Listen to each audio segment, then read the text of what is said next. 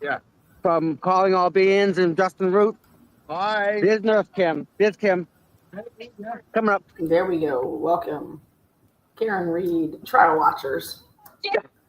Good morning. Is that Nurse Kim dancing over there? We want to get a picture over here real quick with all you guys. You see this sign, Kim? Thanks, Ruth. Yeah. I love it. Oh, that's awesome. I love that star. Maybe to get a Lego sign out there. Yeah, that's very nice. Nice. Any response? Any response from Nan? I haven't sure. And who's that blonde? Paulo keeps like, who's that blonde? No response. Okay. What's up, Lady Leo? How you doing? Good morning, everybody. Good morning. I did too. We'll do it. Good morning. Oh, there's the glare.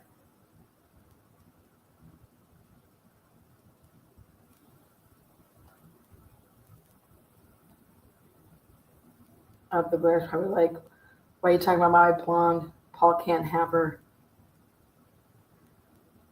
It's got his J's on. Oh, show's freezing up over there. Something's happening. Okay. Look at this crew. Maybe they paused it. You're killing me, Flip. Look at this screw. Yeah, so whoever, do we have Flip blocked? Can we unblock him? I don't know why we keep blocking him. I know someone said something, but I mean, let's just let it fly. Yeah. Who's censoring over there? Again, good morning. Hello, good morning. Oh, there we go. Outside the courthouse here, Karen Reed. Will Bev say bye-bye to Alan Jackson and the gang? Or is there going to be just, there's nothing here, man. You know, come on, y'all. Let's go. Come on, y'all. Let's go. I guess I've made some waves through the Facebook groups. People are either loving my data search or they want to talk about Chris Watts. Give a shout out there to Grace. Grace, why are your panties twisted? Is that LTL Media? And then all the YouTubers there together.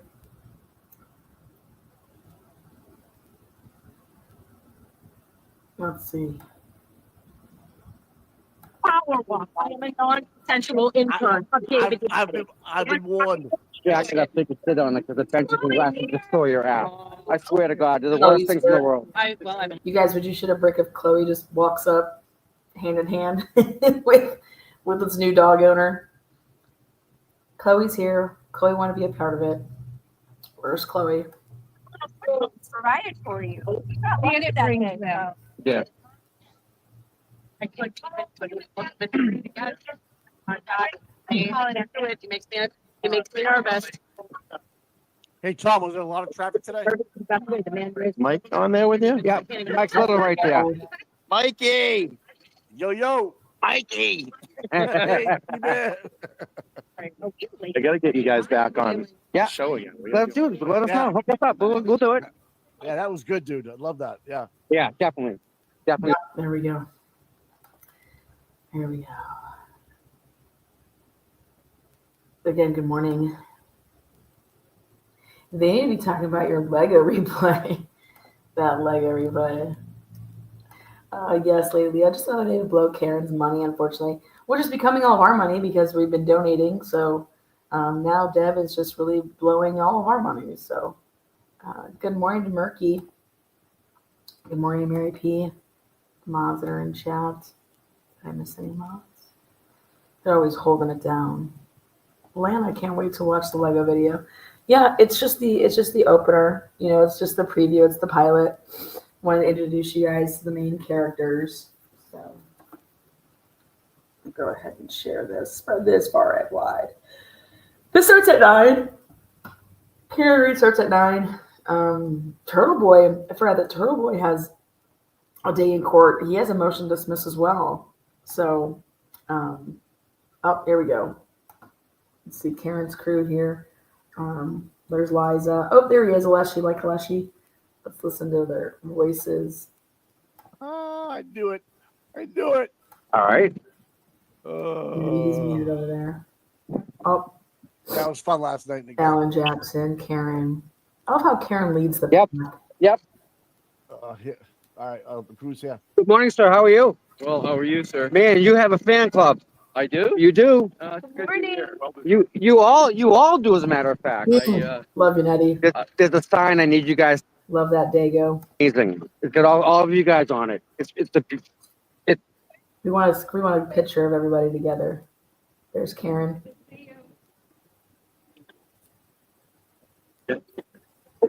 No.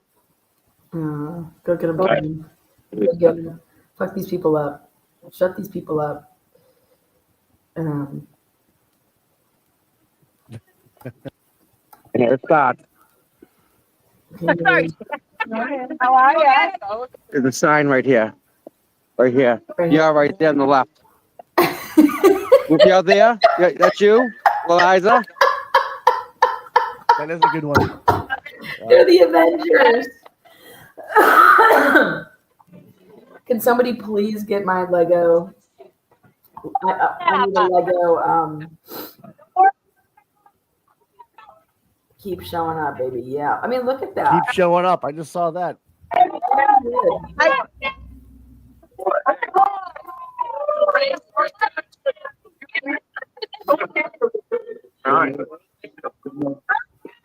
Hey. Yeah, shake it, baby. Let's get that bell going. Our wiki ass is up. You see Dan yet?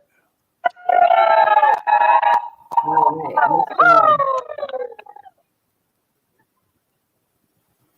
Anybody see Nan yet? No.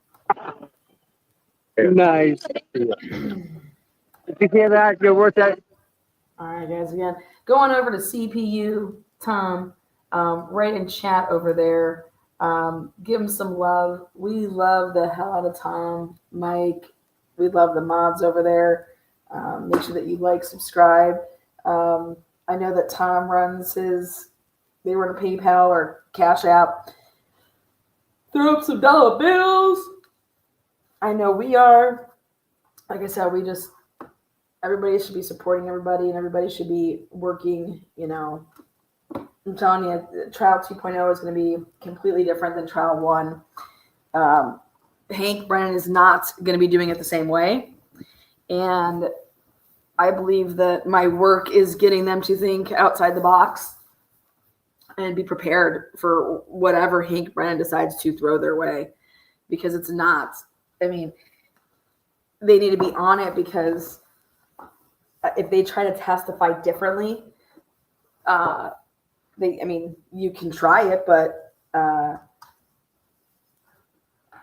it'll be inconsistent. So you got to catch it when that happens, and you have to point that out. And so there should be somebody that's going through, who has the photographic memory in the group, should be going through and listening to Trial 1 and whoever each person has, really, really strongly listening to what they testify to, because they're going to try to change their testimony. And also when it's stories, you guys, it's to remember lies, it's hard.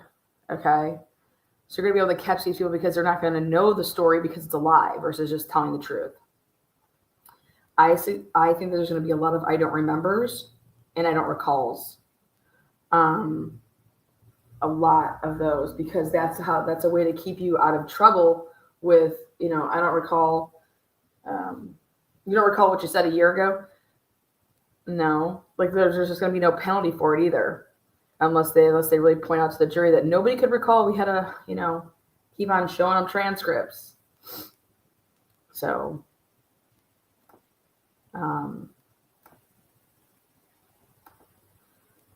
let's see. How much of a scumbag do you have to be to protest an innocent woman? I know. I know. Well, let's review the transcripts. Yeah, I wish we had. I wish those were publicly available. You know. Again, I don't want to take away from Tom's live thread, so I wanted to just show when Karen arrived, and but we're going to be tuning in here at 9. We'll see if Bev is on time. My desk is literally covered in Legos still, so if you guys didn't have a chance to see, let's take a look. I'll share a screen for you right now.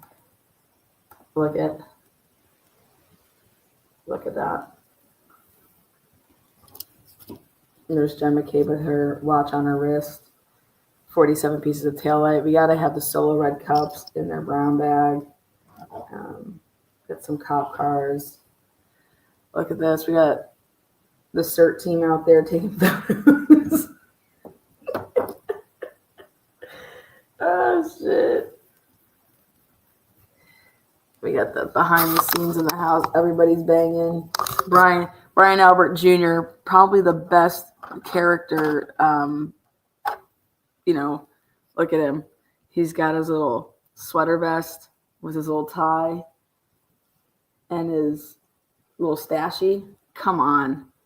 I've never seen a better Lego character right there than Brian Albert Jr. Sitting right by the window, you know, watching it all.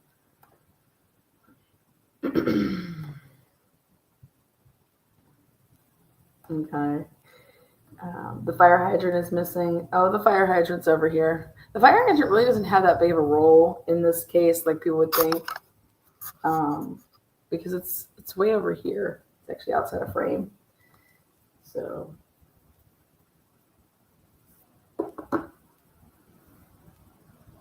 yeah.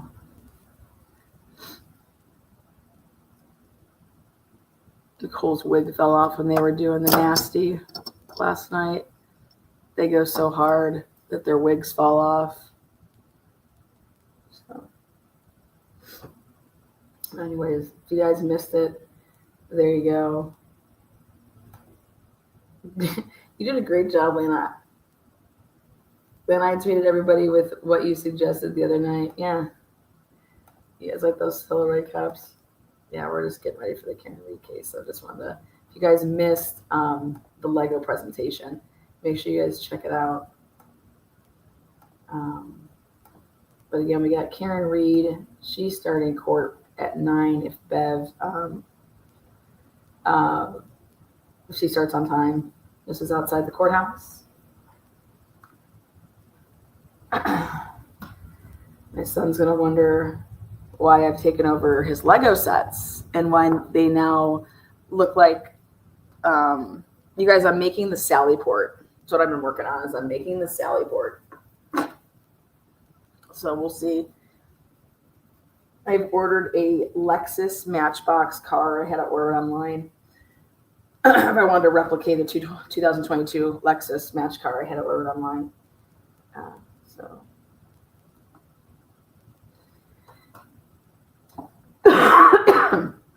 I think the biggest thing that I would take from the Lego demonstration is I think it really comes alive to show what a cluster the driveway would have been, and right outside on top of the mailbox. I mean, you would have everybody, because they're saying that everybody's at those, positions, So I think that's what for me, everybody should see that this is not possible. Everybody can't be in the driveway at the same spot at the same time. Everybody can't be on each other's laps, So again, everybody's there outside, still supporting Karen Reed full blast, which is just amazing. It's hard when their wigs are falling off. Yes, their wigs are falling. I mean, they go so hard, you guys. If you're butt dialing during sex, you're going hard. Look at, there's Justice for John O'Keefe. See, and that's the biggest part, guys. Is Justice for John O'Keefe comes from the truth coming out in this case, and it's not Karen Reed did not hit this man with a vehicle for 47 pieces of taillight to then be found, over a course of 2 weeks.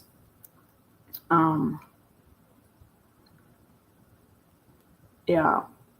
And Fatty Mo Matty, I was rewatching, if you go watch Goods and Lank's testimony, because you have to go watch the Canton police officer testimonies to be able to see the dash cams.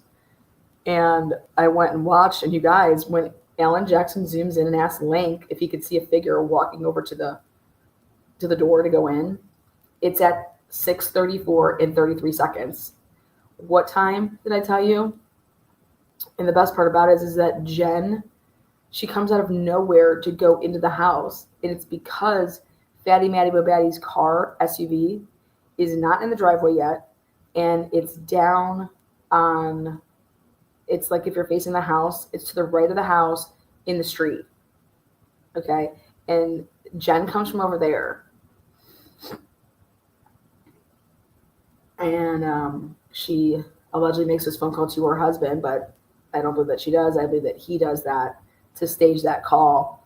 But she goes inside without her phone because she goes immediately upstairs, and that's when her iWatch just read, or her watch, Apple Watch, just registers the flight of stairs and not her phone. And people can say, well, Lana, you're giving Jen McCabe too much credit that she would have had to have known, blah blah blah. I don't think that Brian Albert was home with Chloe. I don't think that he was there. I think that these people, these Canton people, are the ones with the ties to everybody, and they had to get up on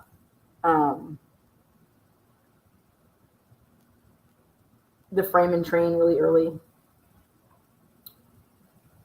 So, got fan and noise in the courtroom. Woohoo! All right, good. Here we go. Let me switch on over to that then. Go to. We will be, myself, Bella, people from this channel. We will be at in there for the Karen Reed case when they kick off to do jury selection. We have really good coverage with being in the courtroom, but it's the jury selection part that we don't. So that's when I am timing up to be there. The people. Let's see, what channel's going to offer it today? Karen Reed hearing. I got a smaller laptop, and it's super interesting when you start trying to type on a smaller keyboard and you're just typing all the wrong letters. There we go. Good morning there, Holly. I'll unmute us here. Remember, we have to be prepared for this, so we're clear that the Alan Jackson then asked for a continuation, okay? And they wanted this to be all sorted out so they didn't want to be arguing this today. And I said, there's no way that she's going to do that, but they have to be ready for it. But they asked for it, so we'll see what happens. Maybe she will, maybe she won't. That's from a song by Lil Wayne.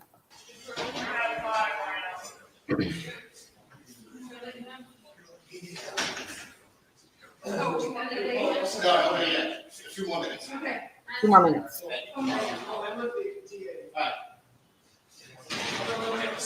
Yep. Good morning. Good morning. Good morning. Oh, yeah, there is. Great question there, Coffee Cake. I actually have that woman. I have a Lego of her, the woman that was collecting, she failed her test at the beginning. I'm going to start doing that with my lives, that I'm going to start breaking down the actual evidence in the case from the testimony. Now that I got my new laptop going, I'm able to cut, copy, edit videos so much faster, like unheard of time. I had to buy a bunch of hard drives and move a bunch of shit, but I was like, fuck it, I just need a new laptop.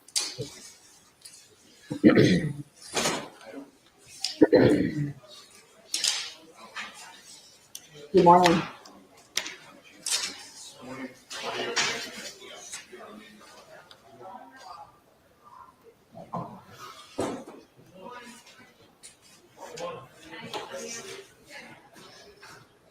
Absolutely, Lisa. We're getting on that. We're going to Legoland. My new thing will be Legos with cases.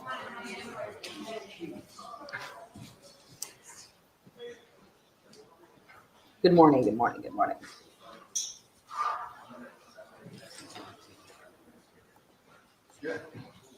What is up? What else did I want to talk about? So I'm looking at the motions that were filed. A lot of new stuff. Just asking, like I said, for new dates.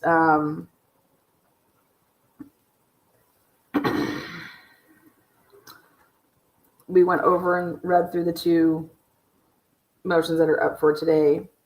The Commonwealth is basically putting all the blame on Canton. That everything that they received, and when they received it, it was from Canton that way. They're saying we didn't have things until these days. We then gave them to you, and we knew about them.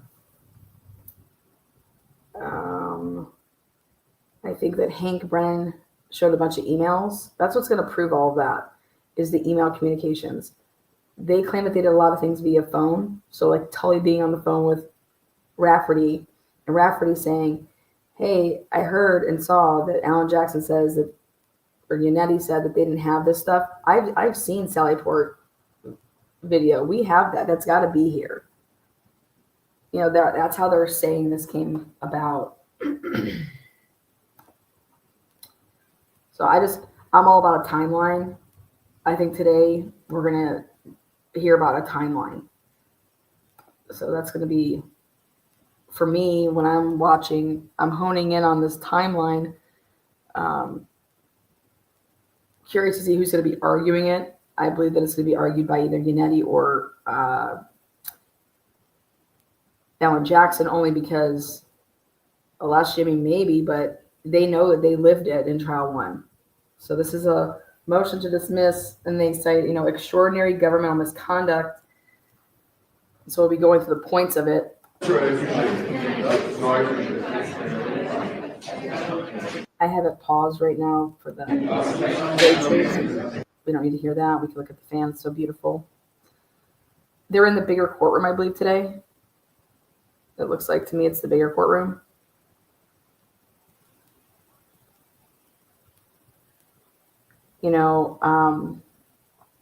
When Court TV was in there, they took a picture of the smaller courtroom from the angle of Bev. Look at that clock. There you go. That's the angle that they need to always put it on, so we can always see what time it is for Bev when she's looking up. But the angle from sitting where Bev is, and you could see the jury box then. You guys, that courtroom that they did, holy crap, is it so small that they did the first trial in. I believe that that's where the second trial is going to be. I mean, I hope that changes and they use the bigger courtroom. I remember there was the reason they didn't want to use the bigger courtroom is because of they couldn't see the jurors. Maybe in trial 2, they're going to feel differently about that and say, like, we want the bigger courtroom. So let me go ahead and grab everybody, if you're following along with the Karen Reed case. The big motions that you should have in front of you, okay, would be the Commonwealth's opposition to the defendant's motion to dismiss for extraordinary governmental misconduct, which is 526. You should then have in front of you the Alan Jackson redacted affidavit. There's a couple bombs in there, even though it's redacted. It's Lana Oriani with Lego Law. Where's Claire? I don't know why you dropped my governmental name like that. Please delete that.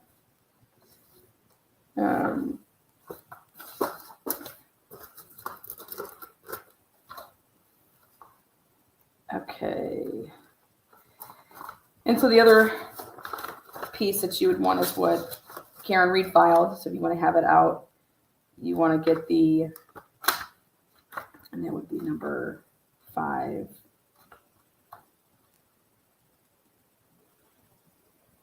There we go. So.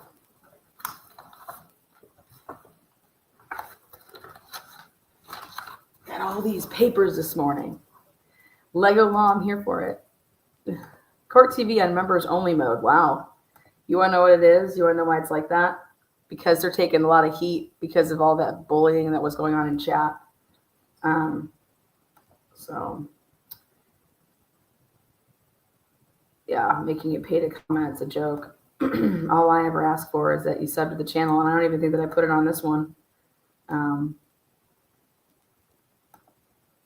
I believe in freedom of speech, if you don't know that about myself. I also believe I don't believe in censoring shit.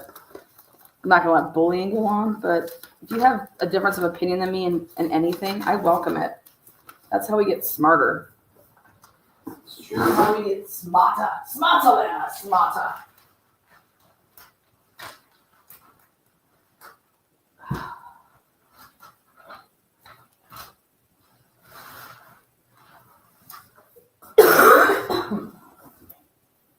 Captain Reed. Captain. Where's my other motion? You know, another good motion to have out is Alan Jackson's affidavit from trial 1. If you guys are true diehard here, is the affidavit from trial 1. And it is, it was filed in the first time that they tried to get this dismissed. And so there was a lot not redacted. So that came out. It's affidavit for the dismissal and for the in support of motion for order pursuant to Mass Rule 17, which was directed to Jennifer McCabe, Trooper Michael Proctor, and Elizabeth Proctor. And I think that there was another one that came out for and directed towards Higgins, Brian Albert, Matt McCabe, like all these people's phones. And so he did a bunch of big drops back in the day of affidavits. Alan Jackson did, and he had a bunch of exhibits. And so those are really good points of reference. But for today, you're looking at up in the corner, 526. And before that would be 5, I think it's 19. So let me pull it up here. I got so many things working and going. So good morning, everybody. Come on in, make yourself known. Thumbs up the video. Get people knowing that we're over here.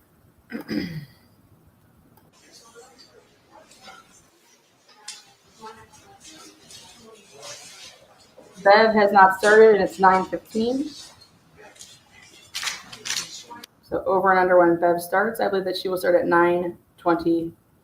So I believe she's going to start in 6 minutes. Remember, this is official Bev bingo. You'll be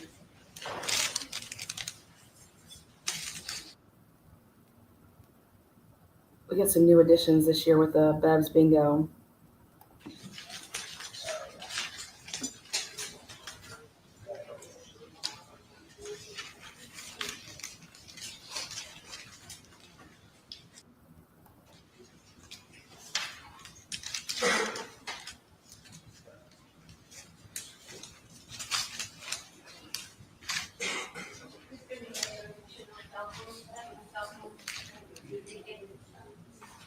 You know, talking about some cell phones in here.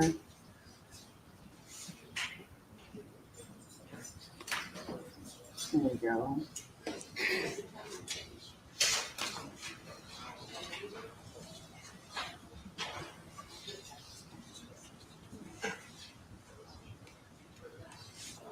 Good morning.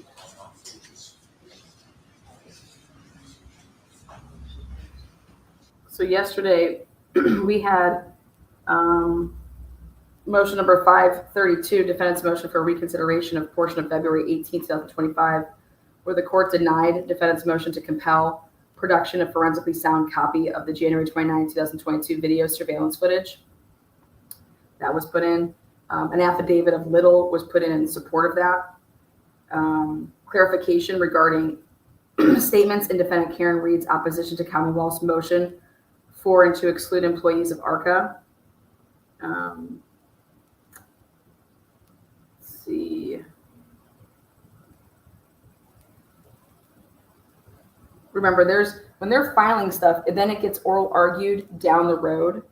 So today's docket for today and tomorrow was supposed to be for the motion to dismiss. That's what Bev said she wanted the weekend for. So she's like, I need my weekends too, Bev. You know, the reason she's saying that is because she wanted this past weekend to read. She wanted a weekend to be able to read the motions as well. So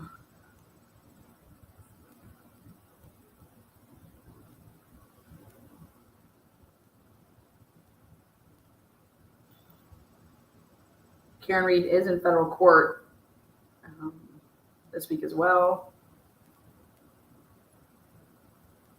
Okay.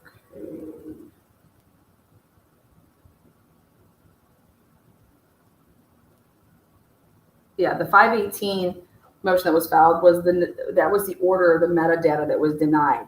And so they were asking for reconsideration.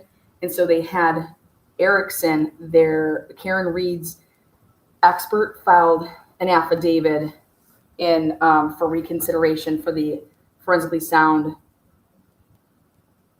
restoration of the Sallyport video.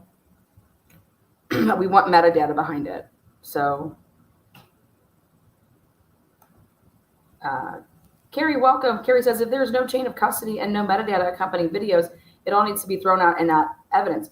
And see, that's the problem, though, with what Karen Reed's saying, is that we would be so fine with throwing out this video, but these videos actually help Karen Reed. So if they don't show the videos, then they're shit out of luck with that. What they wanted the metadata for, and they would need, that's to show that somebody had messed with the logs and messed with the actual hard drive of it to see if it was tampered with in that capacity. You know, for me, it's the missing 42 minutes. And here in this motion to dismiss, we should be getting a timeline of truly what happened here from trial one, you know. And the prosecution is blaming and saying, listen, it was not in our possession and control. And Karen Reed's going to argue and say, what's considered possession and control of the prosecuting attorney is things that were in the hands of law enforcement. That's an extension of it. And they are right. And that's why Hank Brennan says the Commonwealth does not argue that we were in possession of it, but we did not know that it existed. Okay.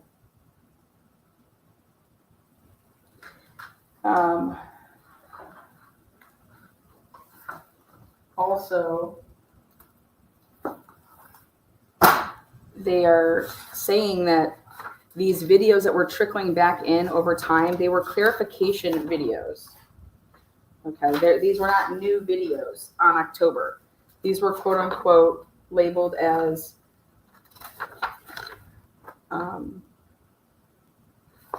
clarification videos because they had somebody come in and doctor it up, and the Commonwealth produced the defense clarified videos, reports detailing the forensic clarification process.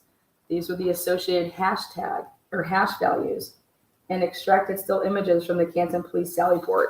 That's what was coming in. Thank you so much, Tony Lynn, for becoming a member. I appreciate that.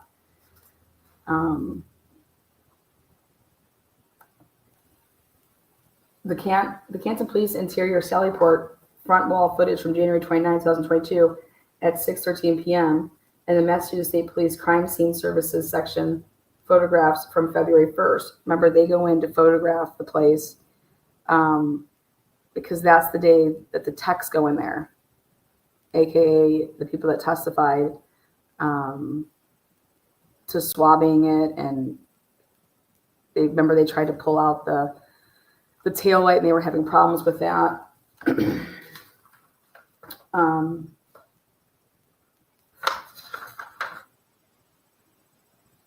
So the Commonwealth is arguing, as we wait for this to begin, notably what was produced to the Commonwealth and provided to the defense was quote unquote inverted surveillance footage due to the camera's settings.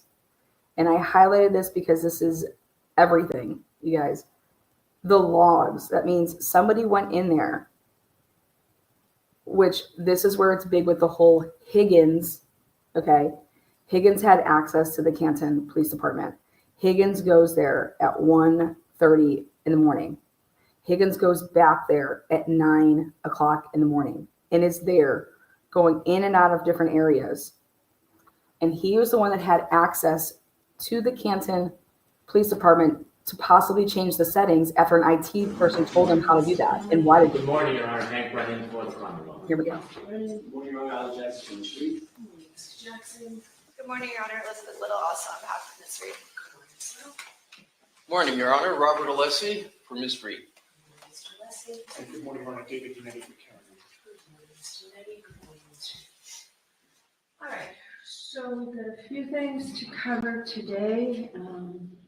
We had a couple of questions to finish off about the defense position on the opposition to excluding the ACCA witnesses. Then we'll go on to defendant's motion to exclude Mr. Crosby, Dr. Crosby, and then we'll go on to the defendant's motion to exclude Robert Gilman. I know they're both under Doggett grounds, and we'll hear about that.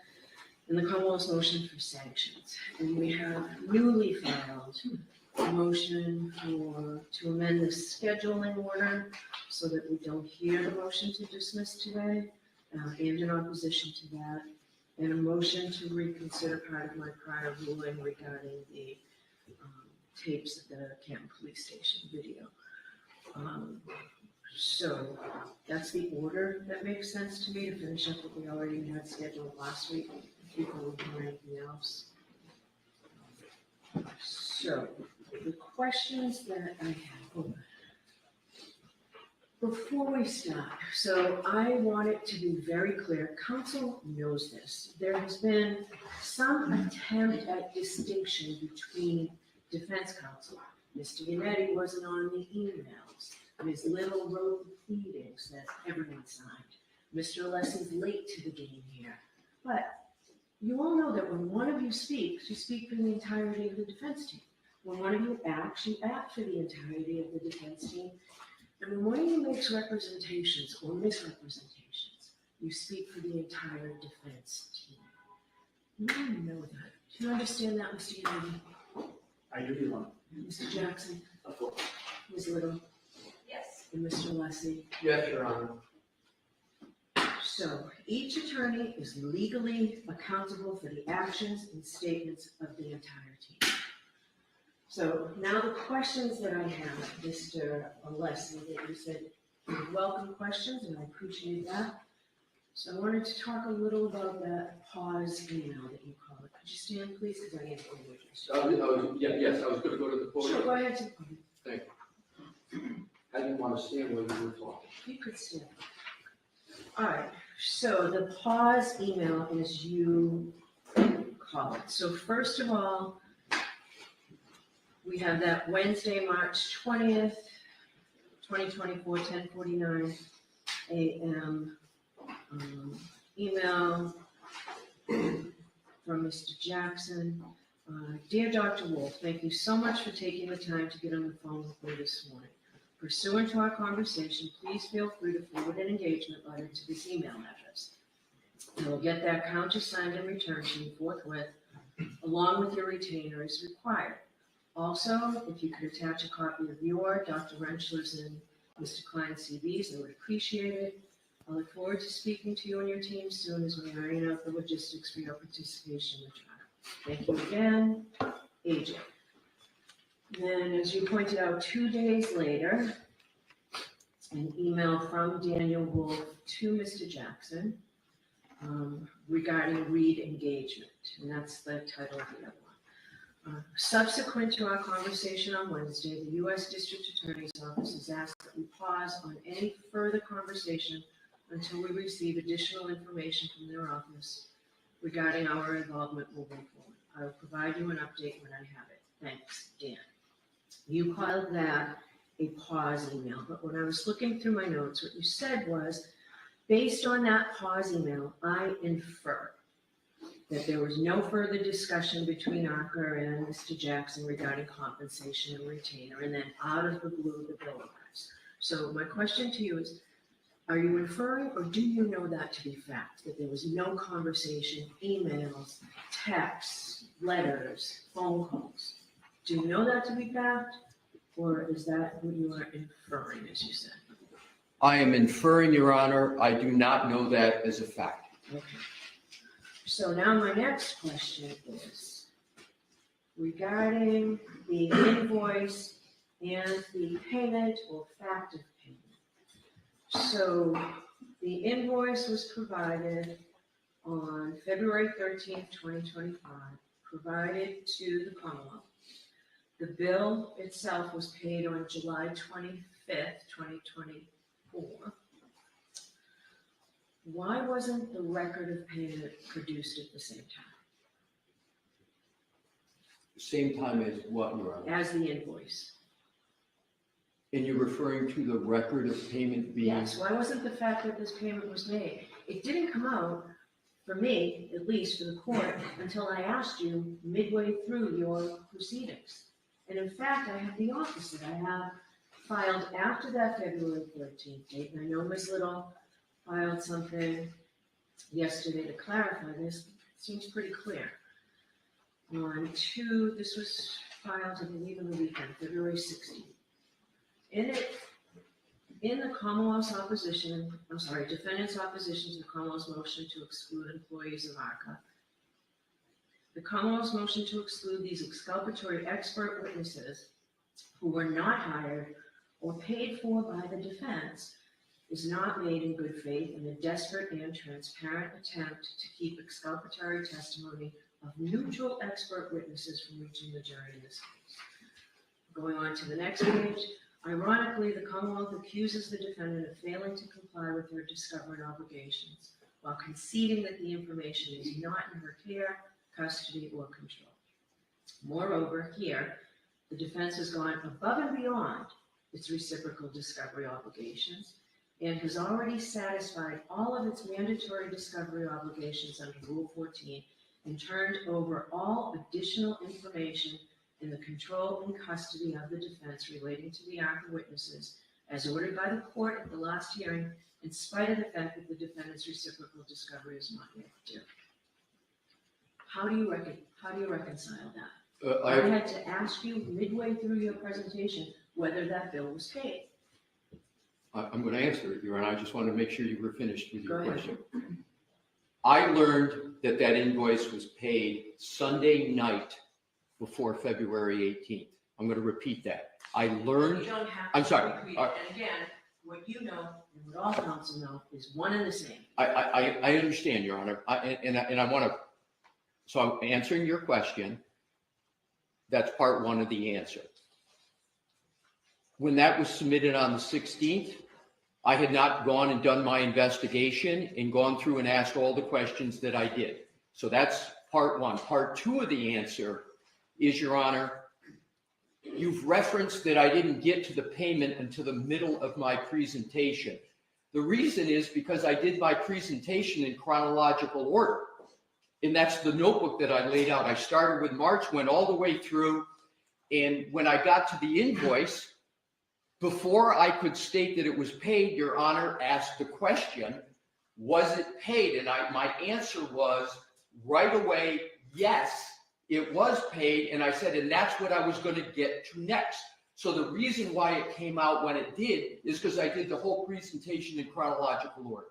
But the motion defendant's opposition to the Commonwealth's motion to exclude employees of ACA is signed by you. Your Honor, it is signed by me, but if I could, with regard to 3.3A1. 3.3A1 is not a strict liability statute.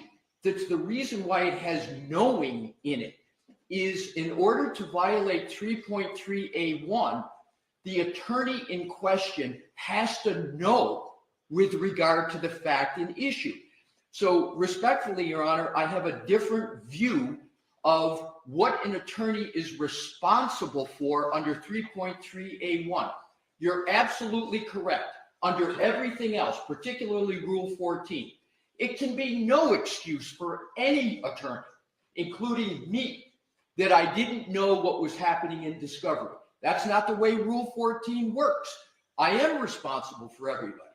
But Your Honor, it's clear in the commentary, it's clear in the case law. The reason why knowing is with regard to each attorney is no attorney can be responsible for the statements of issues of fact in court when it comes to a 3.3A1 analysis. That analysis and construction, Your Honor, would render mere surplusage and read out the mens rea of knowing. In something that critical of candor to the court, that's why they put the mens rea in, because no attorney can be responsible for a misstatement of fact of another attorney unless they have knowledge of the misstatement and they knowingly participate. So I respectfully have a different conclusion than Your Honor does about attorneys being responsible for statements on candor under 3.3A from everything else in the world, which I agree completely with Your Honor. All right. I'm not going to ask other counsel. All right. So let's move on to the next motion. Your Honor, if I could, the tabs that I had, I've marked them as exhibits. I didn't do that last time. The white book, and I had it marked. Mr. Brennan has agreed to them going. May I just offer them in at this time? They're all marked. There are two. Your Honor's February 6th was exhibit 1. So I picked off on 2 and worked it out to 4. What would you like me to do with each, Your Honor? You can hand them to the court officer, who will hand them to the... Well, there you are. Thank you. Thank you, Your Honor. And have you concluded what you... Yes, but let's Okay. Yes, all right. So let's go on to your, did the Commonwealth want to add anything?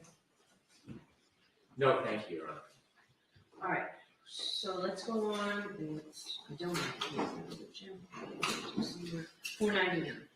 So the motion of the defendant to exclude the testimony of the Commonwealth's witness, James Crosby. And I've read it 2 weeks ago when it came in, Mr. Leslie. I'll hear you on your motion. Thank you, Your Honor. I'm just getting myself reoriented Take your back to time. it. Thank you.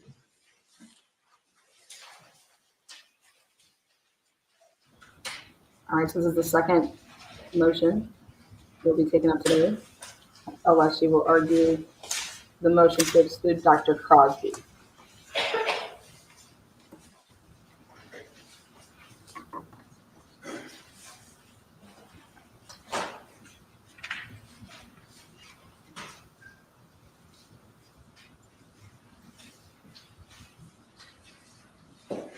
May it please the court.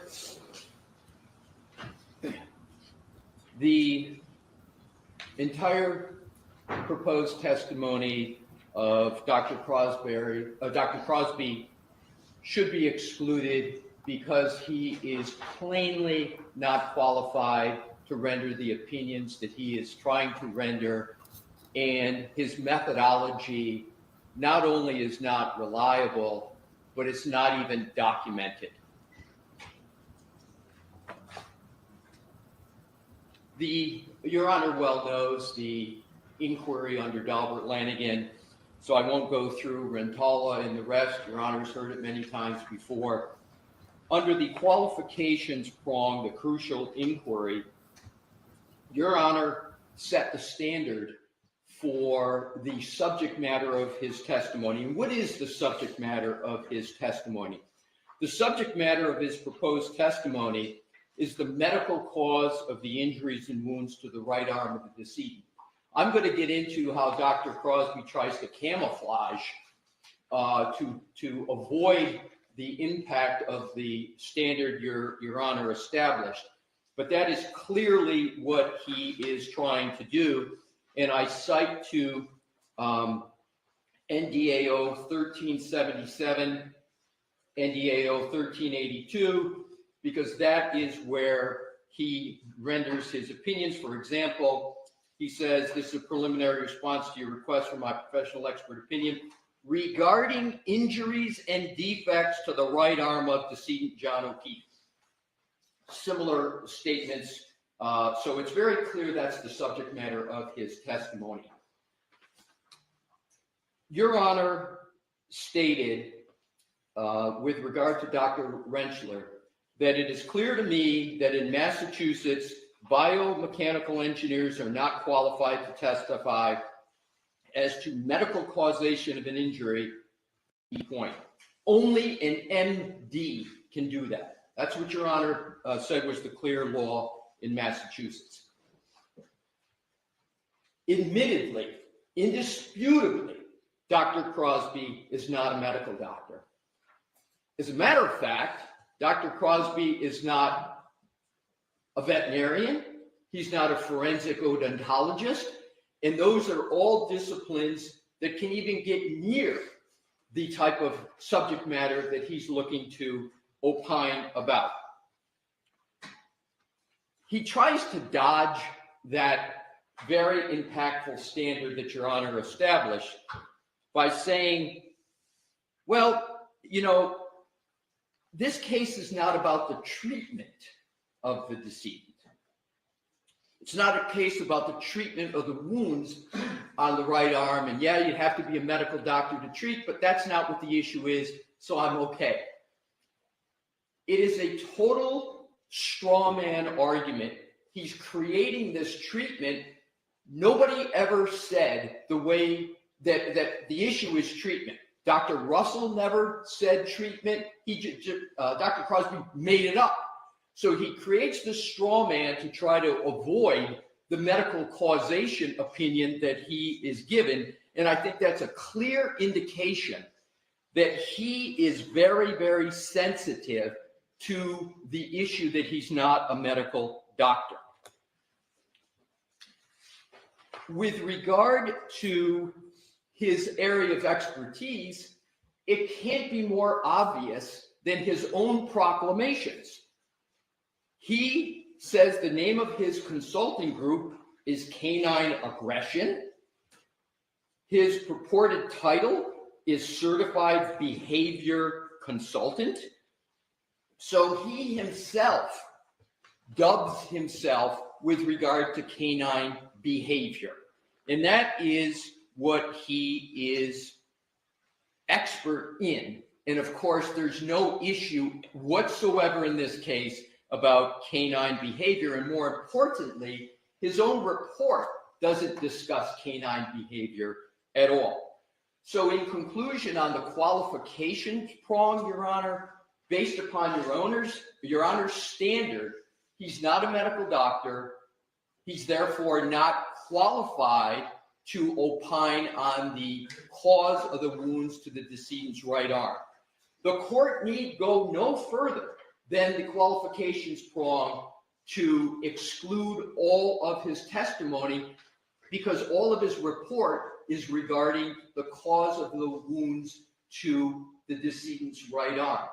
And it almost is common sense that when someone is trying to opine on the cause, the medical cause of injury, that if you're not a doctor, with regard to the issue, that you're not qualified. So now let's go to the methodology of Dr. Crosby. His methodology is essentially, he took measurements of one dog, a dog named Chloe, that it purports to be Chloe. He didn't document that it was. There's no documentation of that, but let's assume hypothetically it is this dog cloak. So what does he do? He takes measurements. This is what he did first, and I'm going to get to what he's just recently submitted. So what does he do? He takes measurements, anesthetizes the dog, takes measurements of the teeth, and then he takes those measurements and he tries to apply them to photographs of the decedent's right arm.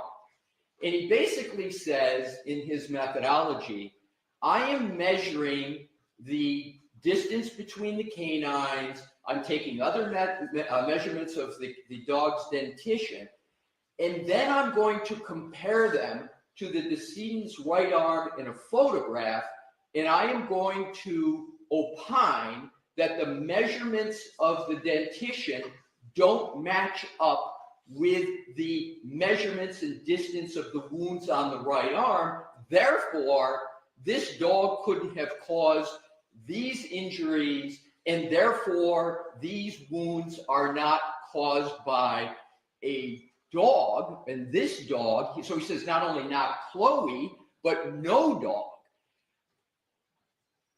Then he goes even further and he says, and I believe the cause is some sharp object. So now we have him going even beyond a dog, and he's claiming that it was caused by a sharp object. It just goes to show you how far he is afield of what he is doing. So he's not a medical doctor, so he's now performing essentially another diagnosis of the wounds to a human. He provides zero evidence of any experience in determining whether a wound on a human is caused by a dog or a sharp object. And his methodology, Your Honor, is remarkable for several other reasons. First, he uses a hospital wristband to take his measurements because the photographs of the autopsy didn't have the ABFO ruler in them. So he tries to use the wristband as a surrogate for his measurements. He provides no support whatsoever for using that surrogate. And what do I mean by support, Your Honor? For an expert to justify a methodology, they've got two ways to do it. The most prominent and common is that the methodology is generally accepted in the relevant scientific or medical field. He provides zero, and I mean zero, words to tether his methodology to a commonly accepted practice, meaning his methodology that he used, he doesn't show any support for that at all, let alone it's commonly accepted.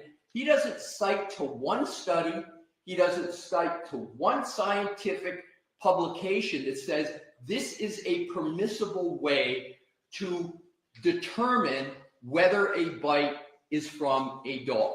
So the burden, as Your Honor knows, is on the Commonwealth to establish the methodology. And I note, Your Honor, that the Commonwealth, in its first response, states in the third paragraph, Dr. Crosby engaged in recognized methodology to study the abrasions on John O'Keefe's arm. What recognized methodology? Where is it? It's not in his report, and it's not even in the opposition.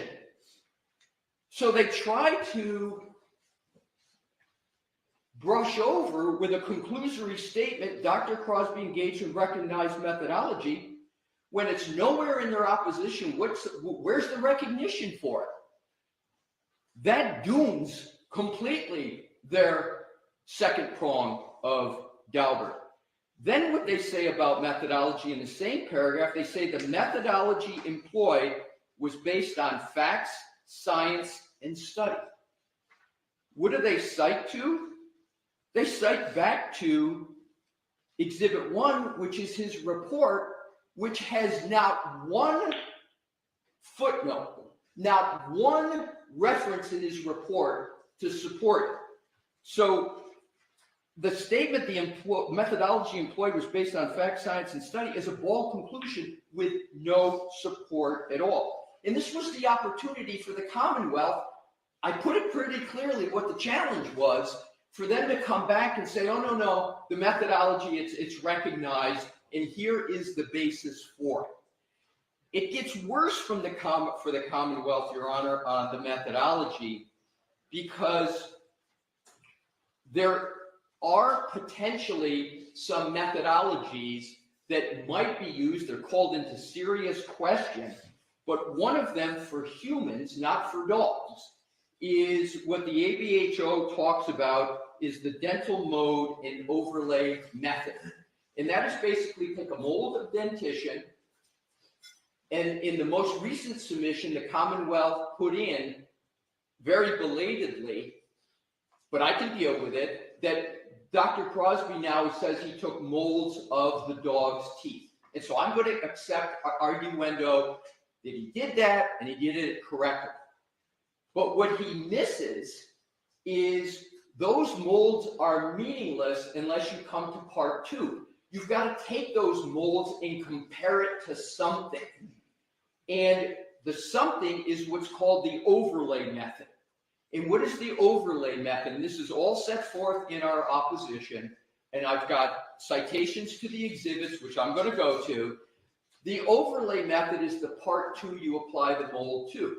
So what you do is you take tissue samples of the wound and you make, there's a variety of techniques you can do, but you basically create the wound on a model, and then you compare the mold to the model to see if they match up or don't match up.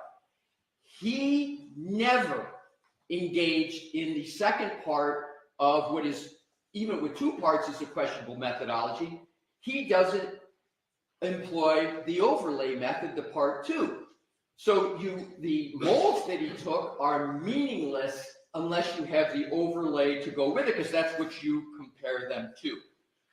More importantly, the ABHO makes it clear that the only people that can do that are forensic odontologists.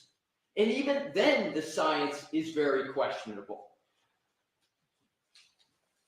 What he also does in terms of, and also for his methodology, where it's just a measurement, he provides 0 citations, and the Commonwealth provides 0 support for taking measurements in molds and comparing them to the wound. 0. So what are the other errors of Dr. Crosby? And these are not mere differences of opinion, Your Honor. These go right to the methodology. And we put in an affidavit of Dr. Russell, who is the medical support for his errors. So Dr. Russell goes through and talks about all the errors that Dr. Crosby caused in his analysis. The first, she says, is that he treated the arm of the decedent as if it is a static, plastic mannequin-like object. And what is meant by that? Your Honor may recall Dr. Russell stated that when anyone is attacked by a dog, they move their arm, they flex their arm, and they move it, etc. And that can cause a dog's teeth to have an incomplete bite, etc. Dr. Crosby doesn't account at all for that movement. So what he did was he treated the arm as if it never moved, and then he said, I'm going to take the dog's teeth, measure it, and then I'm going to take those measurements to a static arm. And he says it's just the distance is too far off to say that it was from any dog. Well, what he didn't account for is that when the arm flexes up, as it always happens in the defensive wound mode, those angles and those distances change. They get closer together. It's common sense, but it's also medically supported by Dr. Russell.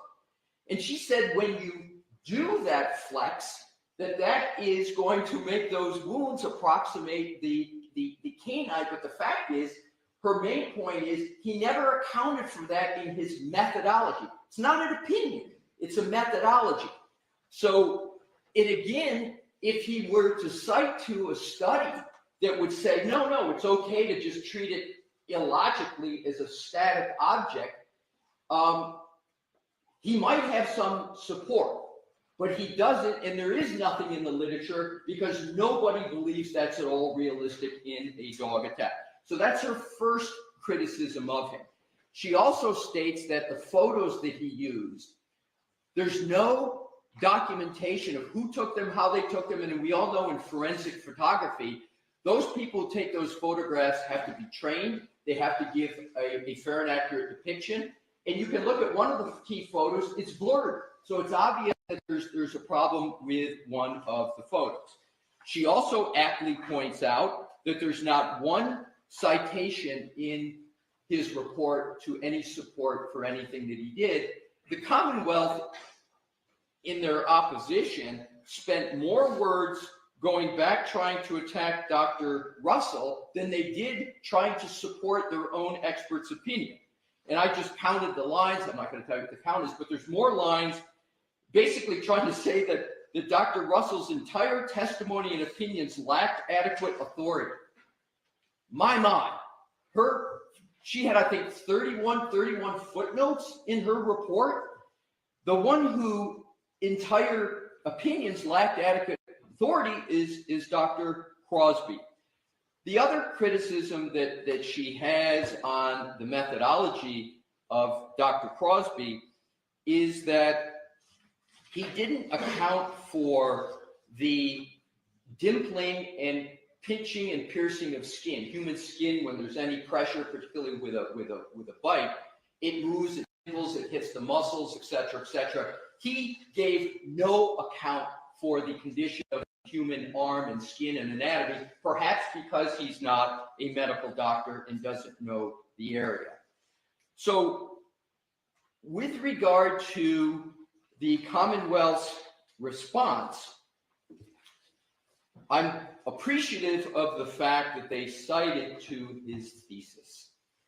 So what they say is in the second paragraph, they said his master thesis, the specific use of evidence in the investigation of fatal dog attacks, has been peer reviewed.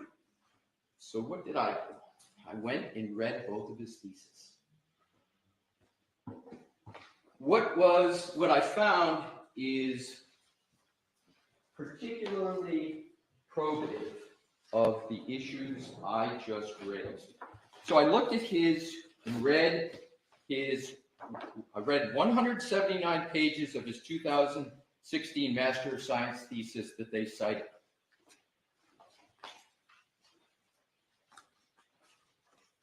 In it, he talks about, on page 46, defining bite mark evidence. A bite mark can be generally defined as a pattern made by teeth in a substrate. A dog bite injury is a pattern industry. Your Honor may recall the absolute probing of Dr. Russell on patterns and the arguments that patterns are a soft science and you can't rely upon them.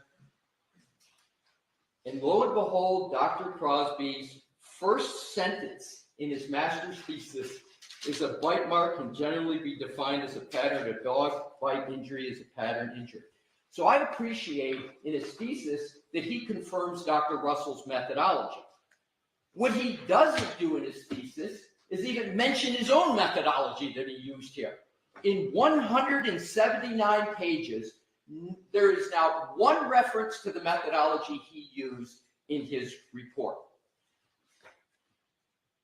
With regard to, I mentioned the ABFO, the American Board of Forensic Odontology, and I mentioned how difficult that is to do that correctly. In his thesis, he states, and I quote on page 61, the guidelines, however, do not indicate the criteria necessary for using each method to determine whether the bite mark can be related to a person's dentition and with what degree of probability. There is no science on the reproducibility of the different methods of analysis that lead to conclusions about the probability of a match. A very, and I couldn't agree with Dr. Crosby more on that. He then talks about, in his thesis, about the fact that there's no accepted methodology for dog bites, even using ABFO. And on page 63, I'm going to quote what he says. Although the ABFO does not specifically address animal bites, it would be logical to apply the same standards to forensic examination of dogs. And what is that standard? That's the mold in the overlay, right? He never did the overlay, and he was proposing in his thesis that that might be a way to go, but he recognizes that it is not reliable. And then on page 66, the last paragraph I'll cite in this, he says, reliability in human cases is under examination. Hard statistical agreement on consistency is not present, so each evaluator will have to make the best argument in each case. As case law develops and examination science progresses, we can hope that standards will be established and accepted. Until then, a forensic bite evaluator can best develop their opinion based on whether the bite mark in question is consistent or inconsistent with a pool of potential subjects established by other means. Here we go. This opinion should be heavily influenced by supportive hard evidence, such as DNA, physical observation, blood, tissue recovered from the gastrointestinal tract, and other factors. So the ABO, he agrees with the fact that you just, even with this methodology, you've got to have it supported by this hard evidence that he doesn't have anywhere near in his methodology. And what he also talks about is relying upon a medical examiner for this hard evidence. And what we point out in our opposition, Your Honor, he never worked with a medical examiner for his methodology. He never worked with a forensic odontologist. In the case law that we point out, even in this very suspect area of bite mark analysis, even in the cases that allow it for humans, they are all cases where there had to be a forensic odontologist or a medical examiner involved for quite obvious reasons. So his master's thesis supports the methodology of Dr. Russell and provides not one mention of his methodology. So then I said, well, maybe in his PhD thesis, which is more recent, 2023, maybe in that thesis that the Commonwealth did not cite. So I went and read 143 pages of that, and there is zero mention of his methodology, and that was just 2 years ago. So what does he say? In his whole thesis is entitled Dog Bite Related Human Fatalities in Scientific Study. So it's really about fatalities, and here it's undisputed that the decedent, his death wasn't caused by a dog. It's a dog attack, but that was not the cause of death. And his whole thesis is about the problem statement. He defines his thesis on page 18. One of the problems is the lack of standardization of methods and reporting. Lack of standardization manifests in several ways. So basically what he did in his thesis is he went through and talked all about when there's fatalities, there's ways, and he creates a classification system on page 63. But his classification is on behavior. Second sentence, page 63. Classifying dog bites. This provided the opportunity to develop a protocol for classifying the incident from the dog's likely perspective based on its behavior. That's his thesis. It's got nothing to do with, is this wound caused by a dog bite? And so on the point of needing a medical examiner, needing someone like a forensic pathologist to be involved, he agrees. Page 125 of his PhD thesis, first full paragraph. Where possible, medical examiners or other examining experts should document the location, extent of wounds, and try to determine which wounds may have been antemortem, perimortem, postmortem. This may require histological analysis by a forensic pathologist. So he mentions what medical examiners should do, what a forensic pathologist should do. He doesn't even begin to suggest that he should do it or that he is even qualified to do it. So in sum, Your Honor, with regard to Dr. Crosby, whose degree is in veterinary science, I don't know what that is. Dr. Russell doesn't know what that is. It's certainly not a veterinarian, although if one reads it quickly, one might think that's what it is. He's not. He was a police officer for 22 years. And even then, he wasn't like a canine police officer. He had an interest in them then. And it wasn't until he retired that he became active in dog behavior and how dogs behave, if they're aggressive, et cetera, et cetera. So why is it, Your Honor, that we respectfully submit that he cannot testify with regard to the subject matter of his report, which is the medical cause of the wounds on the decedent's right arm? He's not a medical doctor. He's not a forensic odontologist. He's not a veterinarian. He has none of the qualifications to do that. And he surely doesn't have any qualifications to say it wasn't a dog, but it's a sharp object. And then with regard to his methodology, he doesn't document at all how that methodology is generally accepted. He doesn't even, nor does the Commonwealth even talk about the non-exclusive Daubert factors and how they might satisfy that alternative. And lastly, when he speaks and writes a master's thesis and a PhD thesis of just 2 years ago, he doesn't even mention the methodology that he used. So, Your Honor, in Your Honor's opinion about Dr. Russell, stated that it was a close call for Dr. Russell in her ability to testify. If it was a close, no, not if, since it was a close call for Your Honor, I believe it is as distant a call as possibly could be made with Dr. Crosby. So I respectfully request that he be excluded. There's no need for a Daubert hearing. It's plain on the papers, and it's not something that is curable.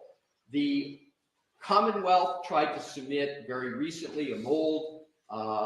Interestingly, they never tried to document the methodology, tether it to study, show that it was recognized. They've now had 2 tries at it, and they haven't come close, and I'd urge the court to reject it. A jury should not have to hear from a dog behavioralist on what was the cause of the wounds to the right arm of the deceased. All right, thank you very much. Mr. Brennan, before you begin, Dr. Crosby is not going to testify that this injury appeared to have been caused by some sharp object, is he? Are you planning on bringing that in? I wouldn't ask him to do that, no. Okay. All right, so I'm going to. Yeah. Yes. All right, Hank now, the podium in response. Mr. Alisi tries to point out differences between Dr. Russell and Dr. Crosby, and there's always going to be differences between experts. One difference is that Dr. Crosby has actually testified in state and federal courts regarding dog bites before, where Dr. Russell never had before this case.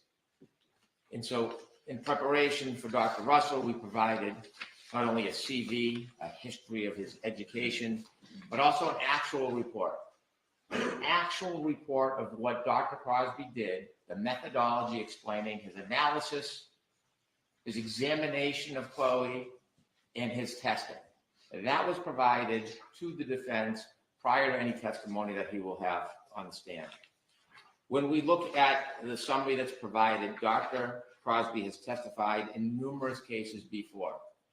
So those courts seem to disagree with Mr. Alisi's opinion. In addition, Dr. Crosby set out in his package numerous different journals and publications that he relied upon in this case. There are a number of publications, I won't read them all to the court, but we can see that he relied on books regarding bite mark evidence, human bites versus dog bites, forensic study of dog attacks on humans, a focus on bite mark analysis.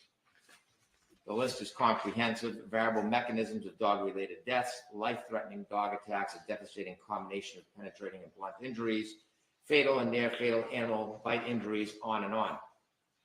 These are materials that he has studied, he's familiar with.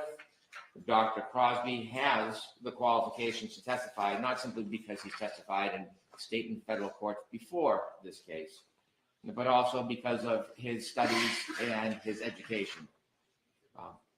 It seems as though Attorney Lisi is trying to bind the court regarding a comment of the necessity for a medical doctor. There is no requisite that an expert in this field needs to be a medical doctor. There is no cases that they provide that bind that limitation. The qualifications of Dr. Crosby are outstanding and significant. He studied at the College of Veterinary Medicine. He completed coursework in forensic animal behavior analysis, animal crime scene, bite mark analysis, veterinary forensic pathology, forensic crime scenes. He is often called to go to autopsies around the country to study wounds and determine if they are bite marks, if they are dog wounds, and if they can be attributed to a particular dog. He served as acting chief. Is that in the papers? The different autopsies he has, and I can supplement the autopsies he's been to, and I can also supplement specific cases where he's qualified. He has listed a number of cases in the back of his package. So do I have the exhibits that I have are attached to the Commonwealth's, the defendant's motion? They So have. I don't know that I have all the reports. Exhibit 1 has Okay. Dr. Crosby's report that has all this information in it. Okay. And as I mentioned on a previous tape, Dr. Crosby actually went and examined Chloe. And when he did that, he verified that it was in fact Chloe. He did molds of Chloe, and there was a subsequent report regarding those molds, which clearly demonstrate that the distance in those wounds are not anywhere near consistent with Chloe's spacing in his teeth. So sort of as an aside, based on what Mr. Leslie argued, the verification that it was in fact Chloe, has the Commonwealth provided that information to the defense? We have, and we can provide that as a supplement to the court, the verification of Chloe, and we can also provide to the court the bite mold analysis report of Dr. Crosby, which is not in this package. I think that's attached here. I have the photographs. That's part of the original report, but then he actually took a mold of Chloe's jaw and teeth, and then I asked him to supplement a report regarding the mold. And that's been provided to the defense? It has, but it's not been provided in this package, so I can provide that to the court. So I'll supplement those two different items for the court's reference. In addition to his experience, he was chief of animal care protective services of the city of Jacksonville. He had oversight and approval of criminal investigations. He trained staff in dog bite and dangerous dog investigations. He served as the Animal Control Division Manager for Bay County, Florida from February 2008 to 2010. He has training and experience, including certifications in humane euthanasia of animals, legal restrictions of methods and reasons for euthanasia. He's investigated numerous complaints of dog bites, and dog behavior. He's published. I had shown the book to Dr. Russell when she was cross-examined. He has a number of engagements where he teaches. Dr. Crosby is well recognized in the field. He has employment in other projects other than his business. It includes a research associate canine brain project, 2023 to current. It's associated with Harvard University. Duties include the investigation and documentation of dog bite and related human fatalities. Also, division management consultant for animal care and protective services, city of Jacksonville in 2016. He is a professional dog trainer, behavioral consultant. He has provided expert witness testimony in cases of dog bite, dog attack, dog-related fatalities. Now, in Dr. Crosby's report, he outlines his methodology, and you can see it is specific, it is detailed, it is consistent. And so when we compare, I'll refrain from getting into too much of a comparison, when we see the actual study of dog bites, we see something different in Dr. Crosby's report. They're not unsupported claims that change from time to time.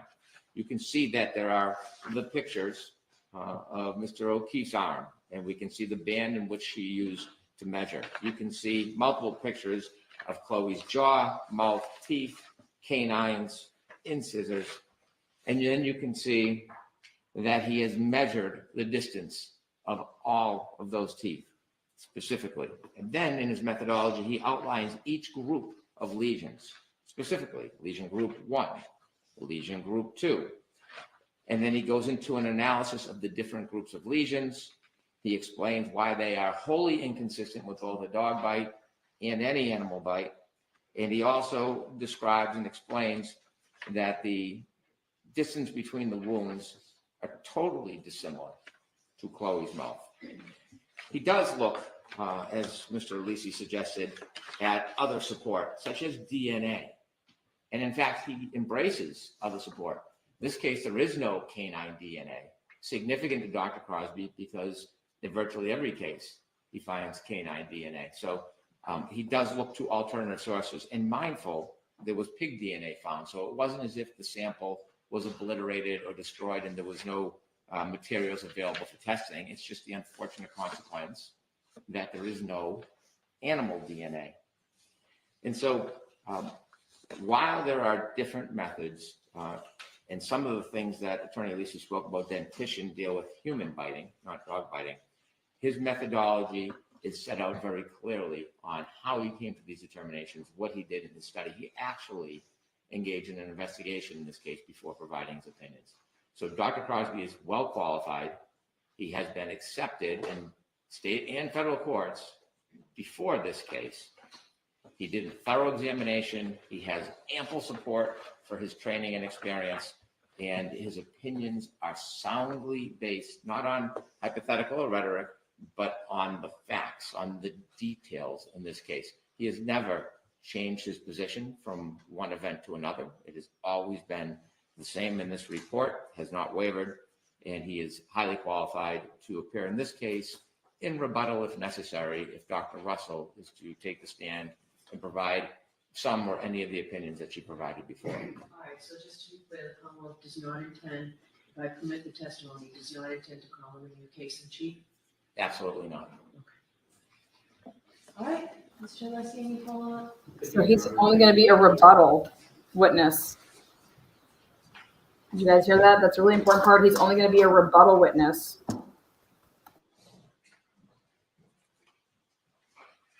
The Commonwealth did not address in its presentation, you heard one probative, legal, or factual point I made because they can't. Specifically, the Commonwealth just stated that Dr. Crosby has testified in court numerous times.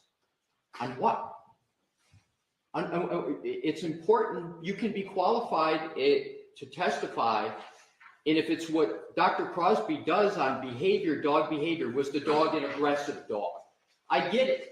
But the Commonwealth never said that in even one of those cases, Dr. Crosby testified on whether the cause of a wound was from a wound to a human was from a dog.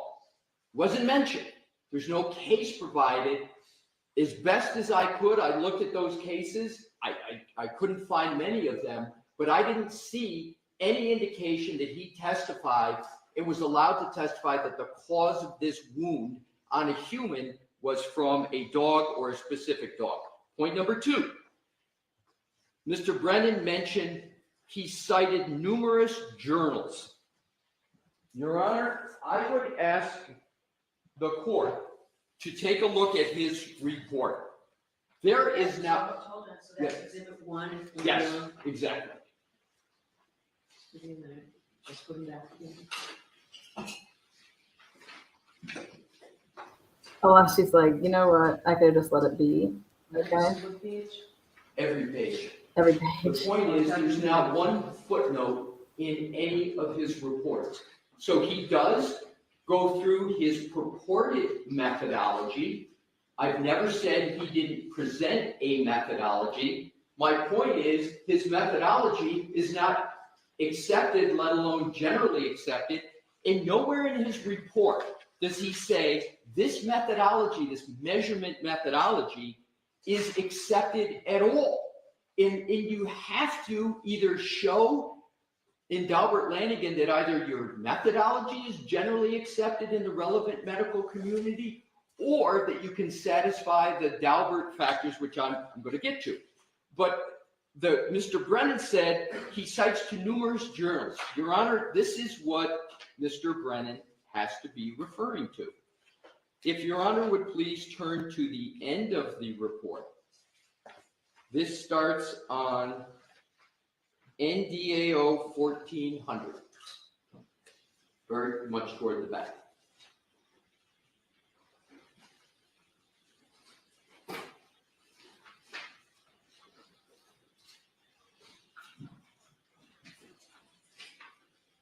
Okay. So he's got it in alphabetical order. Importantly, the page before 1399 at the bottom is entitled References and Materials Consulted That May Affect My Opinions in This Case. You can't have an expert report that does a data dump of references and says, there might be something in here that I might have considered that might affect my opinions in the case. And that's exactly what he did. And the only conclusion I draw from this is his methodology isn't in any of them, because if he had to cite which one of these contained his methodology, he would have to be creating fiction. So when Mr. Brennan says he cited numerous journals, well, he did, but where does he tether his methodology to one of them? He doesn't, because he can't, because his methodology, to the best of my research and Dr. Russell's, has never been accepted by anyone. So then what Mr. Brennan stated was that he participated in autopsies. My point exactly. He participated in them. He obviously doesn't perform autopsies, so it had to be with a medical examiner or forensic pathologist. He didn't do that in this case. There's no statement by him that he worked with a medical examiner, etc. So I think the inference the Commonwealth wants Your Honor to take is, because he's participated in autopsies, he must have been the one that determined whether or not the the wound is from a dog. There is zero evidence in any document from which even an inference can be taken. There's no foundation fact from which the inference can be taken that that's what he has done. He mentions a book that he tried to use on Dr. Russell and for whatever reason immediately truncated it. I will just reference that book is not peer reviewed, but importantly, nothing in the book that Dr. Crosby wrote, and I thank Mr. Brennan for bringing it up, there's nothing in that book that sets forth the methodology that he used here. It's not there. With regard to he's well recognized in the field, that's exactly what Mr. Brennan's words he just used. He's well recognized in the field. What field? For Dalbert, you gotta have experience in the subject matter. I don't know what he means by field. Is it dogs, dog behavior? In Dalbert, it's the subject matter, the testimony, which is what's the medical cause of the wounds to right arm. That's not documented. That's not even stated. He mentions Harvard, which people use for obvious reasons. You know, it's Harvard, but what is it that he is participating in Harvard in? This was from the words of Mr. Brennan, canine brain behavior. I didn't hear anything that he's at Harvard opining on the cause of wounds to humans and whether they're not from a dog. Mr. Brennan said that he outlines his methodology. I agree with Mr. Brennan on that. He does outline the methodology that he uses. But fatal and problematic is he doesn't tether it to a study to say it's generally accepted, which is the key inquiry under either Commonwealth v. Davis, common acceptance, or the Daubert-Lanigan, the 9 exclusive factors. And then the last point that Mr. Brennan made is particularly telling. He said Dr. Crosby bases his opinion on facts. That's not the Daubert inquiry. You've got to base your opinion on a reliable methodology. Facts, yeah, they are somewhat relevant, but the most probative aspect is methodology.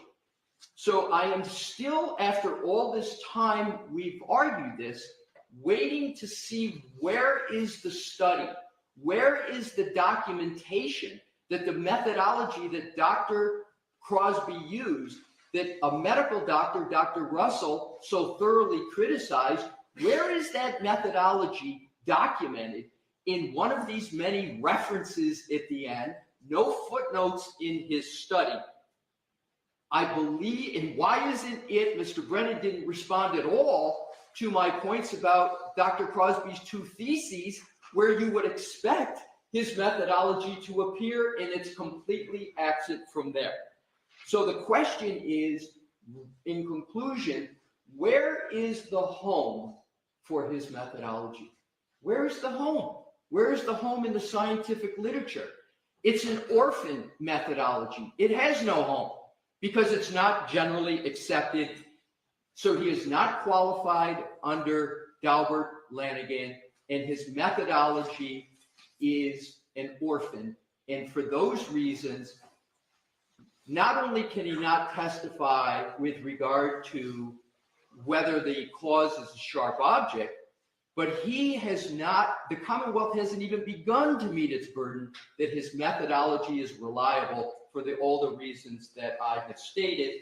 And a good part of my position is based upon Dr. Crosby's own report that doesn't tether it to a study or general acceptance, and Dr. Crosby's own theses that don't even mention the methodology that he is trying to put forth in this case. Anything else, Mr. Brennan? Briefly.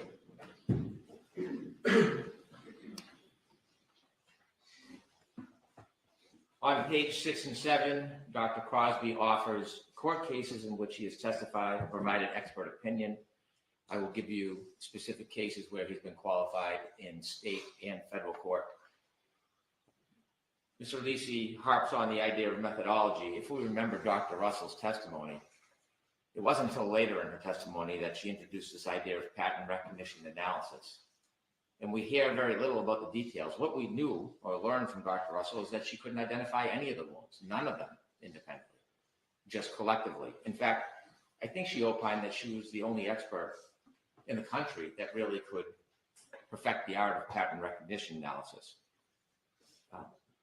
Attorney Lisi's arguments are the fact that he doesn't like the way Dr. Crosby wrote his report. But what I can say for Dr. Crosby is at least he wrote his own report.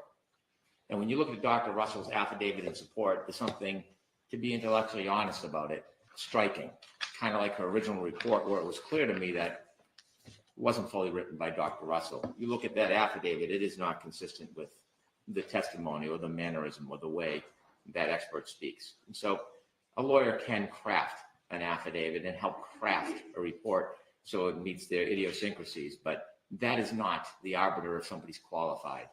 Dr. Crosby is qualified, he has experience, he's testified and been accepted by courts before. Thank you. Okay, so before we move on to the next motion was, it was filed after the other motions that we finished here. It was filed on February 21st, I believe.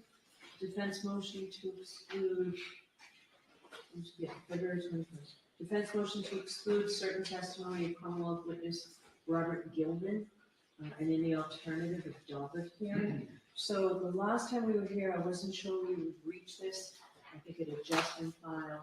So I don't have an opposition from the Commonwealth. I don't know if you wrote one, if you planned on writing one, or if you just wanted to go forward, and also whether you're prepared to go forward today. We do not have a written opposition, but we are prepared to go forward today. Okay, so I will hear you. Mr. Leslie, this is you again, right? It is, Your All Honor. right, so I'll hear you.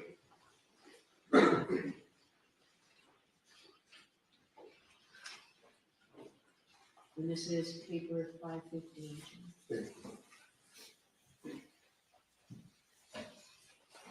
May it please the court.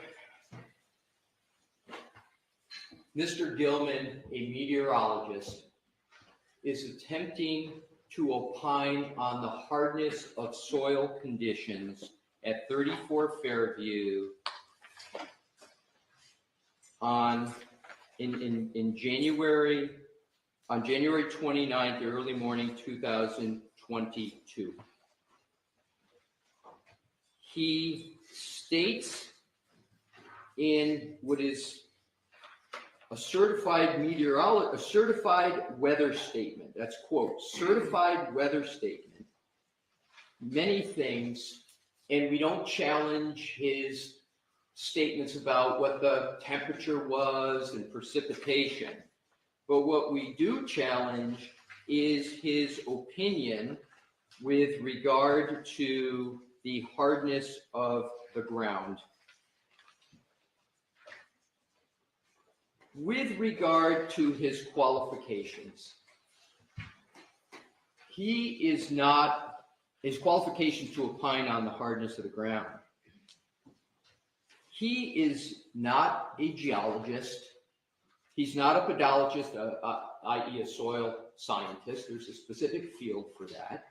He's not a hydrogeologist, which is a scientific discipline that blends water movement in the subsurface, particularly the soil. He's not a hydrologist, which deals with solely movement of water, whether it's in any kind of media, soil, etc. And he doesn't purport to have any of those qualifications. He doesn't even state that he took courses in college that would have even educated him on soil hardness and the effect of precipitation with regard to the hardness of the ground. But perhaps the most telling statement that he makes is he puts his opinion in quotes.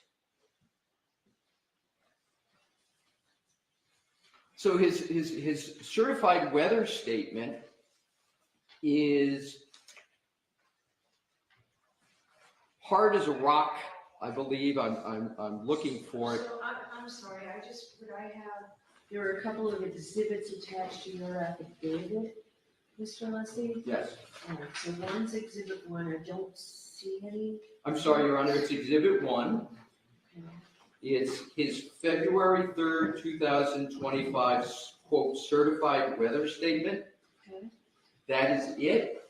And at the bottom of it, it's got in the quotes, the Okay, I see it. All right. I don't see anything that says certified weather statement. It's an email, right? no, his report is Exhibit, well,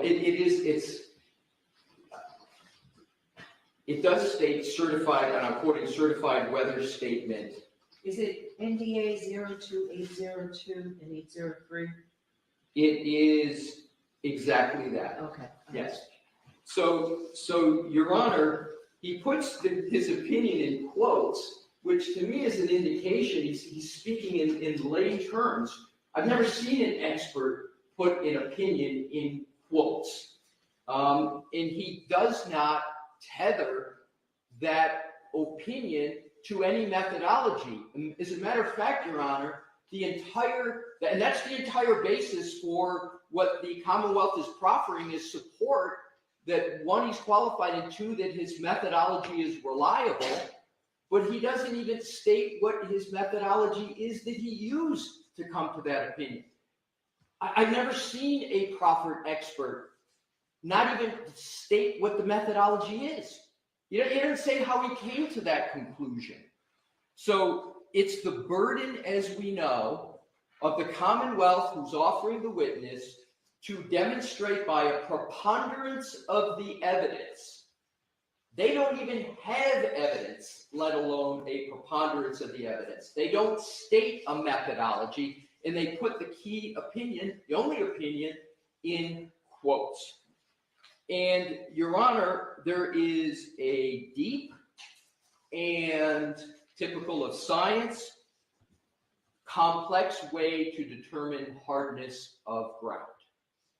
And he doesn't even begin to discuss that whole science. And Your Honor may recall in previous Delbert Lanigan hearings, I cited to the Goodman case, the Pasteur case, and the courts in Massachusetts has said, in addition to going through making sure you've got a methodology, the court can also use it's the words of the court's common sense. So in addition to all the defects that I just covered, has anybody ever, all of us have heard a meteorologist in many different fora, most prominently on TV, talk. And what do they talk about? They talk about the weather, the forecast of the weather. What is the weather? We all know what it is.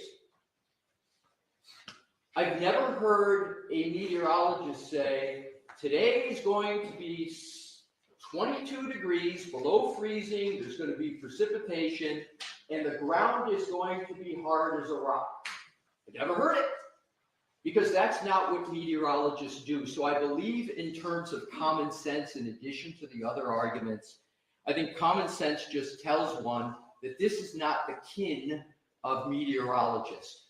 And interestingly, the Commonwealth doesn't cite and document one instance where Mr. Gilman has previously opined on the hardness of the ground.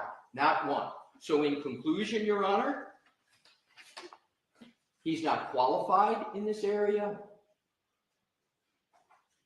He doesn't even state a methodology to come to the opinion, let alone show that if he had a methodology, it's reliable. He puts the opinion in quotes. I think the only reasonable conclusion from that is he's using layman like an idiom, a term people just use. You know, his head's as hard as a rock, whatever. But that's not science. And in order to give an opinion to the jury, the whole purpose of general acceptance, the whole purpose of Dalbert, is it has to be based in science, and it has to be the methodology. There's none stated, and for that reason, and the others I've mentioned, Your Honor, Mr. Gilman, the meteorologist, should never reach a jury to talk about hardness of the ground. Thank you. Mr. Brennan, the first question, do you intend to call this witness in your case in chief or for rebuttal? I do, case in chief. I'll hear you. Thank you.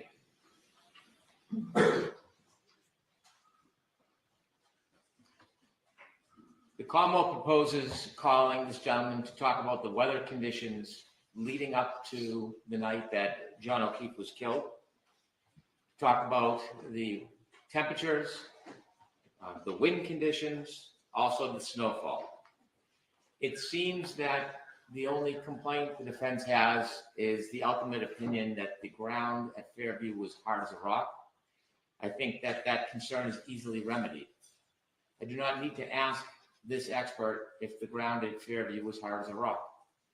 I can ask him about the documented temperatures, the winds, the snowfall, what makes the definition of a blizzard, how many hours have to elapse in certain conditions to be a blizzard. Also, he can measure the snowfall as it accumulated that night into the early morning hours because there's statistical evidence about it. And I would like him to talk about how ground freezes. Without giving an opinion that this ground was hard as a rock, he should be able to testify that over a period of time, the frost below freezes the ground. I don't need or would not ask Mr. Gilman to talk about the ground hard as a rock. We have a handful of first responders who will give lay opinions with common sense that the ground was hard as a rock. And state police who excavated can testify to that very thing. So Mr. Gilman does not need to offer that opinion. If that's the only thing offending the defense, I think we can resolve the issue. Okay, would you say that, Mr. Lessons? Get your merch here, Truth and Transparency. In specific answer to your question, Your Honor, what do I respond to that? I think the Commonwealth very much recognizes the shortcomings that I mentioned, but its proposal to have a meteorologist talk about how ground freezes is still very much problematic, because just by way of example, how a ground, whether it's frozen or not, and how it freezes, I will give, Your Honor, citations to scientific studies that address and techniques as to how one has to do that. Benjamin J.G. 2005, freeze thaw effects on penetrometer resistance and shear strength. Why don't you put those in writing? Was that just a Google search? I saw that you had it on your. Actually, Your Honor, the answer is no, it's not a Google search. I actually consulted with the former head of the National Academy of Science on geology, Dr. Donald Siegel, who told me and gave how it is that one determines whether or not ground is even frozen.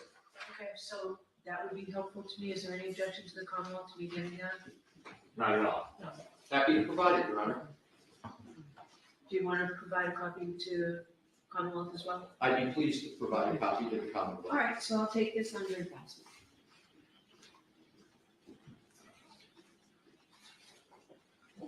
So how long do All right, Bev. you need to get me what you said you would get? The Commonwealth, the articles, and the qualifications, or the cases and the qualifications of Dr. Crosby? I can have that to you today. Great, okay. And those articles, Mr. Leslie, that you were just citing? Give me those Google Where can I get articles. those? Do you want all the citations or the articles themselves? If you've got the articles, if you've got a copy that'll save me from having to find them and read them, that's fine. If you just give me the links, I can do that myself. I'll get you the articles, Your Honor, in the text, and it's probably going to take me 2 or 3 days. Do you have the links? Do you have a list? I've got a list right with me today. Okay, so I'll take that. And that'll save you from having to print the articles. You let me hand it to the court officer? That would be great. And you'll provide it to the Commonwealth as well. Is that your only copy, Mr. Leslie? Do co-counsel have copies? Oh, no, co-counsel doesn't have any of this, Your Honor. Okay. I just need to black out something here that's. Sure. You don't have to do it right now. Do it before you leave. I'll do it before I leave, Your Honor. That way Thank you. there, we'll see to it. Jim, can we get a copy made for everybody? All right, so now, because we're doing them in the order they came in, Commonwealth's motion to impose sanctions. This involves a transcript that I've read. I've listened to the actual recording. Maybe it makes sense to take a 15, 20-minute recess. Now, does that make sense to everyone? Okay. All right, so Is the Commonwealth going to play portions of this? No, Bev. flash drive has been impounded because I understand the nature of it. Is it all, are you referencing just the transcript? Actually, we're gonna see Counsel. Sidebar. All right. Here we go. Welcome, if you're just joining us, Truth and Transparency. Hello. Make yourself known. We will be having, whiteout Fridays or Mondays. Please wear your plain white tees when you got them. We want to create the Cameron crazies like at Duke, Penn State. We want to create a whiteout, so please wear all white. Yeah. Now, Lana, you could add red Solo cups to your. Yes, we had those out there at our last tailgate. All right, so in the book right here, we've discussed, we have the ARCA, that was number 1. Number 2 was Dr. Crosby. Robert Gilman was number 3. And number 4 here, Bev is really the one that wants the break here for the sanctions because the Commonwealth is asking that the defense be sanctioned. So Bev wanted the 15 to 20 minutes. There's a sidebar, though, going on right now. So that's where we're at. Then the scheduling order and then the motion to dismiss. So that's the order. For a quick recap,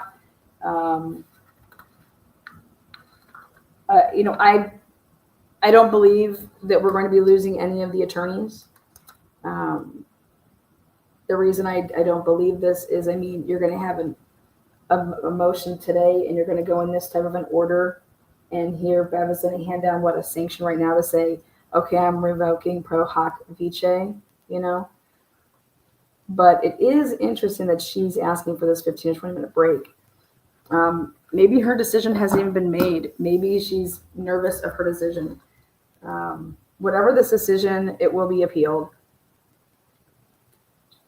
So those of you guys that are wondering if Alan Jackson is going to remain on the case, I believe that that's what we're going to hear in the next 15 or 20 minutes. Well, we are on, again, right now, it's a sidebar. So I'm not sure if they're going to let us know or if Court TV is going to come back and say that, okay, they were dismissed. I think to make the record clear, they should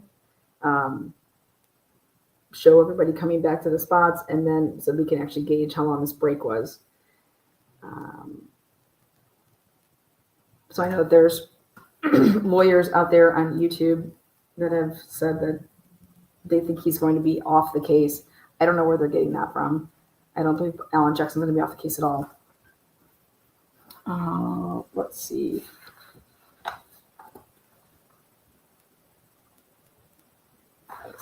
Do I see a sanction coming at all?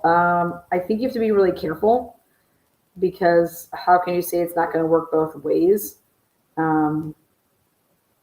Because within the motion to dismiss, in a sense, Karen Reed's asking for sanctions, and the sanction is that this be dismissed, all right? Because she's saying that it's not good enough to make this not admissible, because we need to point out to the jury all the things that they tried to do.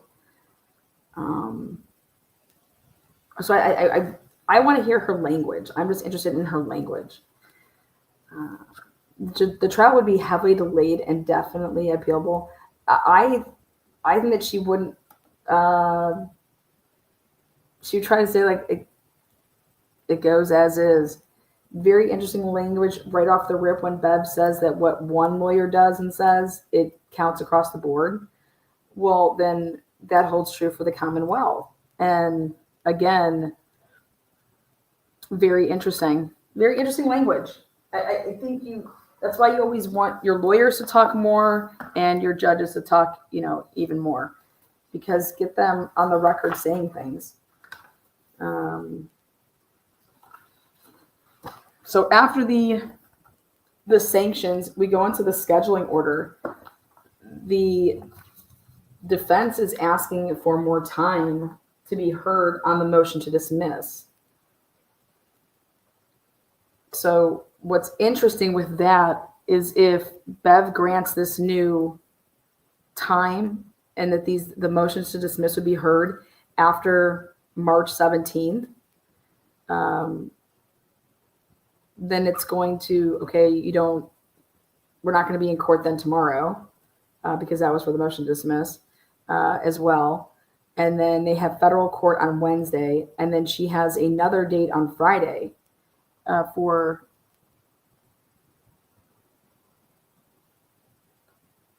the scheduling order. So I'm going to grab that. Let's see. Here it is.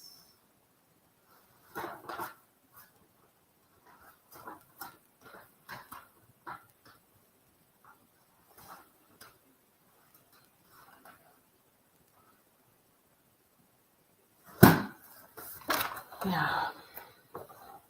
Oh, 1 second. I want to print off or at least take a look at this other piece of paper.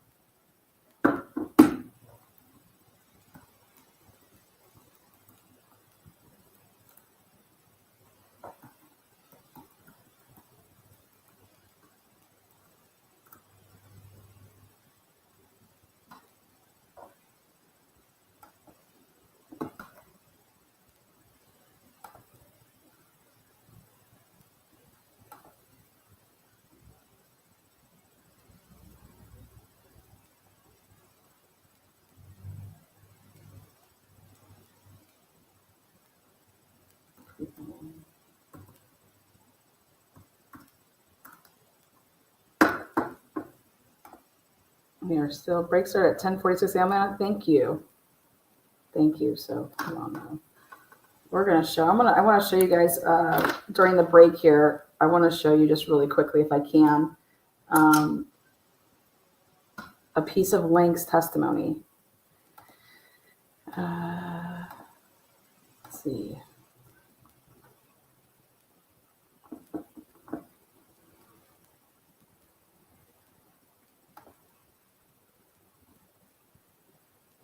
Oh, I'll come back to that. I think I can do it like this.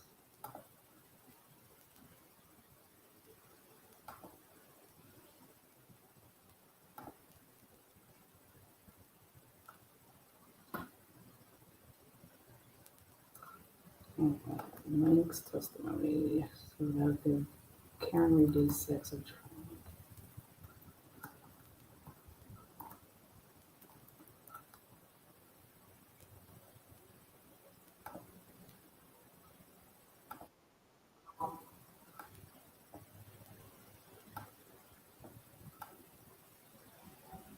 Okay.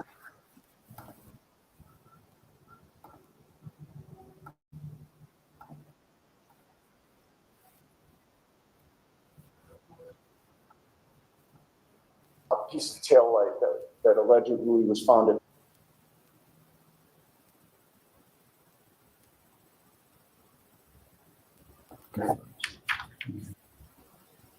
Included in the first version of your police report.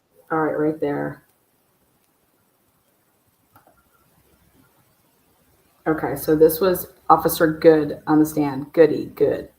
This is what Canton police officers took a picture of. Canton. And Link testified, as did Good, as did Mullaney, to taking their feet and brushing off is how they got this portion of the curb to be seeable, noticeable. Okay. You guys, there is no shoe. Is no shoe. Which was P for identification, correct? Yes. All right. Let's put up 42, please. No. I'm sorry. Where is 42? Right here. Right. Yes. Each of these are the front cover pages of his report. Has the identical incident number and call number, correct? Yes. The identical date and time reported, correct? Yes.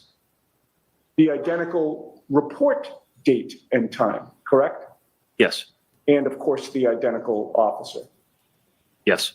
Other than the print date of the face sheet of your report, one appears to be in January, one appears to be in October. The major change is the photo that's included on the face sheet, correct? Yes. Can I explain why?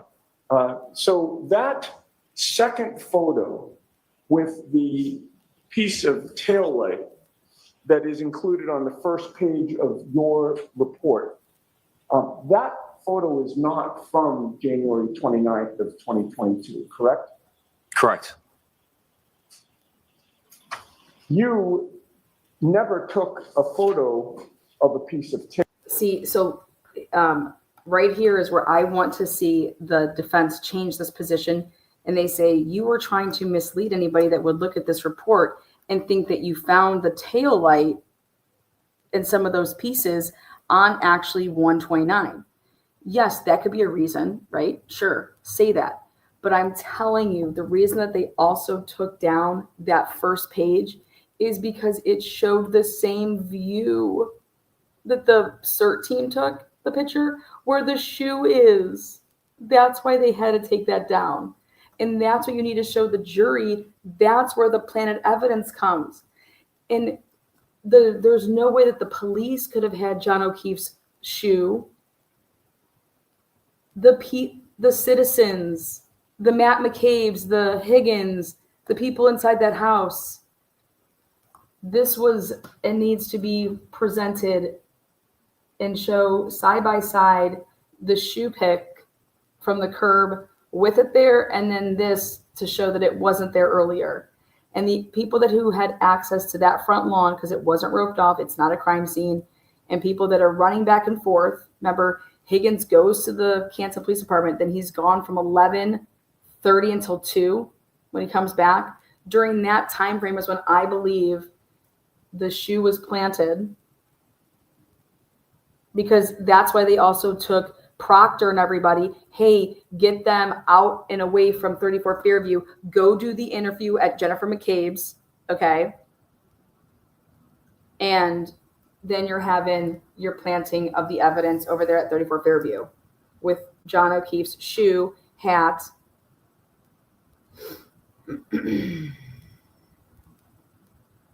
That's why Proctor had the interview with Jen McCabe, and Brian Albert was there. And Brian Albert had to keep tabs on them because he didn't trust them after the shoe was planted. Or not, after the body was put on the lawn. Roping them into covering for him.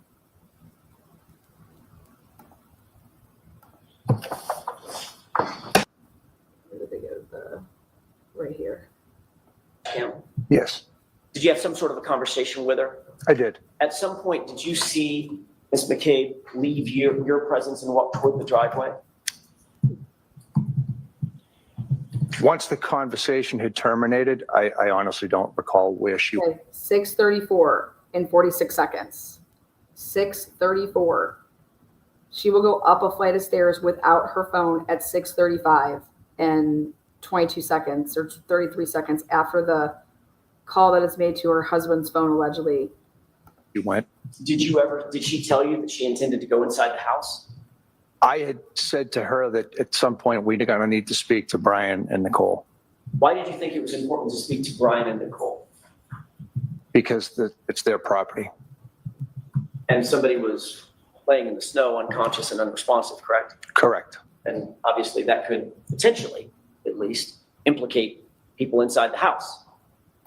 Take a look. Up here, 6:36. Jen's already inside. But I want you to look past it. Did it appear that you walked off screen left? Yes. Still on the phone? Yes. And he asked him, who was he on the phone with? Like, what are you doing? But you see back down past, there's lights on, but all the way down, the furthest one on the side of the road. I'm gonna go right there. Which one was this one? 6:36.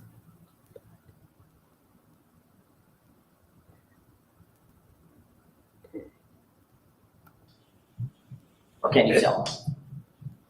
In that frame, it appears I'm standing right next to him. Okay, let's go ahead and play. Yeah, there's two dudes right there. 1, 2. How's that? Did it appear you were sort of walking away from Sergeant Good off frame again? Yes, it appears that I'm pacing. Were you still on the phone? Yes. Go ahead. See the vehicle that's way in the back?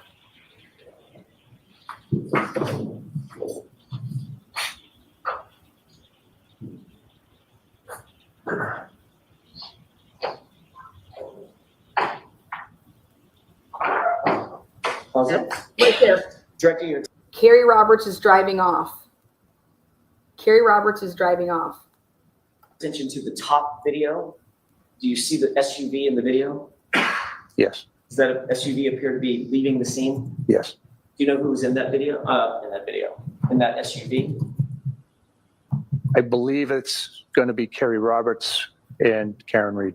Okay, go ahead and play it.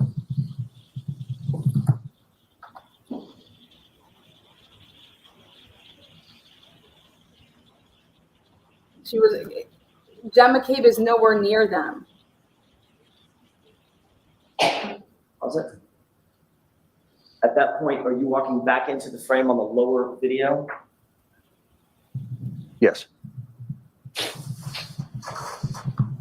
At this point, On where it's placed. Right here. okay. If we could fast forward, this it appears to be a still image of. So let's not describe it. Sure. What do you see on the screen? I see two still images. Okay. Do you recognize either or both of those images? Yes. How do you recognize them? It looks. Okay. Remember how Jennifer says, Lank told me they needed to go inside and go wake them up. Jennifer McCabe is nowhere right here and hasn't been for quite some It's like time. the scene from that morning. From I believe it's going to be the top one anyway is that 683 Officer Sarif's cruiser. And the bottom one? I'm not sure. Okay. It looks like possibly Sergeant Goods based on where it's placed. Okay. If we could fast forward. I wish Alan would have just played it. To the 28:40 mark or so. Mr. Bateson, play that. And let's pause it for a second. Your Honor, may we approach briefly at. Okay. He wants to point out, do you see a figure walking up towards the house? Cam, Yes, did you have some sort of a conversation with her? I did. At some point, did you see Ms. McCabe leave your presence and walk toward the driveway? Once the conversation had terminated, I honestly don't recall where she went. Did she tell you that she intended to go inside the house? I had said to her that at some point we're going to need to speak to Brian and Nicole Why did you think it was important to speak to Brian and Nicole? because it's their property. And somebody was laying in the snow, unconscious and unresponsive, correct? Correct. And obviously that could potentially.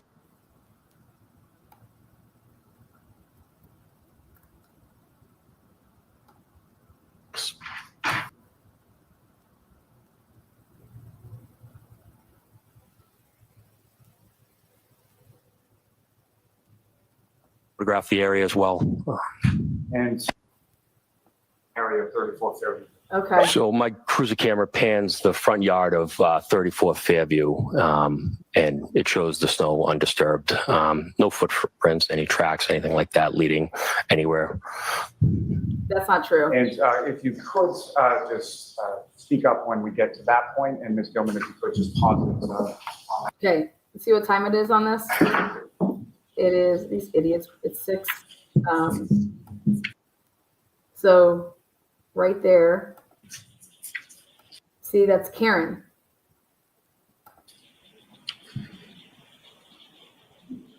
One, two, three, four.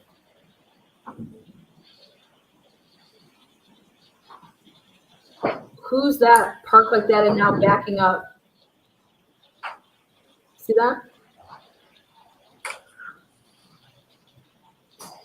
Watch, backs up, backs up, backs up. Look at, backs up, backs up, backs up.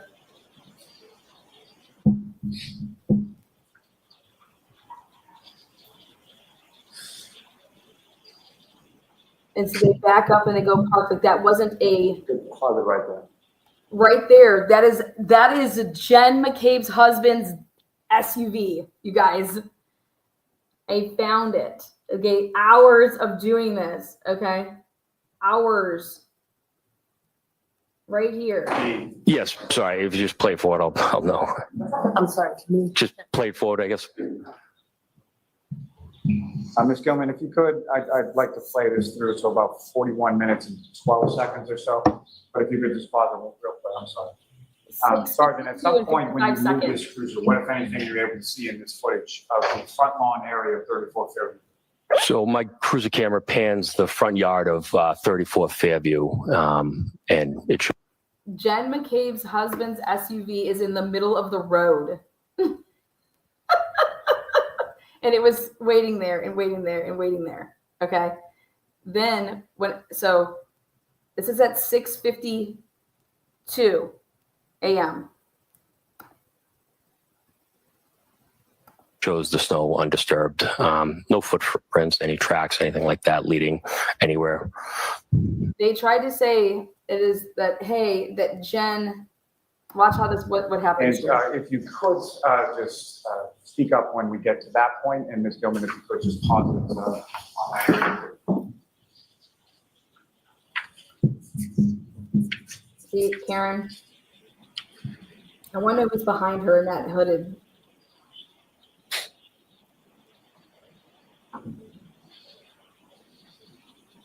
McLaughlin. See this vehicle here that backs up? Keeps on going, keeps on going, keeps on going. And then it goes up along to the side. It doesn't like leave.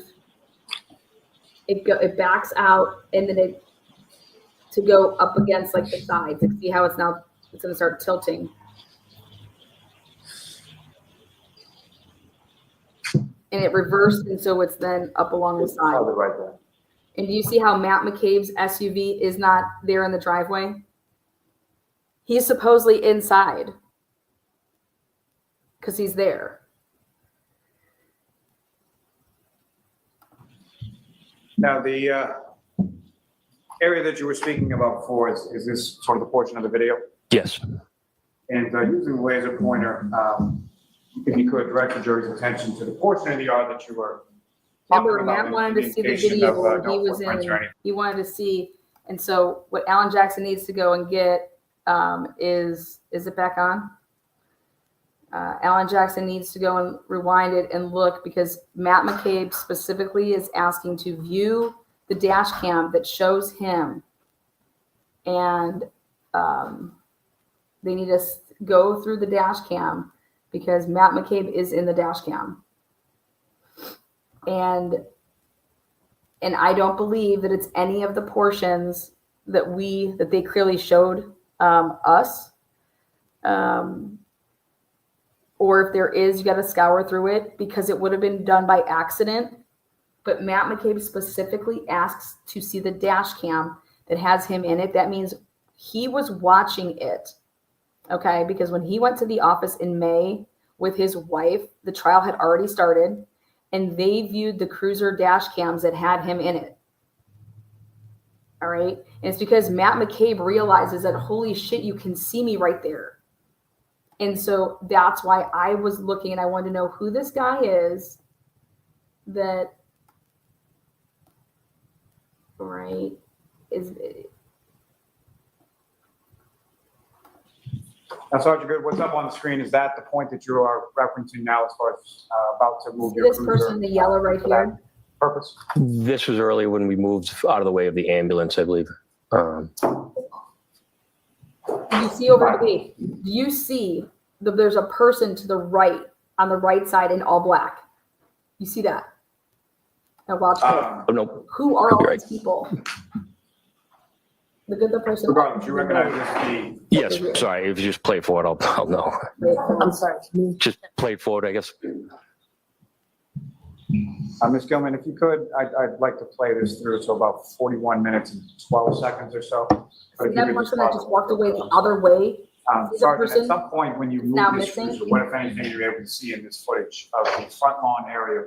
That is Matt McCabe. I am telling you. That is Matt McCabe, who was over on the right-hand side, who then walks behind the car. Because actually, I stand mistaken here. In this clip, this is Carrie Roberts that was backing up. and she backs up all the way behind Matt's already parked SUV over there. And the Google search was at 622.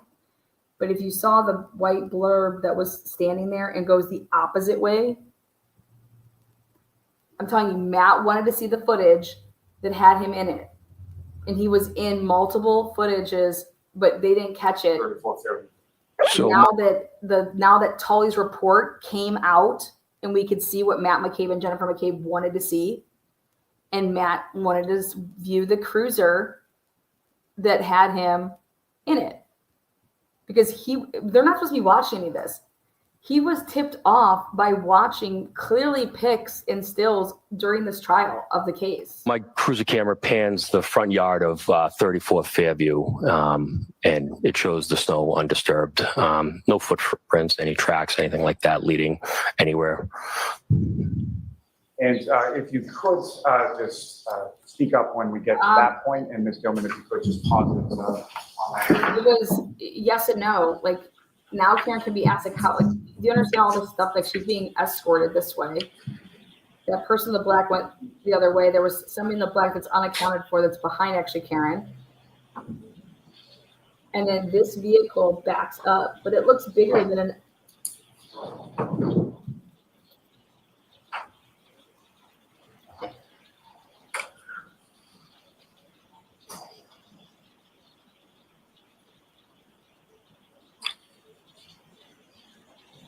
Now those lights back there, those are civilians' vehicles back there.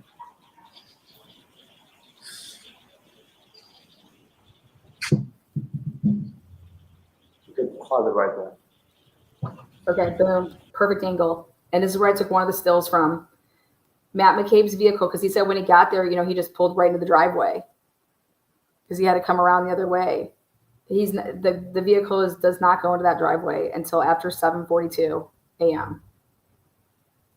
because it's been stationary out on the street for a very, very long time, not getting there at 6:52 like he tried to claim. Anyways, we'll go back, but I had to scour all through all this shit. They're back? Okay, perfect. Thank you.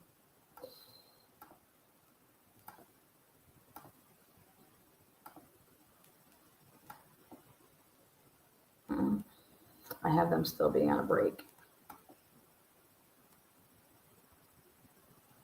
Where's the photos of the no footprints? We found the photos that there are a ton of footprints.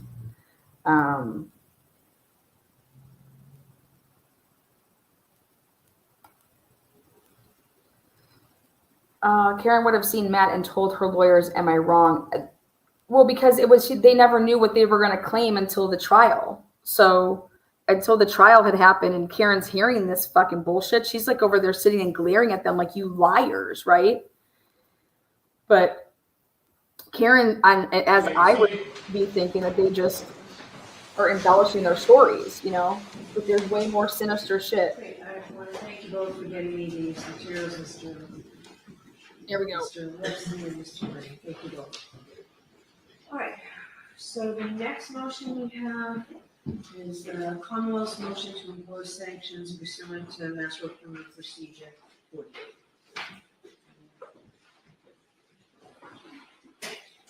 Mr. Leslie, do you need a minute? Did you need a minute? I saw you. Could I please just? Sure. Thank you. Timmy? Yes, I'm working on something. Do you need a minute? We just had a 20-minute recess. Karen, give the 20 Truth and Transparency memberships. All right, please. What is going on? Bev leaves again. Paul O'Keefe is still not sitting with the wife.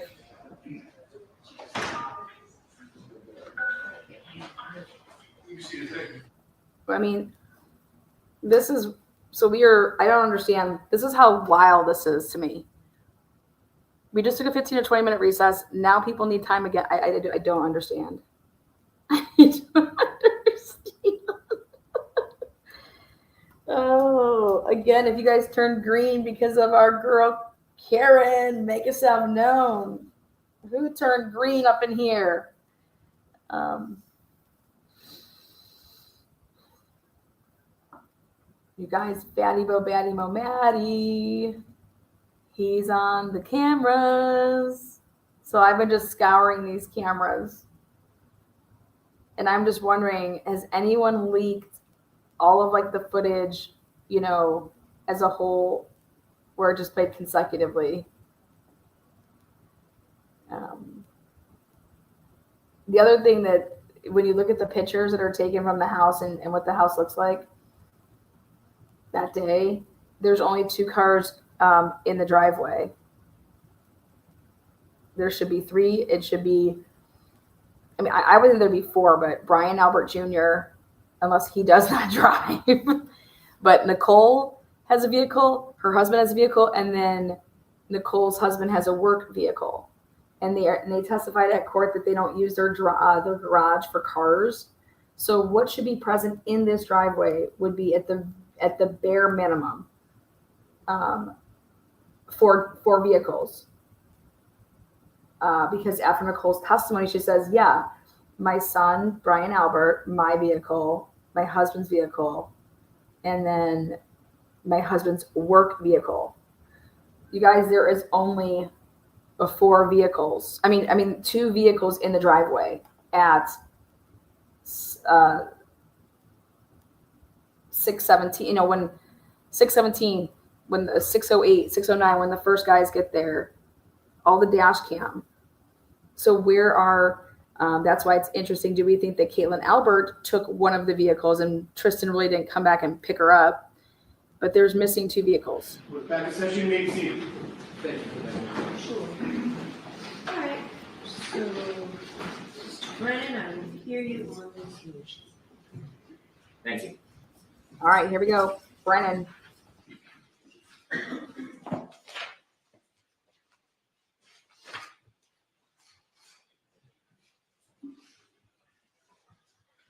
As the court's aware, there are certain materials throughout the duration of this case that have been disclosed to the defense pursuant to protective orders. Protective orders are sacred. If there was no need for protective order, there wouldn't be a need for court intervention to protect the material. When an attorney violates Mass Rule of Criminal Procedure 48, the court can impose sanctions. In this instance, that was the genesis for this motion, there was recently provided materials that the court ordered the defense not to disclose to the public. Those materials, which is some of very important materials. In the reciprocal discovery motion, the defense put the materials into the public domain despite the court's protective order. Now, it's important for the court to determine the nature of that violation because the ability of the court to sanction is broad and wide. There have been other violations, but at this point, a month before trial, given the history of this case, it is important to make sure that these type of violations don't happen again. What stands out to me in the reciprocal discovery motion that the defense used as a vehicle to disseminate this information to the public is that they create an argument suggesting why it is important to include this information. In the memorandum, page 9, what they suggest to the court is because the trooper did not want to watch the closing, it implied that he had been following the entire trial. There's absolutely no reasonable interpretation whatsoever that because a witness, like any other witness who was not bound by a sequestration order at the time of closing, didn't want to watch a closing, there is no good faith basis whatsoever that that witness watched other parts of trial. It is an empty shell to make that suggestion, which then gives them the tunnel to put this information into the public. And when you look at the nature of the information, it's obvious why the defense wants this information to the public. It's part of the consistent public relations campaign they have sought. It is a month before trial, and rather than discuss the facts and litigate the facts in front of the jury, it is a deliberate, ongoing, strategic investment to reach the potential jury pool. And it doesn't matter if it's attacking the trial court, the state police, the prosecutor, the prosecutor's office, witnesses. It is saturating the public with sometimes disinformation, parts of information that inevitably is going to make a juror's job much more harder. It is unfair to the court. It's unfair to the people of the Commonwealth. It's unfair to the Commonwealth. It's unfair to the prospective jurors. And so not only is there really not a logical or a reasonable basis to put this information in, but when we look at the nature of the information, it becomes clear. And so we turned over this information 3 times. We did turn it over as a text message, and notice of discovery 51, a protective order was issued, docket 416. We produced it, notice of discovery 57. And again, there was a protective order. And then finally, notice of discovery 58 with a protective order. This is just some of the materials. It is beyond dispute that the defense violated that protective order. So in considering sanctions, I ask Your Honor to consider the history of efforts by the defense in this case to disseminate information or to make statements that should not reach a prospective juror before this jury trial starts in less than a month.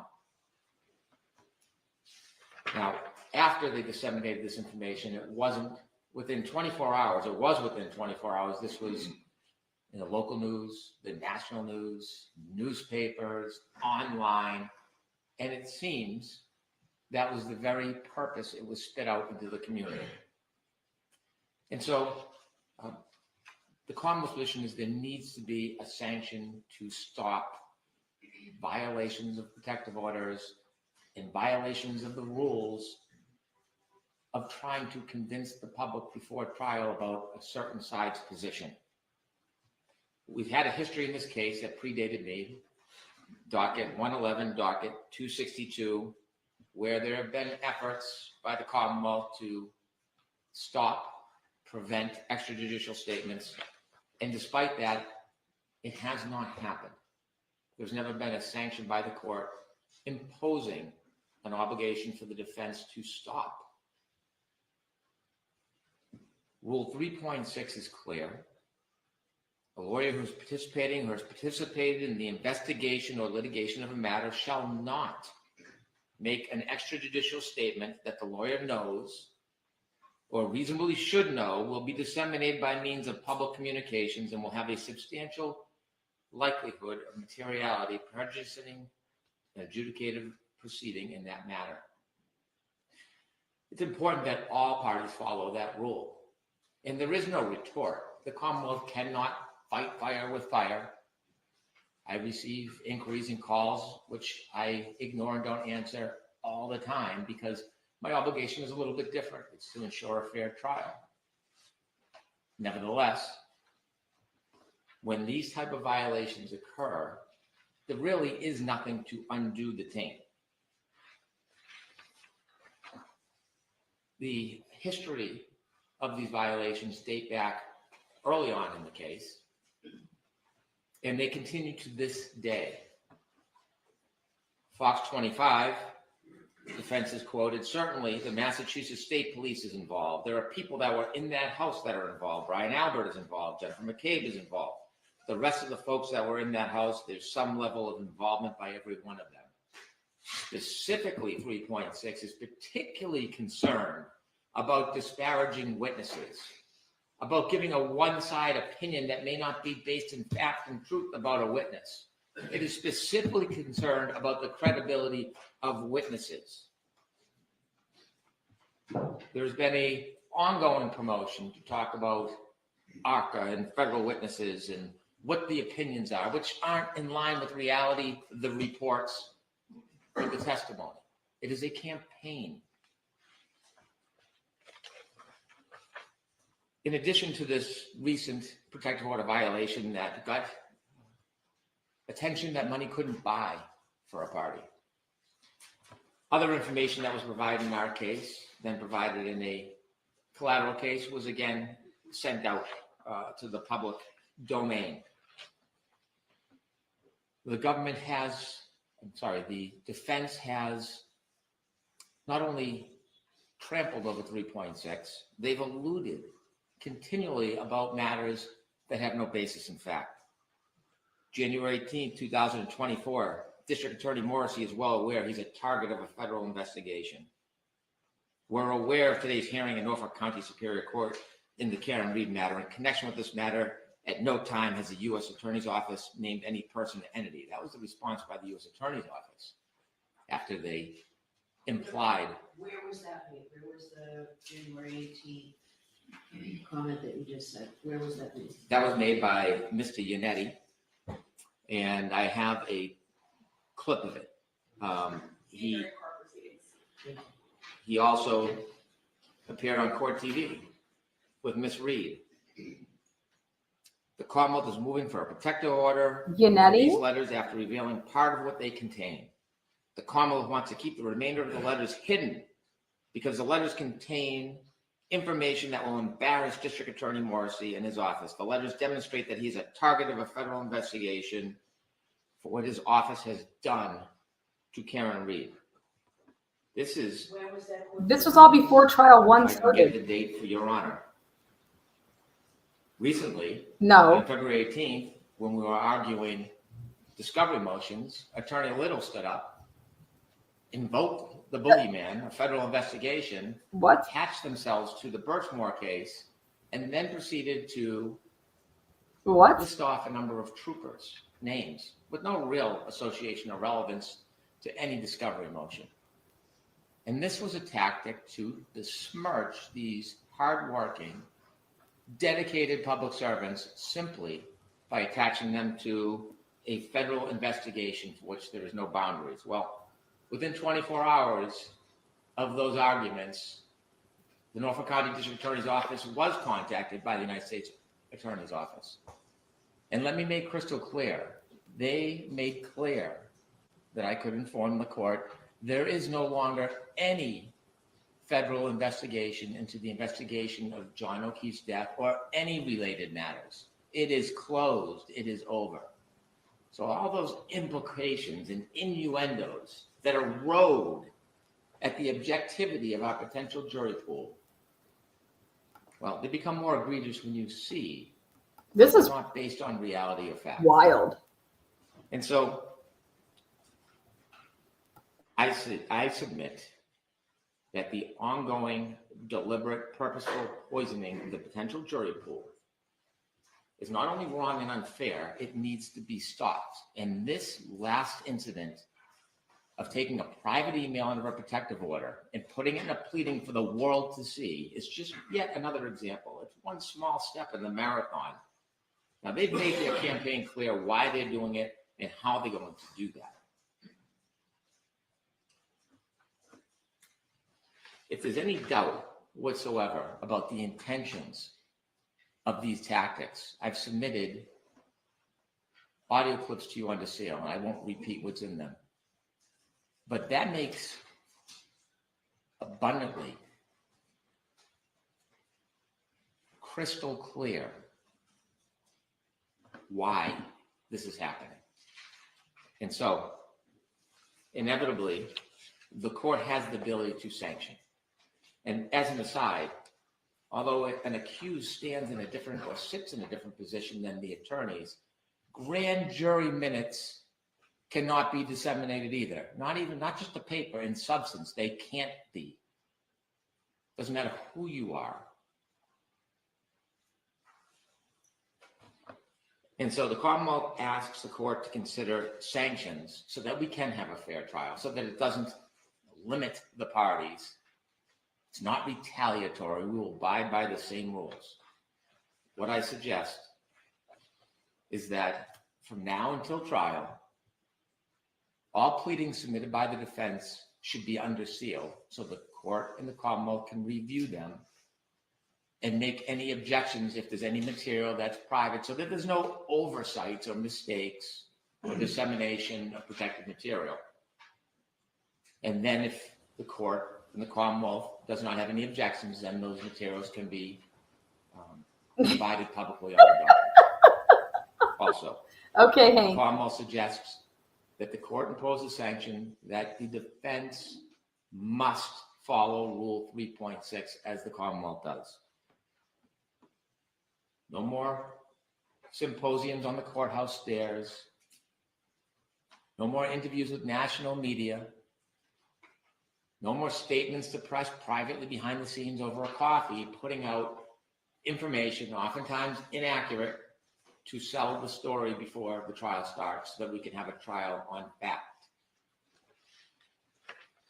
There should be a gag order on all of these attorneys, every single one of them. There it is, the gag order. And the Commonwealth will not speak either. Ms. Reed, I'm not asking for a gag order for.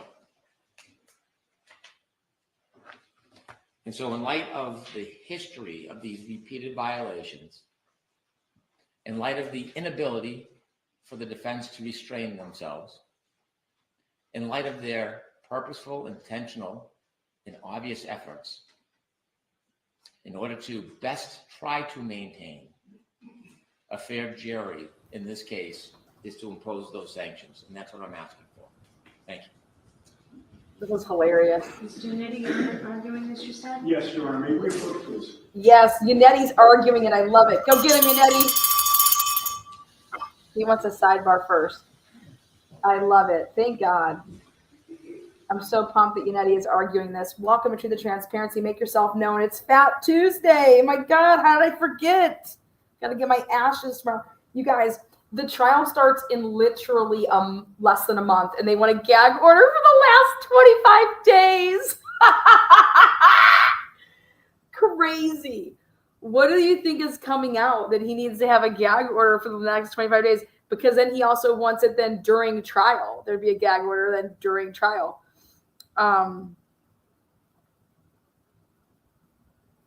Unbelievable. So basically Hank says, gag the attorneys, but Miss Reed, you can say whatever you want because we're going to try to use it against you. I think I caught some mistakes in this. I believe he's quoting things that, dude, Unetti has stayed away from he has not done any sit downs. Unetti has not been present for anything. And also, Miss Reed has the right to have her attorney present if she chooses to have a sit down. So what do you want, Miss Reed, to go get a different attorney for her sit downs? So basically it's like it's interesting. It's interesting. Because they haven't done anything. They're not in violation of anything. You just now want it so that we can't do it anymore. Okay?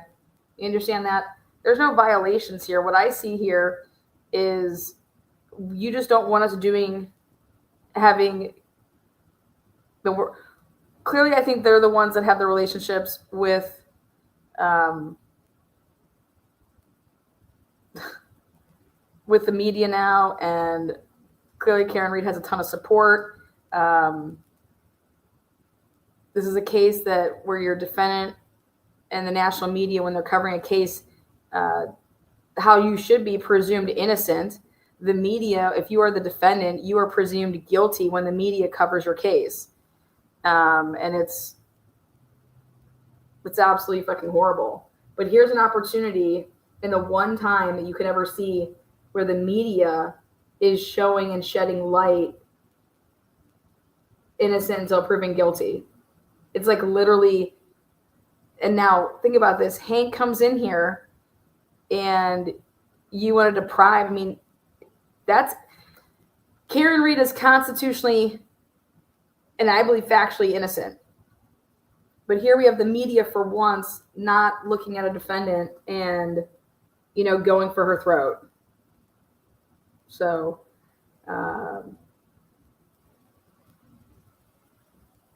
I just love the fact that Unetti's going to argue this.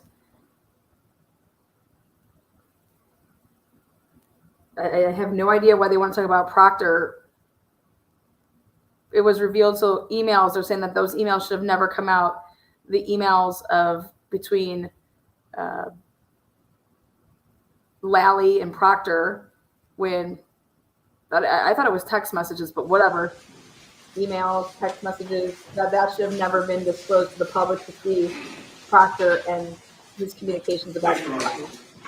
Here we go. And thank you, Mr. Court. Your Honor, as I mentioned at sidebar, I intend to make less of an argument here and provide more of an explanation for the content of my motion regarding the reciprocal discovery. And at the outset, as I mentioned in court last week, this was indeed my motion. Mr. Jackson's name is listed first only because I used a template for the signature block, and that's why I'm addressing this today. And regarding the motion itself, I do acknowledge that I did not file a motion for impoundment when it was filed. And to the extent that that lack of impoundment is not congruous with the protective order, it was neither intentional nor willful. It was an oversight, not an attempt to flout any rules of this court. And while I do ask the court to take my word for that, I do also submit that there is evidence to back up that word. Specifically, I would note that one of the examples I cited in the motion deals with the testimony of a juvenile. And when discussing that testimony in the motion, I made sure to use initials, not full names, so as to protect the juvenile's identity and to comply with the court's protective order. That's evidence that I did not intend to violate the protective order and that I was mindful of it in that instance. Regarding the communications involving Mr. Proctor, I frankly and simply did not connect that topic to the protective order when I was drafting it. It just did not register with me. It got by me. When I read Mr. Brennan's motion, I went back, looked at the protective order, and then it sure did connect with me. So I immediately called him and I was transparent with him about what had happened. And so we get to the issue of whether sanctions are appropriate. And I recognize the court's discretion in this regard. With regard to this issue, I believe it is worth underscoring Mr. Brennan's reasons for seeking the protective order in the first place. He listed 3 reasons for the protective order when he filed the motion. And I quote his reasoning here. This order is necessary to effectuate the well-established privacy and safety interests of witnesses and to protect the integrity of ongoing investigations.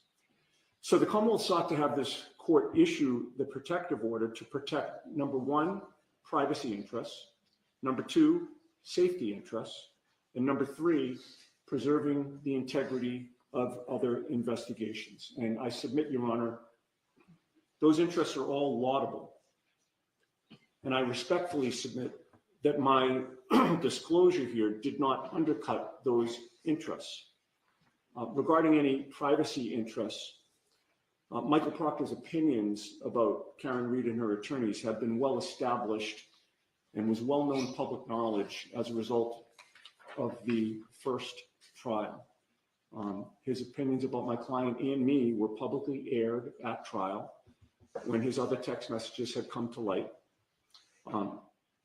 inadvertently revealing that he feels the same way about Mr. Jackson that the public already knows that he feels about Ms. Reed and me is a disclosure, mistakenly, that should be considered in light of the circumstances that already existed in the public domain, I would submit. And while the protective order covers this communication, I will note that it was certainly not an instance where I, flagrantly revealed or even inadvertently revealed social security numbers, addresses, dates of birth, private information to that effect. As for safety interests, which was the second reason for the motion for the protective order, revealing that Mr. Proctor has opinions about Mr. Jackson does not jeopardize or otherwise implicate his safety, I would submit. At all times during this investigation, and to the best of our knowledge, Michael Proctor is still a Massachusetts state trooper, and he's already on record with his well-publicized opinions as a result of the first trial, again, about Karen Reed's attorneys. So further information coming to light in this motion, that he feels the same way about Mr. Jackson that he does about me does not move the needle, I would suggest, toward jeopardizing his safety at all. And finally, with regard to the third reason for the protective order, I revealed no information about any other pending investigation. In this message, Mr. Proctor was strictly discussing Mr. Jackson. Mr. Jackson does not represent any other individual that Mr. Proctor or the Norfolk DA's office is investigating. He represents Ms. Reed. And so that message from Mr. Proctor was strictly about this investigation and no other. So, in conclusion, Your Honor, I told the court I'd be brief.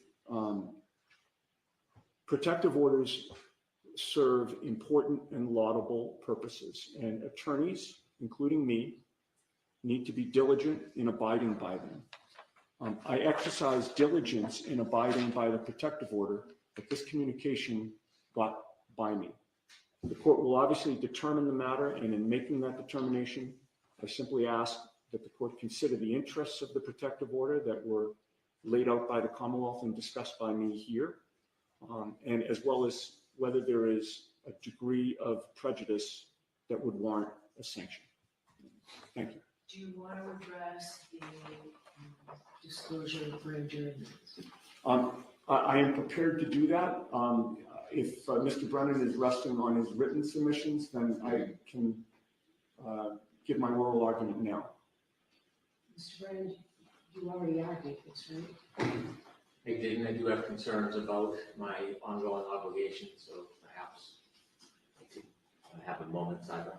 Sure.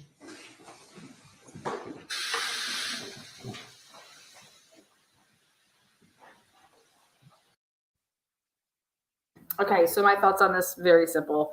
Unetti says, hey, based on X, Y, and Z, yes, us putting the Proctor text message / email out there without it being, redacted or impounded, based on the protective order, it was an oversight, but he wanted to show what the protection order was for, and that the protection order was for 1, 2, and 3, which is the integrity, the privacy, and the safety.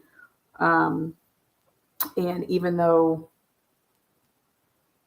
Unetti, that was his motion, that's why he's arguing it, he put the messages in there, he still doesn't feel that it violated those. But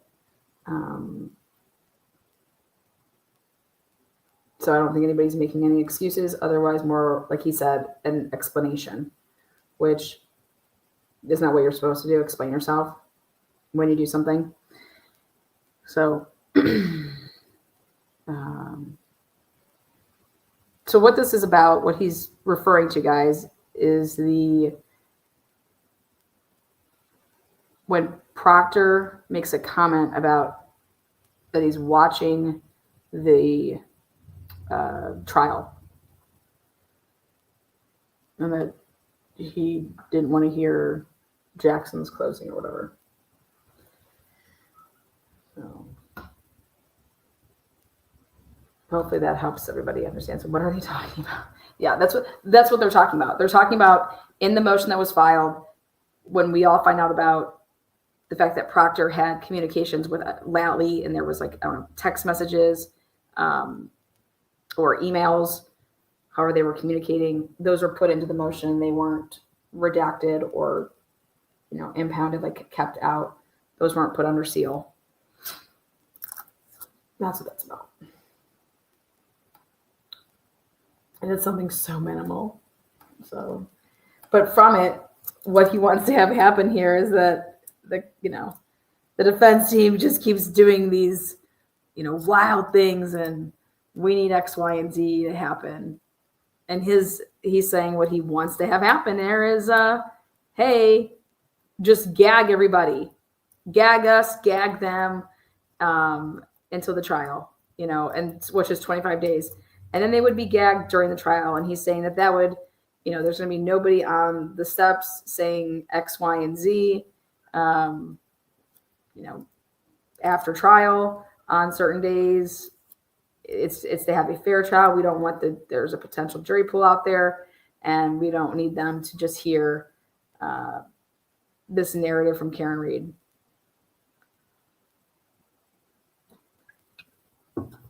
So,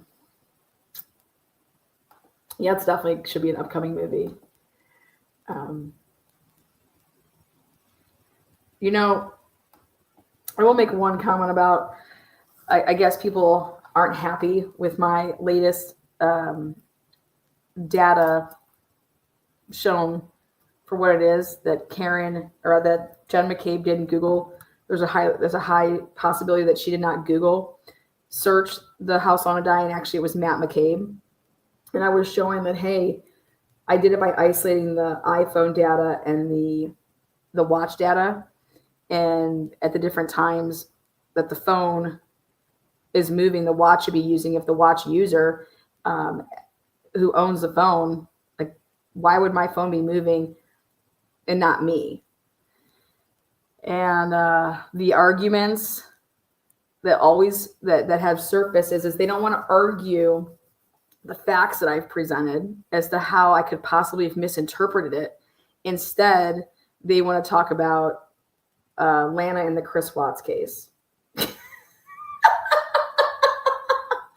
Chris Watts is as guilty as fucking the McAlberts are. Okay. And so you want to attack the argument, then you're going to be educated. You want to attack your opinions about me. I don't give a fuck what you think about me. Do you think I'm here to make friends? Do you think I'm here to suck off people? I'm not. I'm here to show the work, show where the source of the work comes from, and then simply provide a way for Karen Reed to impeach people that take the stand. Also, provide it to your expert and say, hey, has anyone ever isolated the iWatch or the Apple Watch and the phone? They were not, the person that was wearing that watch, who is Jennifer McCabe, was not moving at very crucial times. She could not be walking over to the door to look out the door when her watch is not moving from 12:25 till 12:35. Okay, so she was never walking over and seeing Karen Reed move up and then up again. Like she said she did in direct examination.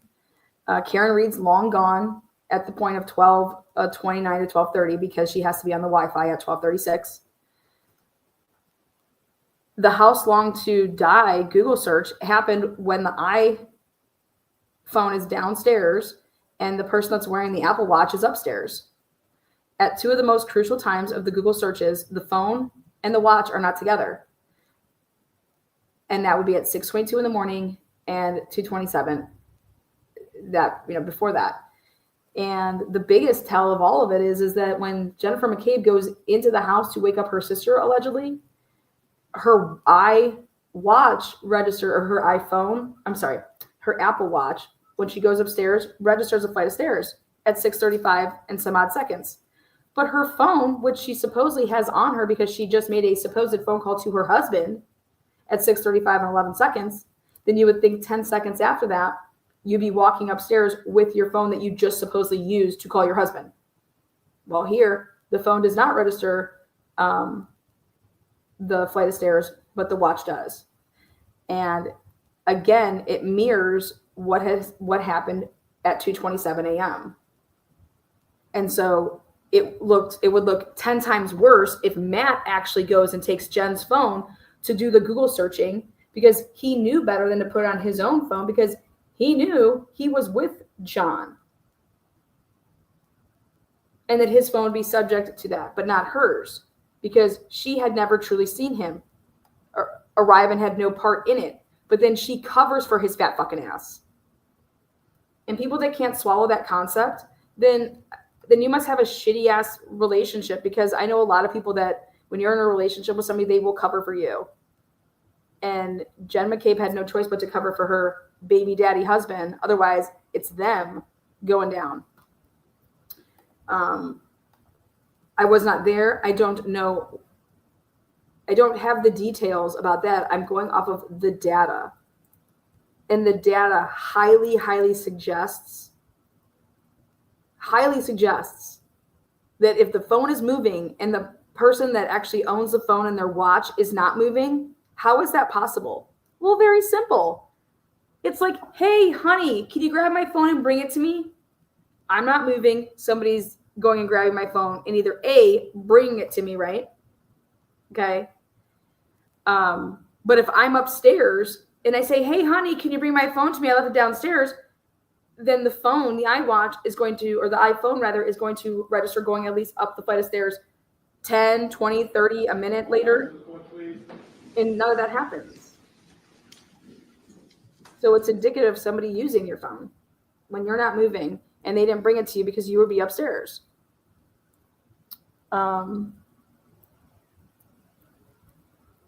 Jen is not up, walking around, making coffee, and doing any of the sort, like Matt says. From 5 o'clock in the morning until 5:26 a.m., Jen has her watch on. She slept in it. She testified to sleeping in it, wearing it, sleeping in it, whatever you want to call it, sleeping with it on. She is not moving from 5 until 5:26. Even if we were in the shower taking steps because she had the watch on, because you take like a step, even in the shower, you're going to register a step when you're moving back and forth in your shower. But that phone does not move at all. And in fact, that phone and watch is on the first level because then it goes back upstairs at 5:32 a.m. with the phone. Finally, the first time. So people that have a hard time understanding that, and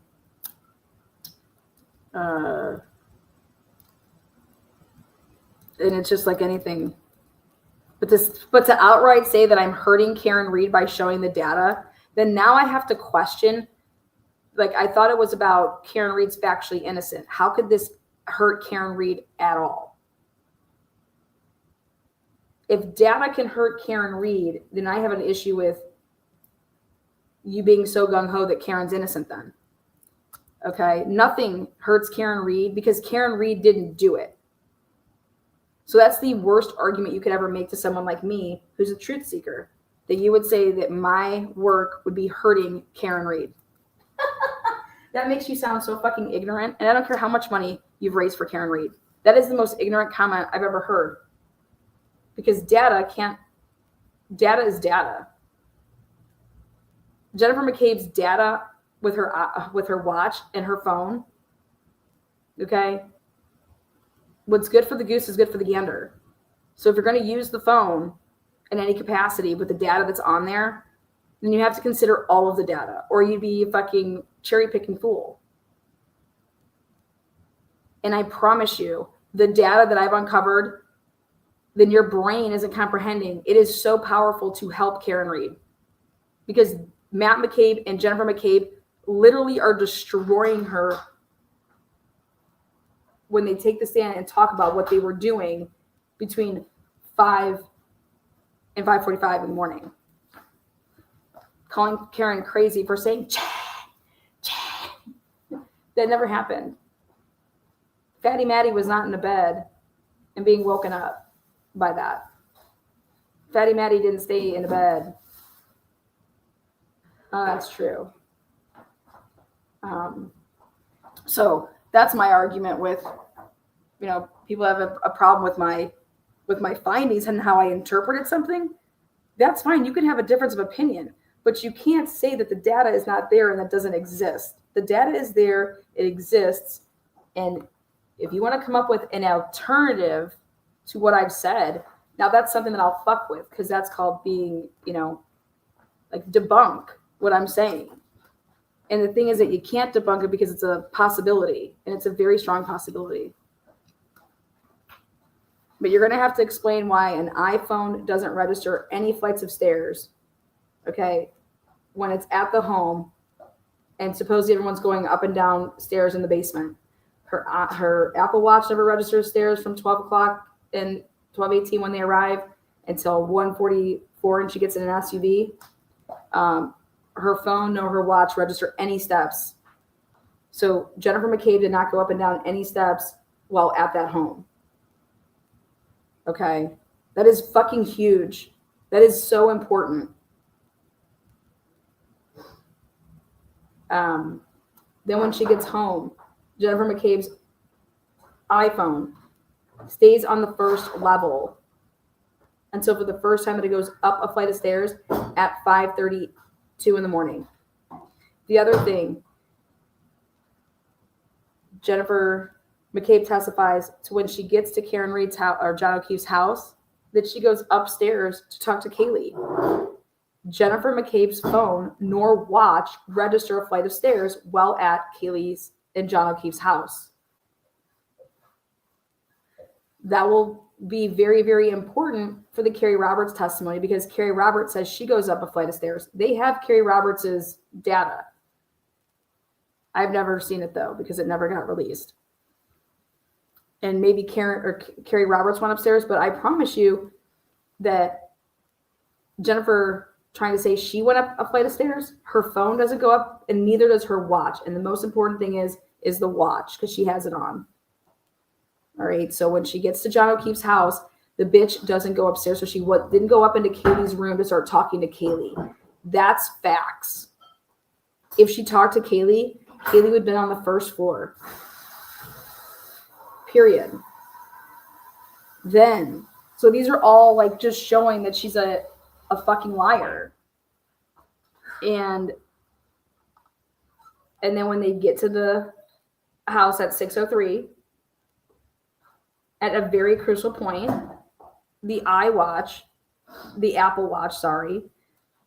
people get mad when I call it an iWatch. Her Apple Watch that she's wearing does not move from 6:17 and 50 seconds until 6:26.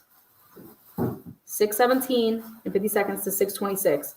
During that time frame of her not moving, her phone is moving and starts to move 2.5 minutes after 6:17 and 50 seconds.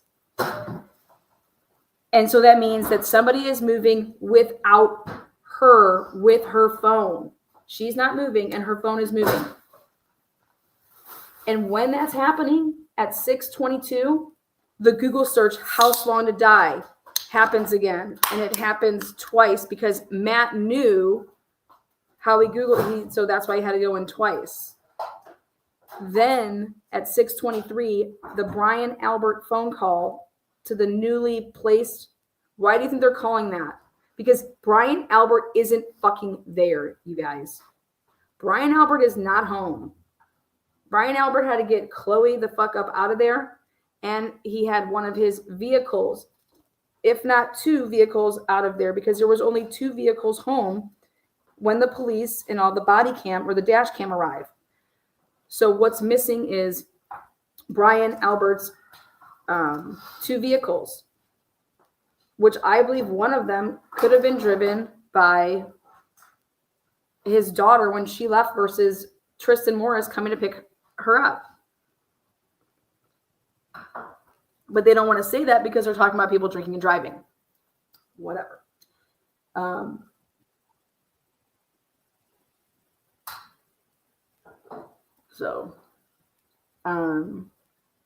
Lana Coffee Cake says, Lana, you're a rock star. I just don't know why someone else didn't figure this out earlier. Well, because I think that it was...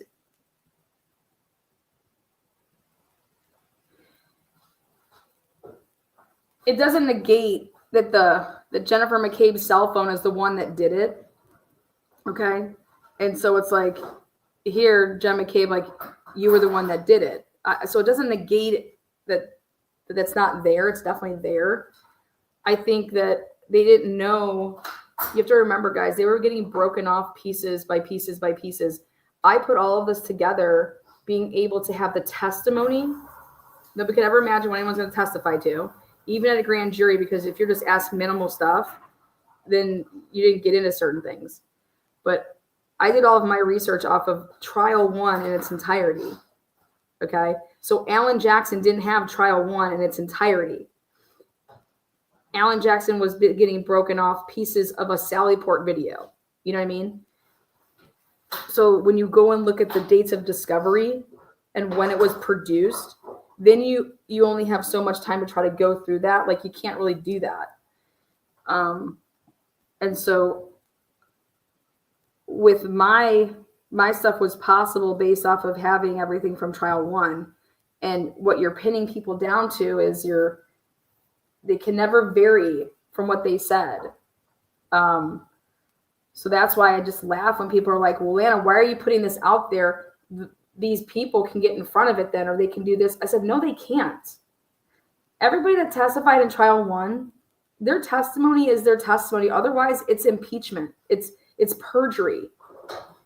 If Jennifer McCabe changes her testimony in any way, shape, or form from what she said in trial 1, you will show the transcripts of what she said before, and then the jury then can say, oh, wow, and then the courts can decide if they want to slap people with perjury, but it doesn't matter that you're bound to what you testified to. And that's just when I see people that argue and say that's their argument. Lana, why are you giving people stuff to do X, Y, and Z? I then know that you have no idea about the courtroom and the law and how things work when that's your argument. Because the way for a jury to see that somebody is not credible is by showing them different statements. And all of this could just be noise, though, if you say, well, we can't get too technical with it like that. We're just going to focus on that John O'Keefe wasn't on the lawn and nobody saw him on the lawn. So therefore, whoever's responsible for John O'Keefe's death, okay, it had to be something that happened after 2:00 in the morning and yet before 6:03, where my client was not there. Okay, and they have no evidence of that. They're saying that this happened at this time, and that's not the state's theory or the Commonwealth's theory. So, and I've screamed that from the top of my lungs. But if you go back and you rewatch, like I've been doing, all of these witnesses and the testimony, the stuff that needs to change is stop asking people questions that don't matter. I'm sorry, but if you want to get into maybe just a little bit of the relationship, but then that's it. Like, to think that I'm on a jury that I don't know the case, and I'm hearing Galen Albert, Lachlan's high school relationship is not good.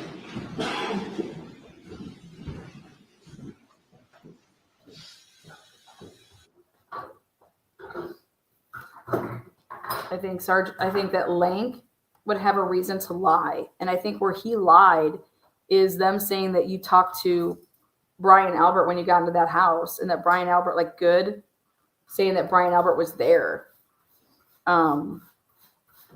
Because the evidence would suggest that people are calling Brian Albert because he's not there.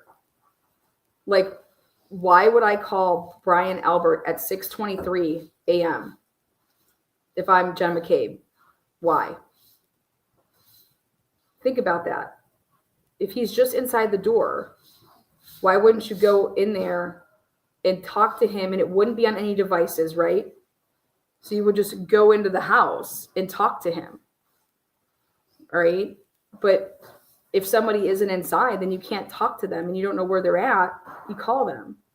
And that's why Nicole gave Jennifer McCabe, when Jen called at 6:07 and 6:08, back to back within a minute, she calls first, says, hey, whatever she says is, let me talk to Brian. And I believe what Nicole said is, Brian's not here, and neither is the dog. So he probably took the dog for something like along those lines, because then Jennifer McCabe, I believe that the sister said, call him. Jennifer looks, realizes that she doesn't have his number, calls her back and says, I don't have his cell phone number. Send it to me or give it to me. Then she takes it, because it's a really easy number to remember. It's like 777, and then it's super easy number. Then she stores it. And I believe that she was about to call, but that's when the police arrive. So it impedes her from calling. But why would you be needing that Why would you need that number? To call him. To call him because he's not there. And that's very, very important because why the fuck wouldn't Brian Albert be there? And if he's already left, and I believe he had left way earlier because I was trying to look, you got to look at the driveway. Also, he could have gotten picked up and him and Chloe get a ride because maybe Matt McCabe drives over there, right? That's why he doesn't ride with, hey, Karen, they're going to be coming. Let me come pick you up. Let's get close. I'm just saying there's a reason that Jennifer McCabe asked for that phone number. And I personally believe at that time that she didn't know. And she started putting these together when she was like, what the fuck, Matt? And you guys said that John went home and that's why he didn't come back with you guys from wherever you guys went. And he wasn't in the house. And that's why I was calling and texting him when you guys finally got back, Matt. Like, what the fuck is going on? And so Jennifer McCabe is being told about everything right there at the whole 6:42, 6:50 time frame. And that's when her friggin' heart rate blows a gasket. The bitch could have died of a heart attack. It was at 122.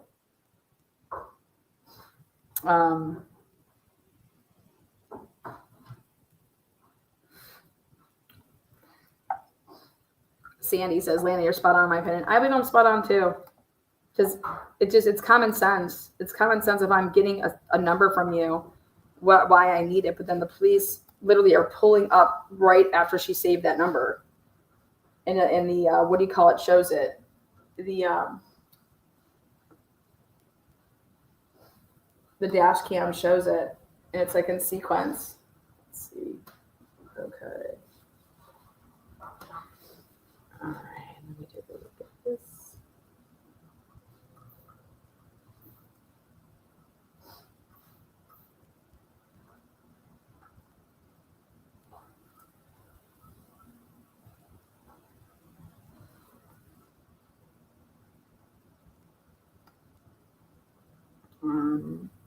Some people watch the trial. Ben has been studying it. Yeah, studying it like crazy. And here, let's see, I think I have my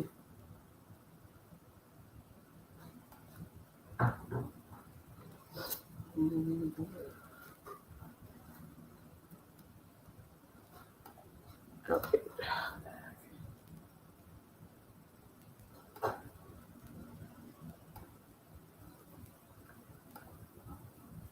Oh, wait.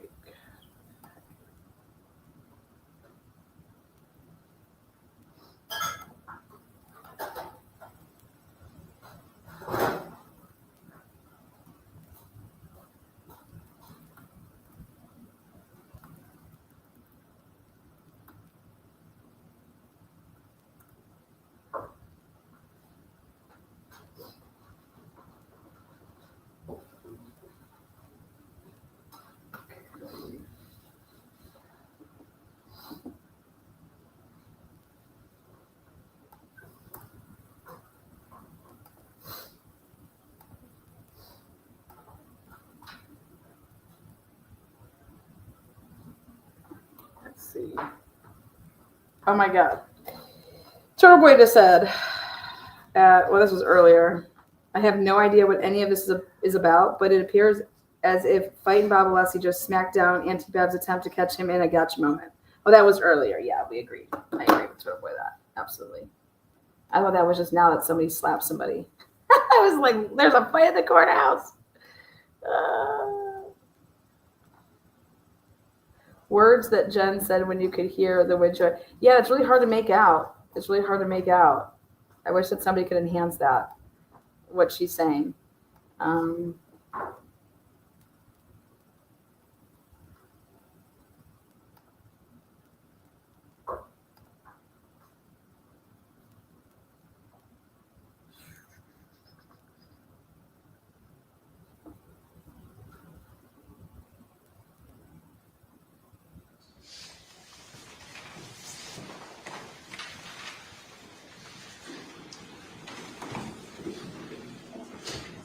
All right, Mr. Unity, go right ahead. Thank you, Your Honor, and thanks to the court for allowing me to make much of my argument at sidebar. The only remaining argument that I can make in. We did that because that was material that we needed to run it. Oh, I understand, Judge. No, and I'm Just thanking. want the record to be clear. I understand, and I'm thanking the court for that. The only other argument that I'd like to make, and this is appropriate to make in public, because there were allegations that I believe, misconduct regarding the existence or non-existence of the federal investigation, specifically directed at Ms. Little. The timeline is important here as well. Mr. Brennan himself was provided and sent a letter on January 30th of 2025. The letter was directed to him specifically. We obviously received a copy of it. And in that letter on January 30th of 2025, the first assistant U.S. attorney, Mary Moraine, informed Mr. Brennan that the federal investigation was ongoing. Those are her words. Mr. Brennan knew that. It was after that letter, I think within about 3 weeks, we were in this courtroom, and Ms. Little had mentioned the ongoing nature of the federal investigation. Not only was that truthful, that came from the horse's mouth. It came directly from the U.S. Attorney's Office, and Mr. Brennan was aware of that because he personally got the letter. It was only after that that Mr. Brennan has reported to the court that the federal investigation later was closed. Can you give me dates again, please? So what was the date that Ms. Little made that statement? And what was the date that you all found out about what Mr. Brennan just announced? Okay, so January 30th was the letter. We believe February 18th, when we were before this court, was when Ms. Little made that statement. And then it was thereafter. I can't speak to when Mr. Brennan says that the federal authorities contacted him, but it was after February 18th. When did you hear the information? When did you hear the information that Mr. Brennan just told us? Mr. Brennan called me to inform me of that. I don't remember the date. Maybe perhaps he can tell the court when that was. Was it prior to February 18th? No, it was after February 18th. Yeah, no, it was definitely after February 18th. Ms. Little reported the freshest information that we had truthfully to the court. Just in closing, Judge, this was not a boogeyman. The federal investigation existed. It was confirmed to have existed multiple times as late as January 30th, and it's right there in black and white. Okay. Any follow-up, Mr. Brennan?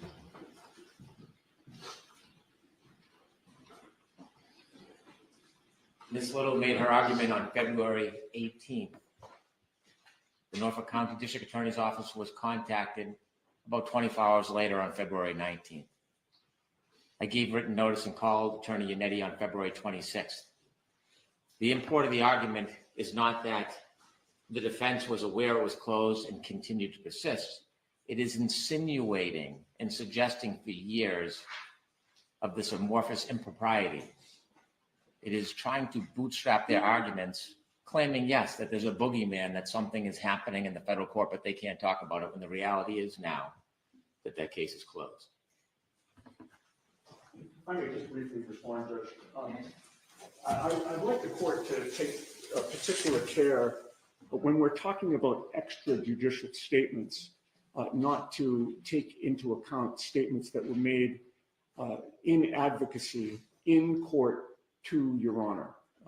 The Commonwealth referenced a statement that I had made regarding the federal investigation. That was in a courtroom setting. It was not an extrajudicial statement. Also, under the umbrella of the rules of professional responsibility. Correct. Court TV was not in the courtroom.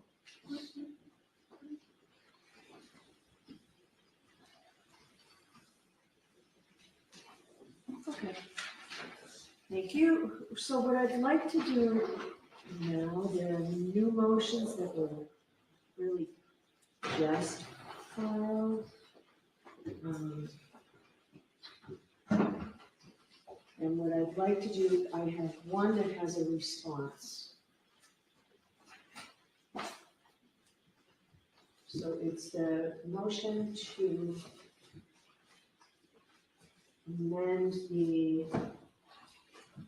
scheduling order to give the defendant a little bit more time for their motion to dismiss and the Commonwealth's opposition. I would like to hear that now. We need to give him a minute.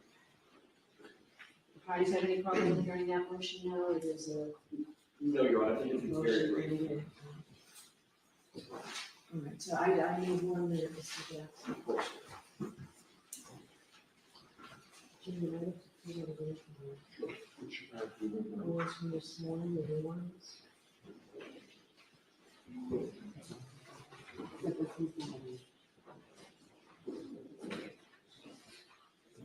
All right, so what we're going to be hearing from here is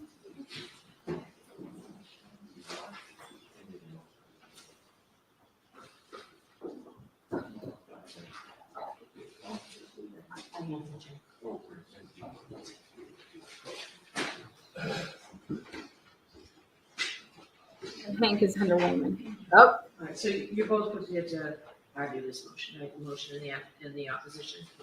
I'm so sorry. Your Honor. So both sides are prepared to argue this, the motion to amend the court scheduling order. There we And go. The opposition, is the Commonwealth prepared in the opposition? Your Honor, we filed an opposition and just informed defense counsel if they're looking for a date this week if the court's available. I just don't want this to linger because. So I'm happy to do that. The 17th is out. It's way too far away.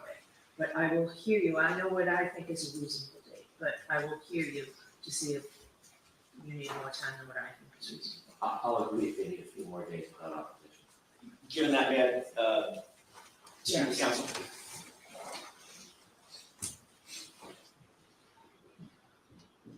okay, so what, now they're discussing, because Bev's like, this isn't going to be going on May 17th. We're not doing the motion to dismiss. We'll give you a couple days. And so what I kind of see happening is. May I address the court, Your Honor? Thank you. Very briefly, and I appreciate Mr. Brennan's accommodation. We received on Friday about 400 pages of new discovery, including most of it is probably not attendant to the motion to dismiss, but there are several reports, I think about 4 reports from Trooper Buchanan, Officer D. Jim Petro, D.I. capital G.I.A.M. P.I.E.T.R.O., and 2 reports from Lieutenant Tully that are specifically attendant to the issues involved in the motion to dismiss. And then last night we got additional videos, video evidence, both 9 videos of the download process of Sallyport videos, and then about another 15 actual videos. I basically. What's the quality of those videos? Are they poor quality? I wish I could tell you. One of them came in, one of the batches came in after I was already asleep last night. I think it came in probably 10 or 11 last night, and I didn't see it until this morning. I've not looked at any of them. Has anyone on the defense team looked at them? I know Ms. Little was. Yeah, I briefly looked at them. It took about an hour last night at 9:30 p.m. to download everything. I cannot represent to the court that I've gone through it in detail. I saw what was there. I'm generally aware there are about 8 videos that were produced of them filming themselves driving files that cut in and out. There's about, don't quote me on the exact number, I believe approximately 9 videos from the Sallyport garage, maybe 12. I have not watched them in detail. But have you noticed the quality? Is it something you can actually see, or is it blurred and? I think some of them are at least the same ones. Some of them I think are blurry. I haven't watched them all in detail. I can tell you that they have the same file names as some of the ones that are produced. They have different file sizes, but I haven't gone through them in detail. It was 9:30. All right, go So- ahead, Mr. Johnson. Your Honor, just to close, I think that if I have overnight this evening, I think I can be ready by tomorrow. I'm generally ready. I just want to make sure I'm not missing anything, leaving anything on the So table. what I was thinking by way of scheduling we've gone through just about everything we need to go through today. I just wanted to, because it's about scheduling, what's the Commonwealth's position on Ms. Little's, or I assume it was Ms. Little's motion filed by Ms. Little motion to reconsider my previous ruling on the videos? Do you want time to file something on that? Are you prepared to argue that today? Because I can tell you the options that I have for scheduling. We've already downloaded the videos and provided them to yesterday pursuant to the court's directive. Okay, so that was going to be another issue. I have not looked at them, Attorney Riley did, and he represented that they're all the videos we've already turned over, same quality as we previously provided. They're just copies of the same videos, although they do want to make sure the defense has an opportunity to examine them for themselves. But those have all been done, so the idea of revisiting that, we passed that. All right, so in order to keep moving this case forward, because I know how hard everybody's worked, what I was going to propose, based on my review of this, because I could just say no, which I'm not going to do. I would like anything that the defense is going to put in writing. If you're going to supplement this, and I would keep the supplement just limited to the Sally Court video and related evidence. That has to be filed by Thursday with the idea that we will have a hearing on this on Friday. We have Friday already blocked off. This way here, you can all leave for today. And we'll come back Friday with this. But I'd like it filed no later than 2 o'clock on Thursday, Massachusetts time. We've been getting things coming in later, including something from Ms. Giannetti after 5:30 one night. So we need things filed by that court day. So you can have anything that the defense wants to file by 2 o'clock Thursday, and we'll see you all here for it how long do you think it'll take to argue the motion to dismiss? Your Honor, I would expect my comments, just based on what I have so far, an hour plus, perhaps an hour and 20 minutes, something like that. Okay. Commonwealth's response, any idea? Of argument time, Your Honor? Yeah. It really depends on what the defense argues, but it typically is less. So if we start at 11, we'll finish Friday? Oh, of course, yes, I believe we will, for sure. How does that schedule work? It works for the Commonwealth. I need to ask this little one quick question. While he's asking her that, that would mean that we do not have to appear tomorrow. Right, you're in federal court, I want you to be able to just go do that Thank you. and not have to come back here anymore. Yeah. And I'm trying to consolidate this now so you can leave in half a day today, rather than coming back. I'm just trying to make the best use of everybody's time. Much appreciated. Your Honor, 11 o'clock would work. I think I can make my flight. By the time we get done, I can get to do it. That's fine. All right, so where do we stand in the motion for reconsideration? Sounds like the files have already been provided and it's done. Your Honor, we still would like to be heard as to that, obviously. We gave notice that we were seeking a motion for reconsideration on Sunday night. They did the download Monday morning after they had received that. There is still metadata, we believe, on the Canon PD drive. I think we're entitled to that. I think the law is clear. I would like to be heard on that issue. Obviously, we can't take back what they did. They have moved the files, and by doing that, it does alter the metadata, as our expert put in his affidavit. It may be lost, but we'd still like to have as much information as we can as it relates to those files. So how long does the Commonwealth need, I know this motion is just filed, how long does the Commonwealth need to be prepared for this motion regarding the metadata specifically?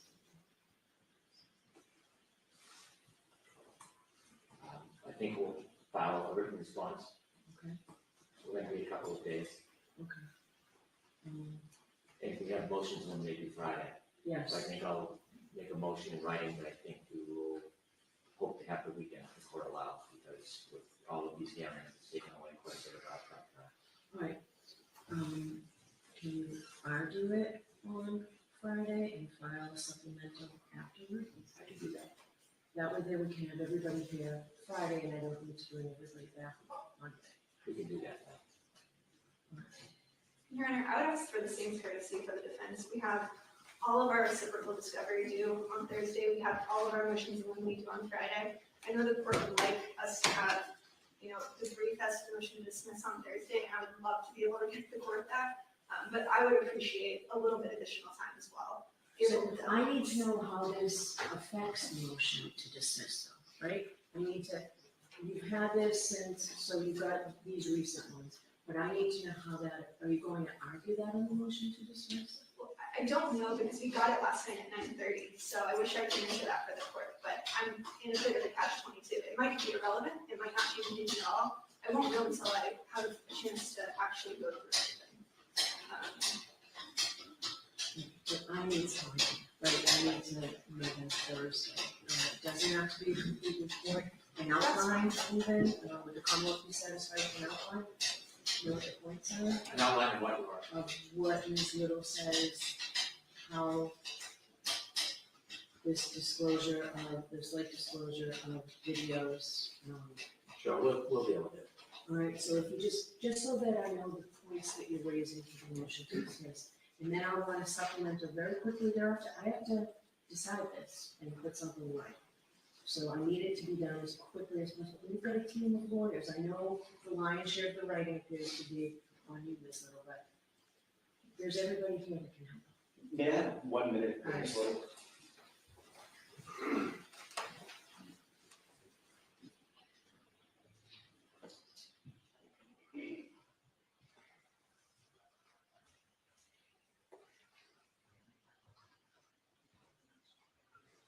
Your Honor, given what Ms. Lee just said and the court's concerns, I take Mr. Lally at his word that the new videos are duplicative of things that we already have, which means it's not going to make any difference whatsoever.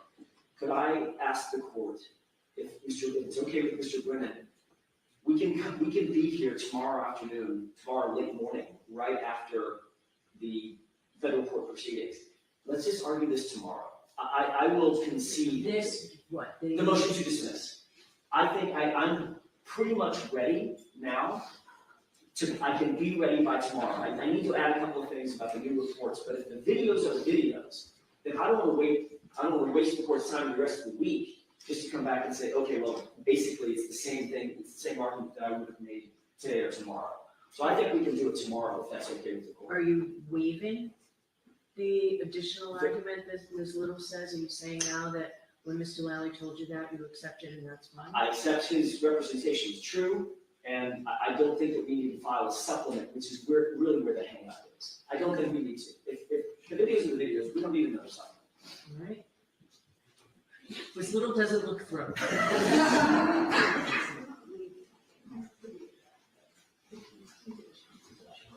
Right. Her key was the waiver. I'm not waiving anything on Ms. Reed's behalf, but if we need additional time, we can certainly let the court know tomorrow that we can file something supplemental. But the crux of the argument can be made tomorrow. I will be ready to argue tomorrow. Okay, what's the Commonwealth's position? I'll defer to the court. I know it's more complications with the defense and travel will be available with that. So I think we did log off today and tomorrow, with the understanding that the defense team would not be here until sometime 11 o'clock or later. What about, Ms. Little, the motion regarding the metadata?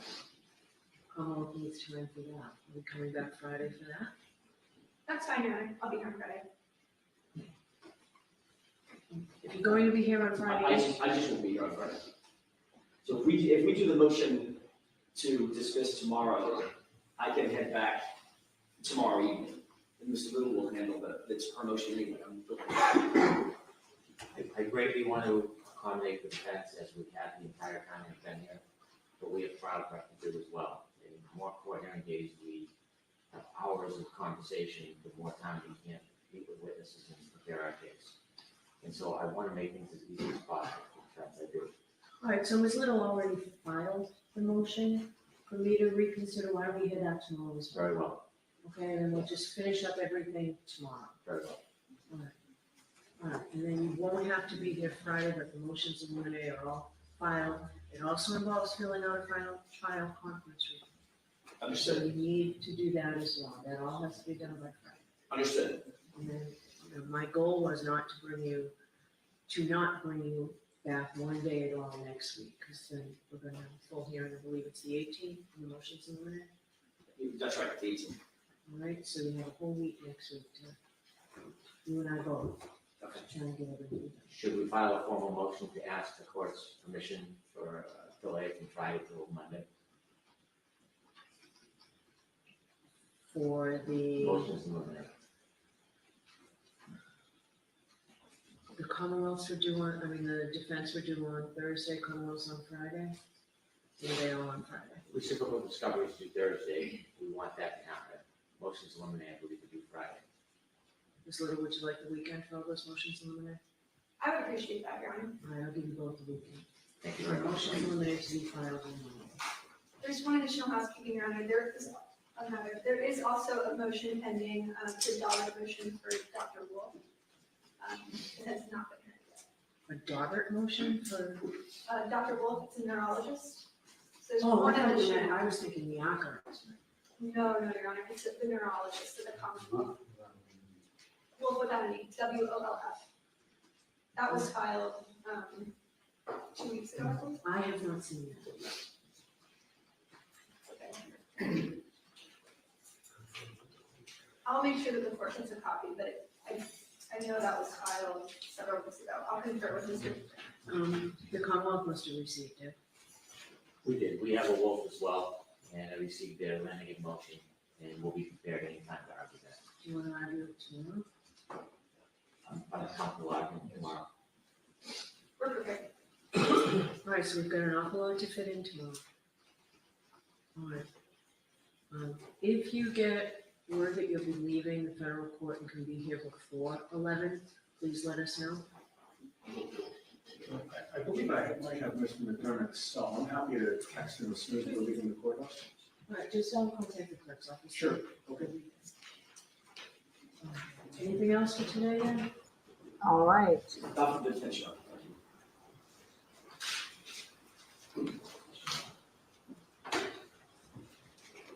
I'm going to be recapping it for everybody. So I'm going to give you all a, why don't you fill out all the signs, I'll be up to. All right. AJ's like tapping, AJ's tapping Little here saying, I got you. I'm going to help you do this stuff. Because she's probably like, no, AJ, you're dumping this on me and you're going to take off and you're going to go to vacation with the kids. And I know I'm not going to hear from you. It was going to be, so welcome to the transparency. All that's happening here is just checking out a schedule. But yeah, here it is, guys. So tomorrow, they may come in a little bit before 11 a.m., but 11 a.m. will be the motion to dismiss arguments. Obviously, the briefs are already in. Little wanted to supplement it. She's arguing about the metadata. Like, we want the metadata. And we're making sure that's separate. That was the motion to reconsider for the metadata is separate. So they're going to federal court for the purposes of double jeopardy. Double jeopardy is the federal court stuff. This is just in time for your front row seat to justice. Thank you for watching with Court TV. Well, I want to share the screen, which is okay, perfect.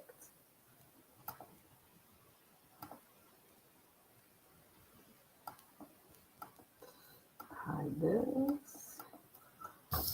So all that everybody needs to know is there you go. I made it as big as possible. Tomorrow, 11 a.m. Possibly be here earlier because they may start earlier, but the motion to dismiss is tomorrow at 11 a.m.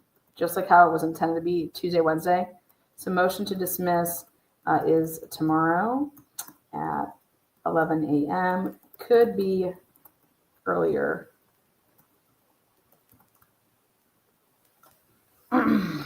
So that's that recap. what this went ahead and did is it isolates the watch and the iPhone. Okay. So if you're looking at the screen, which I would say look at that screen.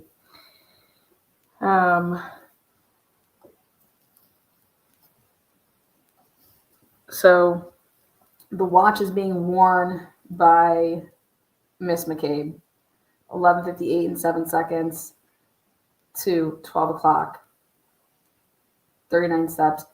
They're inside the bar. The third column will be the waterfall video that I eventually add here, but for the sake, 11:58 and 24 seconds. So what this would tell somebody is that I begin to start walking, and then at the 24-second mark of, so what, 13 seconds, or I'm sorry, 16 seconds later, I pick up my phone and it starts to move with me. And it's taking 61 steps. But the way that phones work is it gives you a wider range. So from 11:58, 24 seconds to 12:07 and 41 seconds. Then it shows from 12:01 and 8 seconds to 12:01. It's 13 steps. So this is how it breaks it on down. Because you're wearing that watch, you're going to get this additional breakdown as if we only had iPhone data. So if John O'Keefe would have been wearing a watch that night, it would be like this, where it's way more broken down. So since Jen was wearing a watch with her phone, and then they extracted all the data out of the phone, it had the watch data because it had an app. So then here, at 12:10 and 45 seconds to 12:11 and 44 seconds. So basically, like, it's a minute. I don't know why that says 2.6. It should say 1.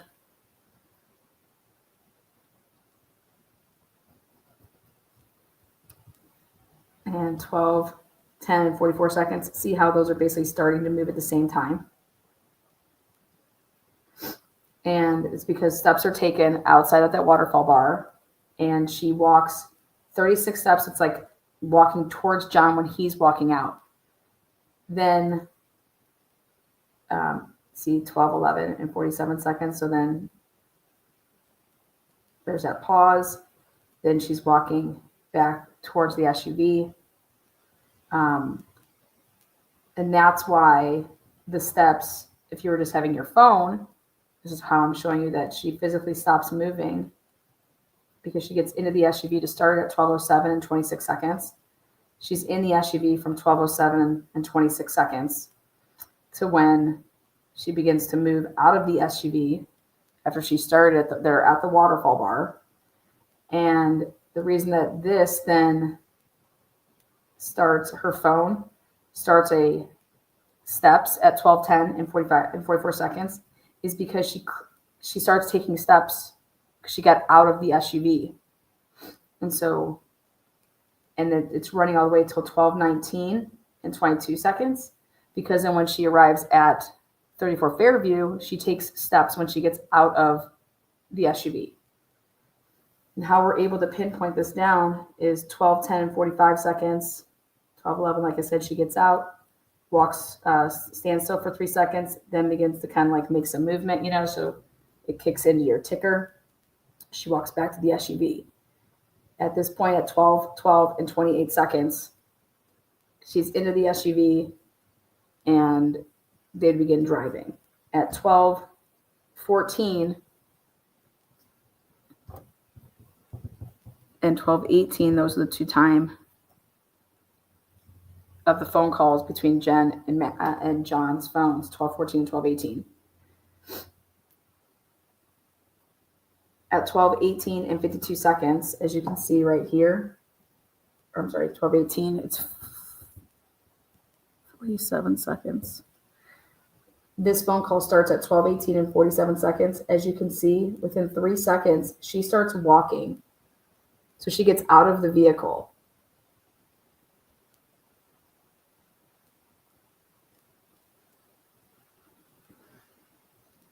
Oh, wait, is it still?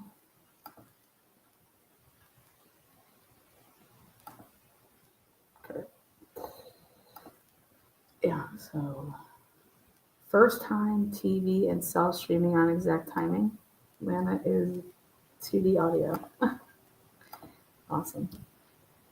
So then this proves that Jennifer McCabe gets out of the SUV while the phone call is happening. And either Matt's lying, right? Because if she's taking the phone with her and if the phone's truly in her ear so he can't hear anything, then that phone would have walked with her when she begins taking her steps.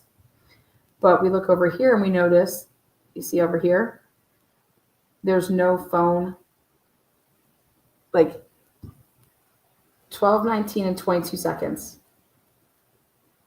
12:19 and 46 seconds. She's still walking, right? So what it looks like to me is that she goes to get out of the car. She takes her phone with her and she's just standing outside of the car at first and talking. And then whether she has to pee or whatever she has to do, she leaves the phone because it could have been that it's on Bluetooth because I realize it. And I'm like, oh, here, keep my phone in here because it's on the Bluetooth. And so that's why these steps just continue until 19 and 22 seconds. But if you look here, she walks past that 19 and 46 seconds. The phone, though, never moves again. And this is so important. The phone, when people say that she took the phone in and they're trying to act like, oh, I immediately just went and plugged it into the wall. Okay. Well, how I can prove that that's not true is that if the phone was actually on Bluetooth in the car running, then Matt's the only person that's having the conversation because Jen took off. Right? Jen took off. And at first she gets out, makes a couple steps with it to the point of these 154, we isolated them because we subtracted what she was doing here and here. Okay. So you took the 36 and the 57 because this happened at the waterfall bar. So you have to subtract 154 steps from the 36 steps and the 57 steps that she has her phone with her when she goes out of the SUV and is walking and talking to John and Karen, which is 93 steps. So you take 154 and you minus 93 steps. So what you're going to have is the leftover of those steps is what would happen then from 12:18 and 50 seconds to 12:19 and 46 seconds. But, and what does it say here? 49. 154 minus 93. Look at how pretty accurate that is. What do we got? 14, so it's going to be 5. I think it's, yeah. 51. See that?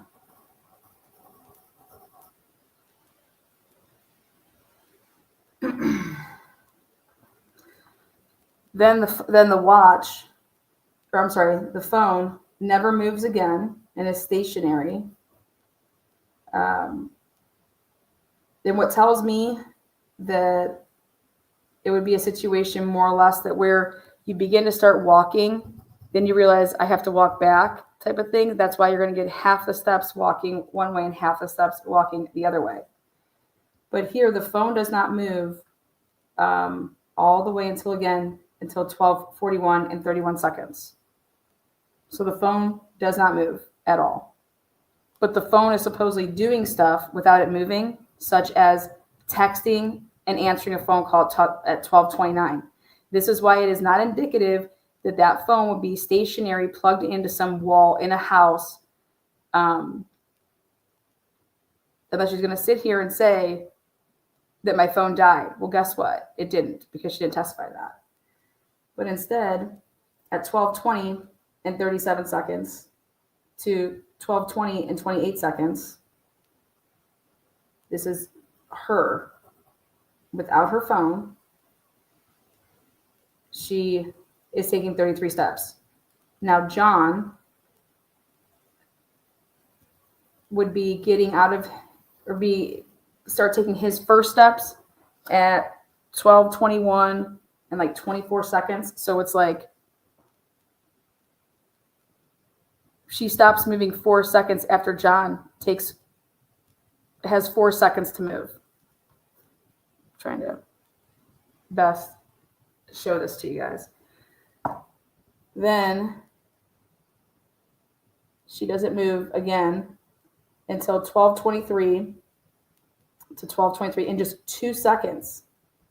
1 step. You guys, do you know how weird it is to take, is it 61?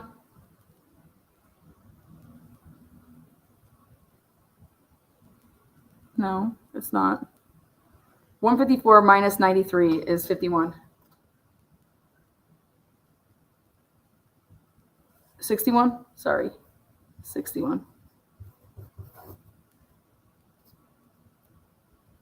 So 12 steps would happen without it. Which tell you that the person that was taking these steps couldn't have been the person that did these steps, 12. Court came back. I think it was only just to say when they're doing, it's just to say that they're all good with Tuesday.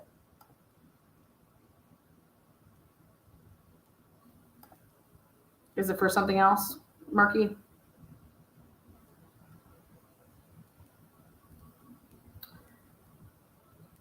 What I think is interesting here, how do you just take 1 step? It's like you're about to go do something.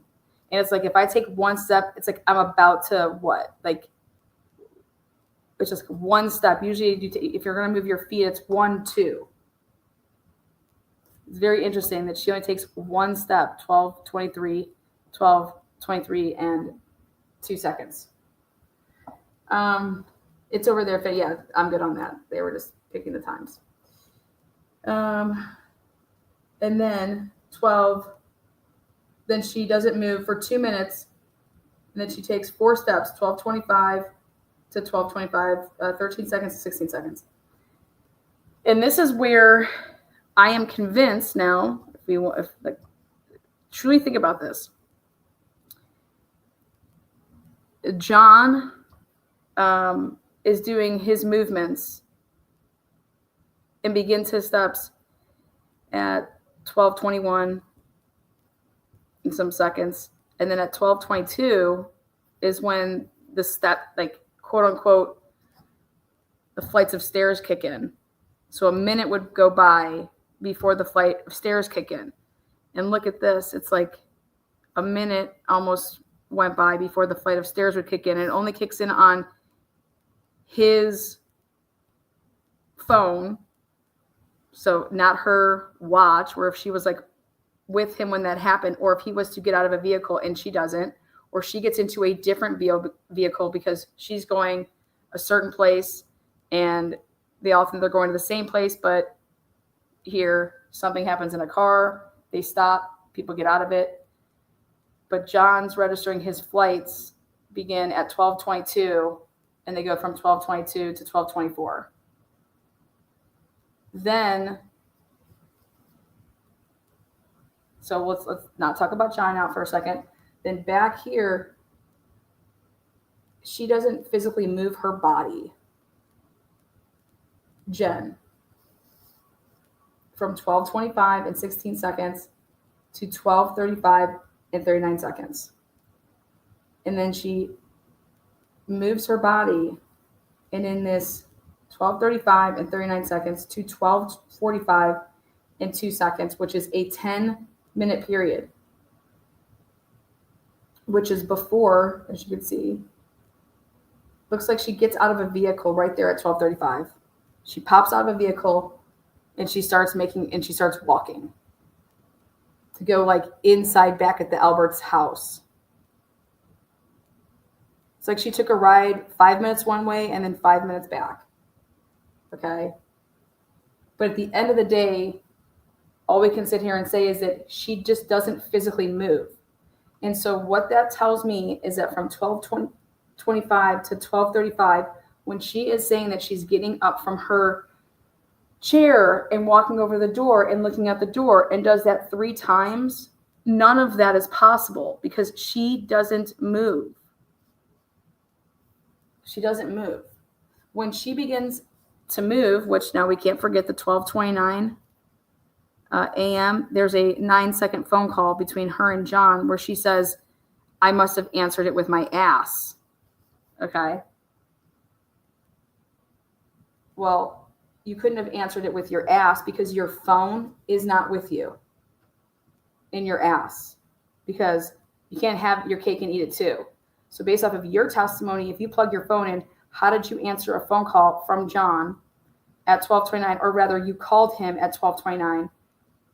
If you butt dial that, then he answers the butt dial. Regardless, she acts like she has no idea about this 12:29 phone call.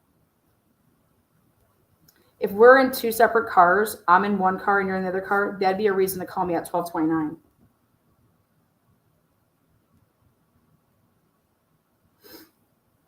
But this phone call happens when she is physically not moving during this 10-minute session with when she's not moving. So her answer that she answered a butt dial, it's really important to show. That's why you isolate the two. And it's like, dude, this broad does not move from 12:25 to 12:35. She just doesn't move. She begins to start moving here, and she begins to start moving. Look at 5 minutes before her phone will start moving. So she starts taking her steps, and then in the middle, basically between 12:35 and 12:45, now either A, she went and got her phone to have 16 steps during this time frame, of which would be attributed to her, or somebody else actually during this time frame could have actually taken the steps with her phone. Then 12:48 and 52 seconds, so 12:48 and 58 seconds, 3, 12:52, 5, 6. Her phone is not moving at all.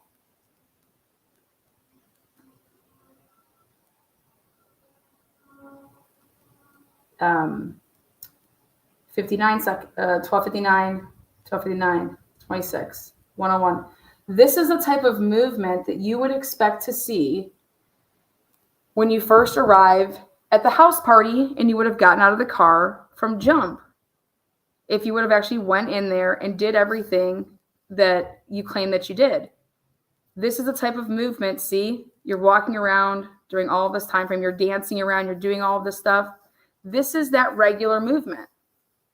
This is what you would have expected to see right when they would have got there. But instead, what we see is there was, first of all, a huge mix up here with like the phone. Where was it? Is it still in the vehicle because it was on Bluetooth?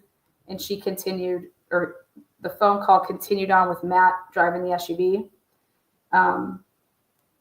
But when she like literally would have gotten in there, she just like parks her ass for 10 minutes straight. And I said, no, actually, you know what that's indicative of? That's indicative of somebody being in a car. Okay. Somebody being in a vehicle. Because I can't possibly imagine that you get into your sister's house and at 12:25, if you're in that house truly, think about this. And we know she's claiming that she's walking over to the door to look at things out the window. Well, we know that you didn't do that because you didn't move from 12:25 to 12:35. All of that's a lie. Karen Reed is literally going to be on the Wi-Fi at 12:36. So in order for her to have ever seen Karen Reed doing anything during the time frame that she says that she's sitting down, that's when this supposed of moving up could potentially take place, because at 12:29, it's really interesting that there would be a phone call with 9 seconds calling John at 12:29, because that's the time frame that Karen Reed would have had to pull off and leave at 12:29 because she's on the Wi-Fi at 12:36. Like that's how much time it would take at 12:29 when Karen Reed would have left. And so what I believe she calls John is because she sees Karen Reed leave at 12:29. So either John calls her, she calls, I have to go check. Is it John's call or her call? But that 12:29 is so interesting to me because that's the time frame that Karen Reed would have had to leave in order to make it on the Wi-Fi of John O'Keefe's house by 12:36. So But Jen McCabe being completely non-move, like this is, again, the watch, like it's on her. This is so accurate. Watches are so accurate. That woman did not move from 12:25 and 16 seconds until 12:35 and 39 seconds. Did not physically fucking move. Did not take one step. Then she begins to take steps at 12:35. And John's phone also does not move. His is just for 5 minutes straight, which was 12:25 to 12:31. Because at 12:31, he takes those last 36 steps. Or his phone does. So when you see all this walking here in these intervals like this, just like 1 minute, like that's just that. What that is somebody bouncing around, stopping for a second, talking to somebody, and then bouncing around. Then you go over here and you talk to this person. This is somebody bouncing around at a party and talking to them. That's exactly what this is indicative of. You know, dancing around and stopping. Everything that she claims that she did, yep, sure, it's going to be in this time frame. Then we get to right here, which is the watch begins to move at 1:34 and 3 seconds and goes from 1:34 and 59 seconds, and it's 35 steps. 1:34 and 2 seconds. So either A, this phone did move like just 1 second before the phone or the watch moved. So either A, she clearly has her phone here, right? Or the person that has her phone, her and that person begin to start moving at the same time.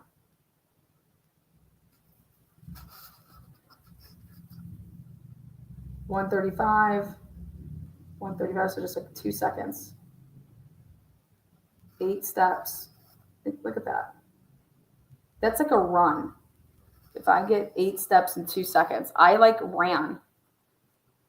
Look at that. Then I stop for 36 to 40 seconds after kind of like sprint. Okay. Then at 1:36 and 36 seconds to 1:44, 302 steps. It's a lot of steps. Now during this time frame of 1:36 and to 44, do you see how this continues for like a minute past when this continues? So 1:43 and 12 seconds. See, 1:44 and 28 seconds. So for a minute and 15 seconds, I'm still walking and I do not have my phone with me. That's why I believe that the person, look at this, only 35 steps. They only take 35 steps with this phone. It cannot be that Jen McCabe has her phone doing this. It's like you have your phone there, but for this and for this, see these? You see 310 steps. The phone does not have the 310 steps. Somebody else has her phone, or it was put down, okay? Or what I believe is that she's looking for it and she can't find it.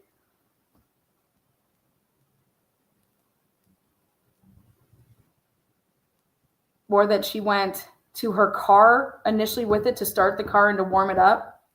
And then she plugged the phone in the car, and then she gets out of the SUV and is, back around, then walking all over again.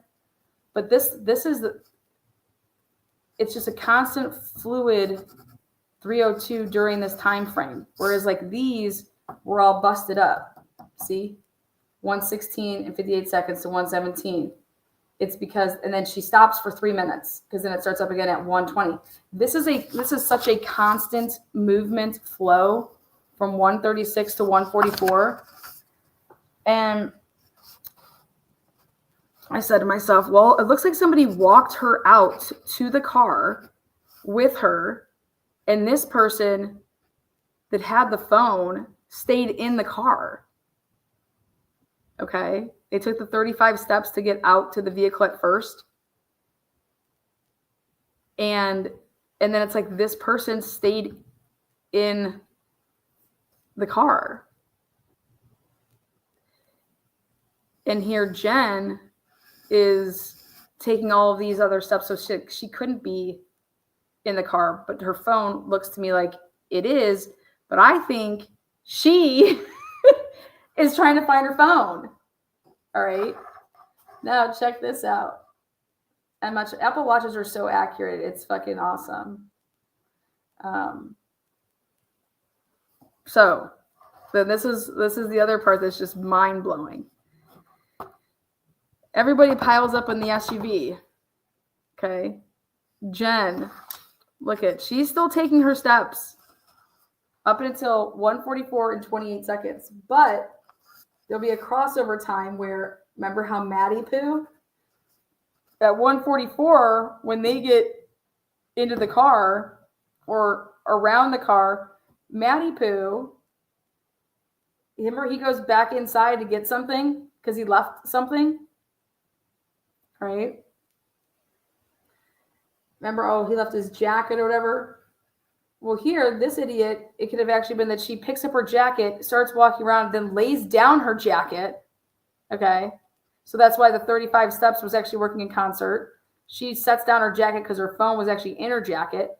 Then Maddie gets out of the SUV, walks inside, and then grabs the jacket because this goes past this point. So Jen's not moving. 20 seconds. Well, she stops moving at 1:44 and 28 seconds, but there's a crossover. And then continues on, and these steps are 55. Then 16 steps will be taken between 1:55 and 1:57. Again, Jen's not moving, but her phone is moving. And this is when they were supposed to be in the vehicle, driving. Okay. And this would have been like right as they were leaving. At 1:57 is when they say that they pull away from Fairview. You want to know what this could look like to somebody? That they actually pulled off the side of the road to take a look and see how John was doing over there. That somebody got out and took 8 steps and then walked 8 steps back to get in the SUV and then drove away. I'm just saying there are things that are here that are very interesting, but somebody has Jen's phone and gets out of a vehicle that's supposed to be driving. Then again, the phone moves when they get back to their house at 2:13 and 20 seconds. The phone begins to move first, which means that somebody other than Jen is walking with this phone to start taking steps because Jen's steps don't start for another 14 seconds. In 14 seconds, you guys, when you don't think about it, it's a pretty long time. But if you get out of the car and start taking steps, and I'm sitting in a vehicle that's in the like that, and I don't have my phone, why am I waiting 15 seconds? Well, maybe I need help because I'm so fucking hammered. I don't know. But the iPhone moves and begins to start moving first. Then it goes right inside, and at 12:14 and 3 seconds, it's like put in like a drawer, but it physically stops at 2:14 and 3 seconds. Physically stops. 2:14. This goes all the way from 2:14 and 6 seconds. Then 2:14 and 49 seconds begins to start taking steps without the phone. 2:15, again, just walking around. 2:16 does not have the phone. 2:17 does not have the phone. To 2:18, 2:18 to 2:19 does not have the phone. 2:20 to 2:21, walking around without the phone on the first level.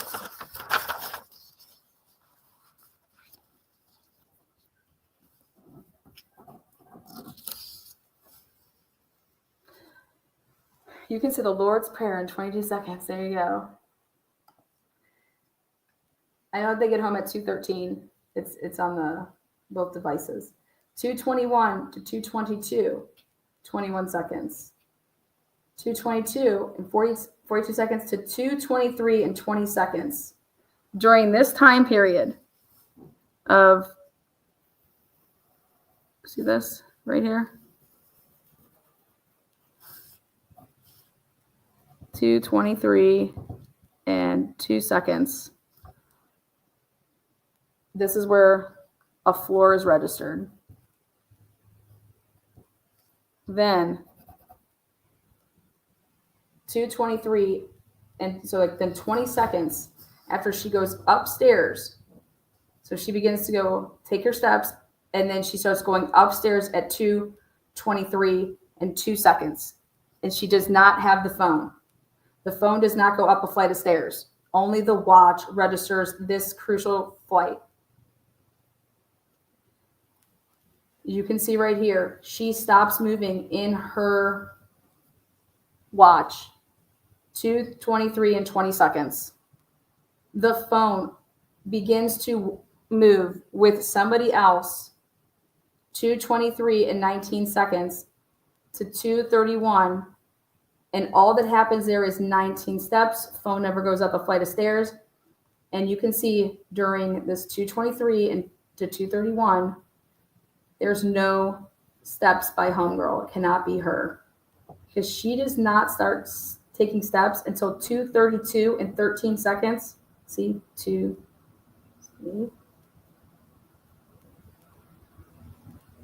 he simply takes them. I'm going to tell you what's happening here.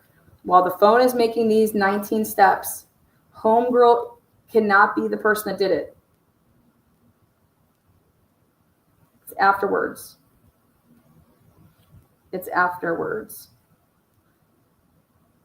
The house long to die. Well, first of all, at 2:25, there's text messages. At 2:20, but first of all, 2:23, the phone is unlocked. Okay, so the phone's not powered off if the phone is unlocked during that time. So when they say, oh, Jen had to have shut off her phone when she went upstairs, suck my tits. No, the phone is unlocked at 2:32 on the first level. Then 2 text messages are made from it. Then there's a deletion. 2 screenshots are deleted. Then at 2:27 and 40 seconds, the infamous 2:27, 40 seconds, house long to die in the cold happens.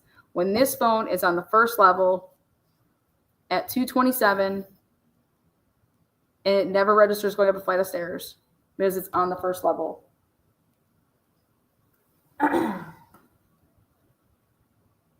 All of these important things are happening when the phone is in the possession of somebody else that's on the first level.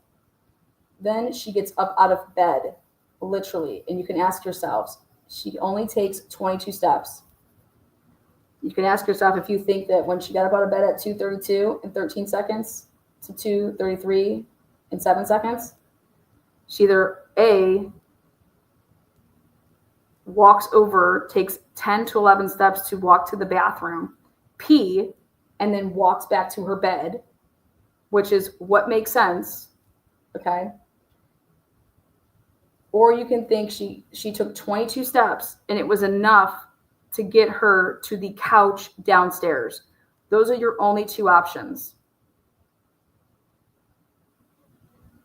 When you go down a flight of stairs, it does not register as a flight. Then she wakes up in the middle of the night at 3:50 and 38 seconds to 3:51 and 37 seconds. Takes 24 steps. When I saw this, that's what leads me to believe that this is when Matt came upstairs without the phone.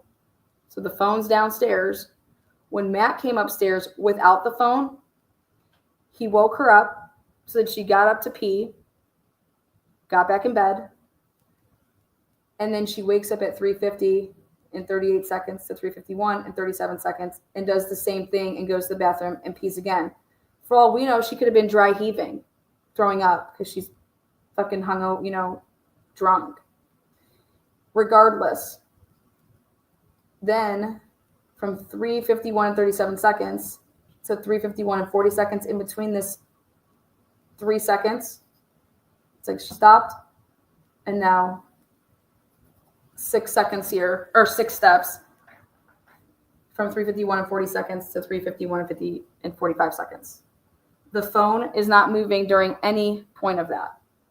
So now, at phones on the first level, for what they are saying that they said in trial 1, that they were both in bed when a phone call came in at 4:53. There's a phone call that came in at 4:53, and that was the Kaylee call to Jen, to Jen's phone. Okay. Matt, it is impossible for Jen to have answered this phone call unless at some point after the house long, all of this Googling, at some point that Matt went downstairs, shut off her phone, which would have been well after this, and then brought it upstairs and then powered it on again at some point. Because when she says, but this is how you're going to be able to argue it in court. Lally says, you shut off your phone that night though, didn't you? And she says, yes. Well, then my question is how did you get the 4:53 a.m. phone call if you shut off your phone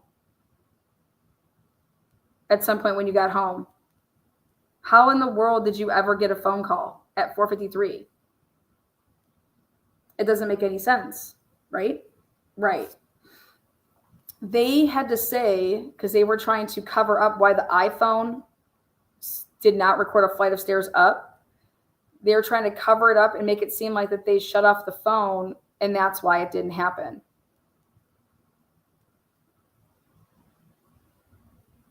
But that's not accurate because of how closely all of these movements are. Your phone's on. When you went upstairs, if your phone was shut off like you claim, then this would have never registered somebody walking around on the first level with it. So that's a lie. But that's their distractor from it. And if somebody pointed this out, so here now we are, what I think everybody should be interested in is that the phone moves before the person that's in bed moves.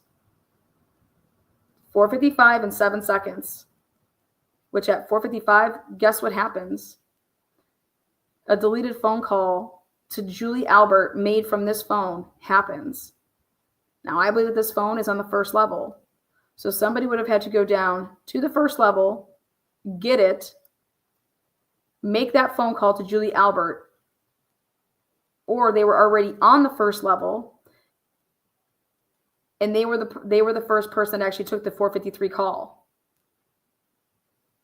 Because what's her name has never spoken out about this. Karen Reed. We've only ever heard it from their standpoints of this specific, like getting really, really specific.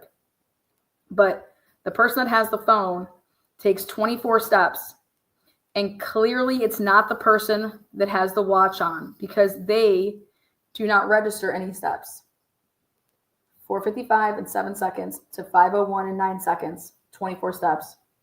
There is an overlappage because this person, Jen McCabe, takes her first step at 5 a.m. and 58 seconds, which is going to be 10 seconds at the tail end of this movement.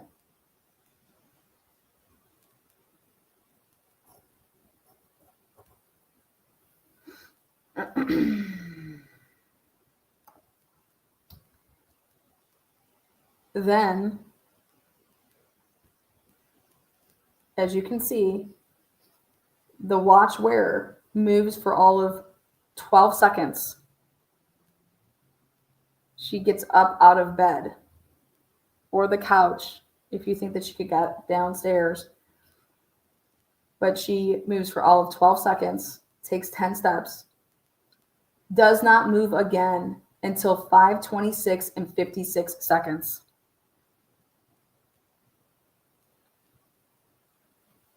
Where 13 steps are recorded from 5:26 and 50 seconds to 5:27 and 3 seconds. 13 steps. As you can see, she's moving without her cell phone. If you were in like a panic wondering where John is and you would want to have your phone because you're calling people and you're answering Karen Reed's calls and shit like that, then why isn't the phone moving when she just moved? It didn't. 5:26 and 56 seconds to 5:27, 3 seconds. Literally just moves 7 seconds, takes 13 steps in 7 seconds.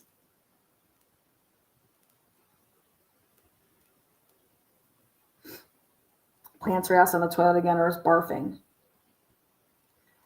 Then 5:28 and 23 seconds to 5:29, 22 seconds. See 5:28, 20. See that? 5:28 and 23 seconds, 5:28 and 27 seconds. See how this now is a normal thing where the watch wearer begins to move first within 4 seconds, grabs her phone, okay? And guess what happens during this time period? It is the very first, well, right here. This time period, 5:32. It's the very first time that the iPhone goes upstairs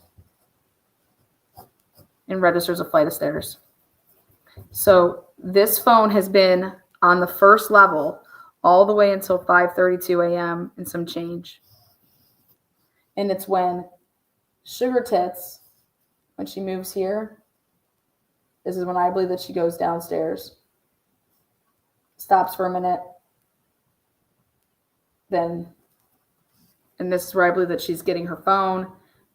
There's a phone call in there for Karen at 5:26, 5:27-ish.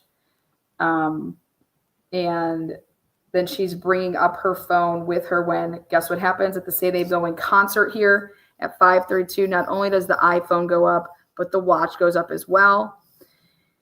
And then this is the time frame right around here at 5:36 that Karen Reed arrives. And then they're in a vehicle. And she gets out of the vehicle here at John O'Keefe's house at One Meadows. And if you could see 5:51 and 52 seconds, 5:55.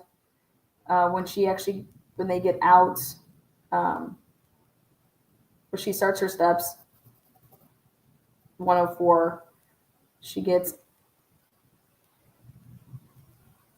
out of the vehicle. Or I'm sorry, she gets out of the vehicle at 5:47 and 27 seconds. Her phone does not go with her until the phone is moving at 5:51 and 52 seconds. So what's interesting in this, it kind of shows that it was when you got out to go into John's house, it's like the phone was still in the car. Okay. And I would love to see, it's like did she run back outside to grab her phone? But she definitely has steps with it between 5:51 and 52 seconds and 5:55. Or can we start asking ourselves, like, what's going on here? Because how is this phone moving all the way until 5:55 and she's not moving at all? I see this shit. This is fucking some wild ass shit.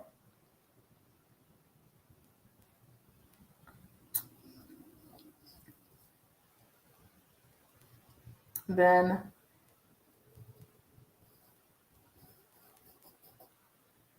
this is where it's like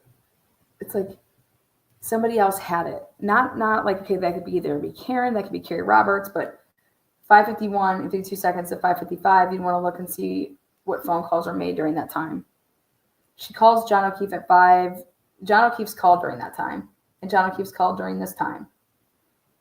But here, 6:03 and 23 seconds, the phone or the iWatch starts moving first, which is how it should be. And it's like she goes over to the body at first, gets out of the car, and then comes back to the car. And this is where the 911 call. She's still taking a couple steps. She picks up her phone. So there's the 6 and the 1 again. See this right here by somebody that's like takes 1 foot to get out of the car, then comes back in. Like when you only take 1 step, she's in the car supposedly, right? She's on the phone with 911, but she takes that 1 step, and that's indicative of the last time when I saw you that she had that 1 step. It's like you're in a car and you're just taking 1 foot out, and you're about to put your foot down to like get out, but then you decide not to. And so that's like the same thing, the one that happens at 12:23, which is why I think that she's in a vehicle. So same thing. It's like she just takes out 1, see, it's 3 seconds. And this is when she's on the phone with 911. And because she started taking the steps, this is where you can see the phone was passed off as well. 81 steps were taken with the iPhone between 6:04 and 6:12. Well, what I noticed is I said, okay, well, let's add all this shit up. And you go to this point right here. So basically it's like 30, 37. It's shy. Like your phone should never have more steps than you. It just means that you weren't the person that had it the whole time. If your phone has more steps than you, it could always be that you have. How does my phone take more steps than me? That means somebody else is moving my phone. I should always have more steps than my phone.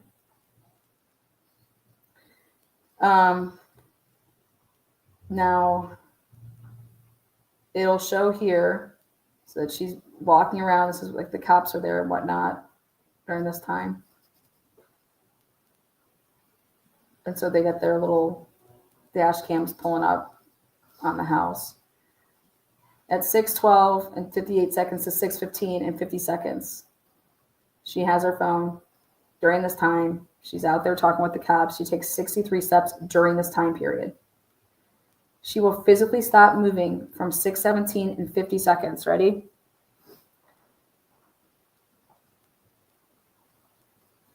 Boom.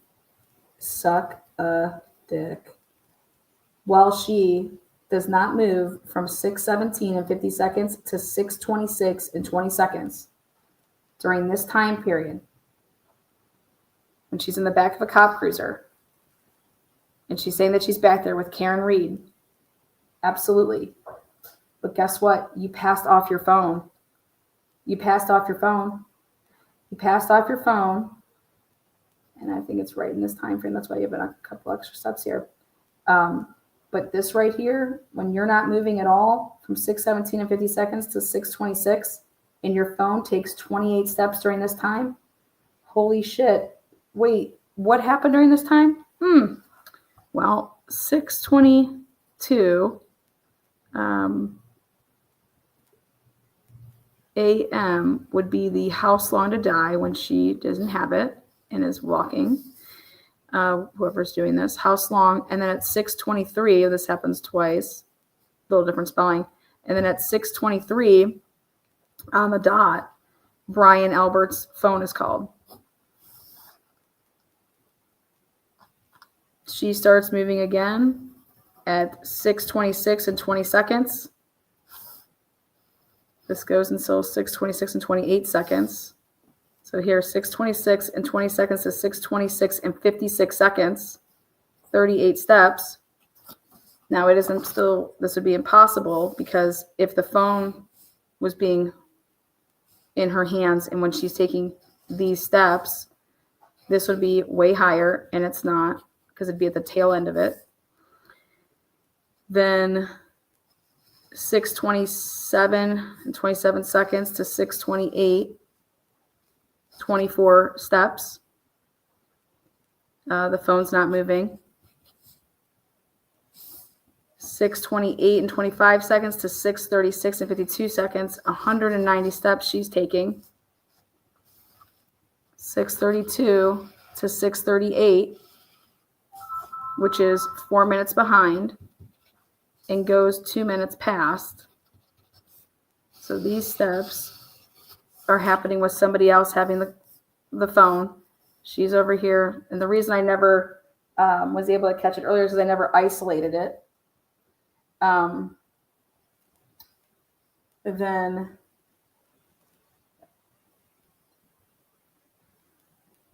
the phone stops at 6:38 and 58 seconds. 6:38 and 32 seconds to 6:39 and 3 seconds. See that? Oh, there's what happens during this time frame when they pass off the phone. And he has it here. Oh, it doesn't come up yet. As Matt McCabe fake dials himself. But here at 6:39 and 59 seconds to 6:40, 24 steps, doesn't have the phone. 30 steps, doesn't have the phone for the last, it goes all the way to this point, and it's stopping here at this point. So, like I said, it doesn't have the phone in her hands here. 6:41. Oh, got to back up.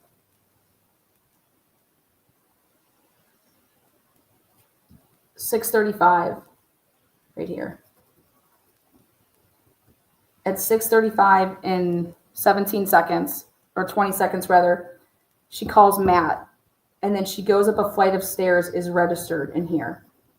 Being between 6:28 and 6:36, a flight of stairs is registered at 6:35 and like 30 seconds. And she had just got off of the phone supposedly with her husband at 6:35 and 20 seconds. So she would have had her phone on her during the time frame that her watch is registering a flight of stairs during this time frame, and the phone doesn't. That's also indication of the person is utilizing her phone during this time frame. It's not her. She's walking and doing her shit without her phone. Is Matt McCabe, because he has her phone. He then calls himself because he's acting like that's the time frame that he got over there. He's not thinking about the dash cams and shit like that. That's why he wanted to see these dash cams, because it's royally fucking up his shit. Okay. But at 6:35, when she makes that phone call, and everyone would think that she's making that phone call, it's provable that it's not her, because if she had her phone, when it goes up to see her sister, and it registers a flight of stairs, the phone, again, just like during House Law and Die at 227, it didn't go up a flight of stairs.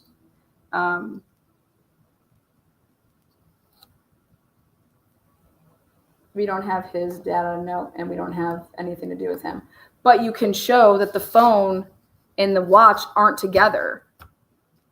And you can't say, oh, she left it in Carrie Roberts's car, because I can eliminate that because of this movement here and this movement here. And she's also, somebody physically is using the phone when she's physically sitting still, and or the different times that she's moving, the phone is definitely being used. So you're able to say, no, the phone couldn't have just been sitting in Carrie Roberts' car doing these things.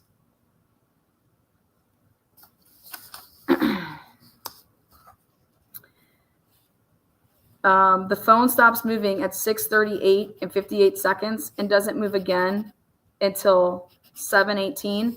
It's because when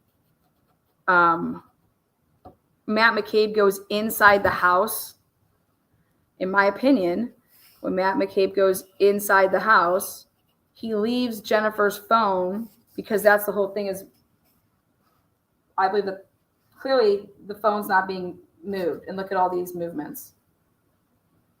Okay, 6:38, 58 seconds. The phone does not move from 6:38, 58 seconds to 7 o'clock. Look at 6:39 to 6:40, 6:41 to 6:40, 6:47 to 6:47. Right there. 7:16 to 7:29. See, when you move, when you start to move first, and then your phone moves, yeah.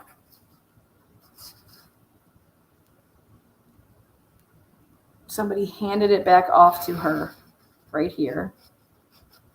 And that's why when she starts taking steps, the phone would start taking steps because it was being passed off if like someone was in a vehicle sitting there waiting, and then you passed it off to me when you walk up to the vehicle. So that's kind of how I see that. But at the end of the day, all of these steps are being taken. And guess what they're going to try to say? Oh, I plugged in my phone again because I was charging it. You guys, are you fucking kidding me? When I walked in there, I just laid my phone down, right? And I walked upstairs. And so my phone must have just been laying.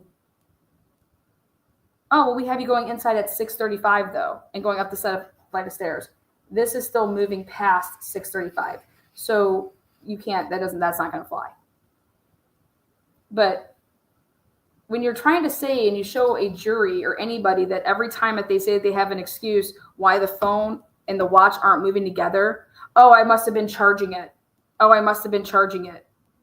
Okay, yeah. And then that's when you show, well, when you were charging it with the house on a die at 227 when you went upstairs, that's fine. You may have been charging it, but somebody was using it on the first floor and somebody unplugged it because they took 19 steps with it during the time that they used it for 6 minutes.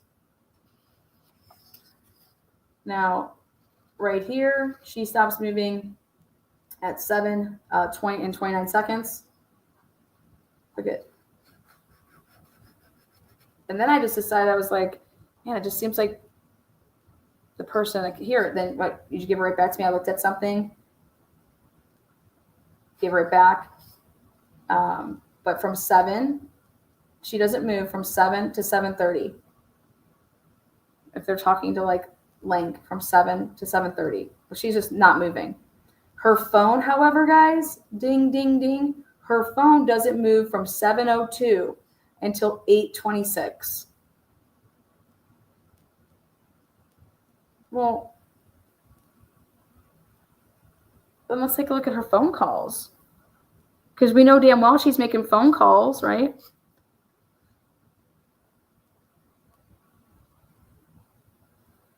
Is she making phone calls from inside a vehicle? She's sitting in a vehicle because she's watching what they're doing outside to see what the fuck they're doing.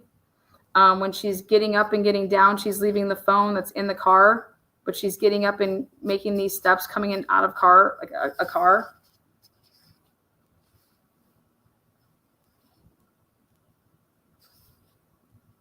And then here, she's not moving at 8:23 and 50 seconds. She doesn't move for a straight minute. But, I'm sorry, at 8:23, she does not move again until 8:32. But during that time frame again, 8:26 to right here to here, these 26 steps that are taken with the phone, it's not with the watch wearer. I mean, you cannot argue this. And Jen McCabe was not moving her phone at this time. Jen McCabe was not moving her phone at this time. She's not moving. The phone's moving. She's not moving. She stops. The phone's moving. I mean, you cannot argue this. I can't say for a fact who the person is because I wasn't there, but the data shows that the phone is moving and the owner who's wearing the watch is not moving.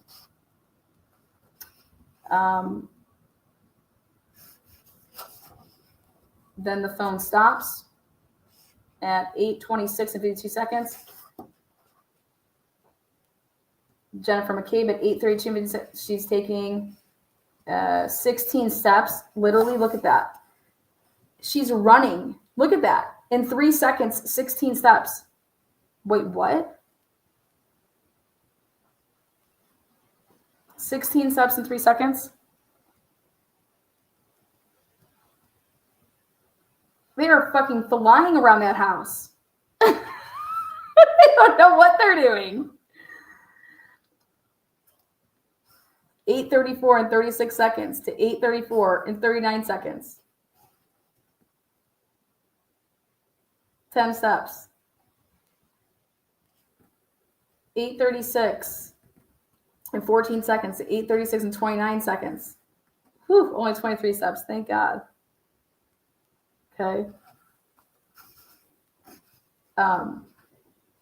Look at this whole taken, like it's like that one step 8:29 or 8:39, 59 seconds to 8:40 and 2. So it's like somebody just like taking a step out of, and this is when it was, they're thinking about calling Lank back, okay, to call him to come back over to the house. Somebody took one step out of a vehicle. 8:39 though, and 54 seconds to 8:40 and 2 seconds. I'm telling you, the person that has Jen's phone isn't Jen. They're overlapping, and where she should be registering these steps, she's just not. And I just love it. I love it. I love it. And no one's ever isolated it. 8:41 and 37 seconds to 8:41 and 44 seconds. She takes 15 steps. That's what happened. Alex Murdoch trial. Prosecution asked if he was on an exercise machine exercising. Remember? Yes. Yes. 8:46 and 11 seconds to 8:46 and 13 seconds. So again, 2 seconds. I mean, this hoe is flying around the place. 8:48 and 22 seconds. 8:48 and 24 seconds. I mean, when she's getting up, she's like, they're like, it's like running. She's running.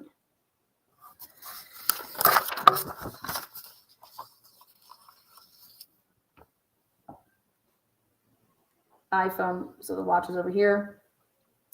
8:49 and 31 seconds to 8:50 and 27 seconds. Without the phone moving. 18 steps. Again, once like 9:03, 9:09, that one famous step. Again, I believe that that's somebody that's sitting in a vehicle and they go to take a step, just one step to put their foot out on the ground, and they don't then move the other foot. They're about to get out and they decide that they're not getting out of the car. 9:09 and 34 seconds, 9:09 and 30, like that's what that is, in my opinion. It's at very interesting times. Now remember, they're supposedly also at 34 Fairview. Okay. And I'm gonna dissect a little bit more where I think that there's like gaps where she could have been in a car, you know.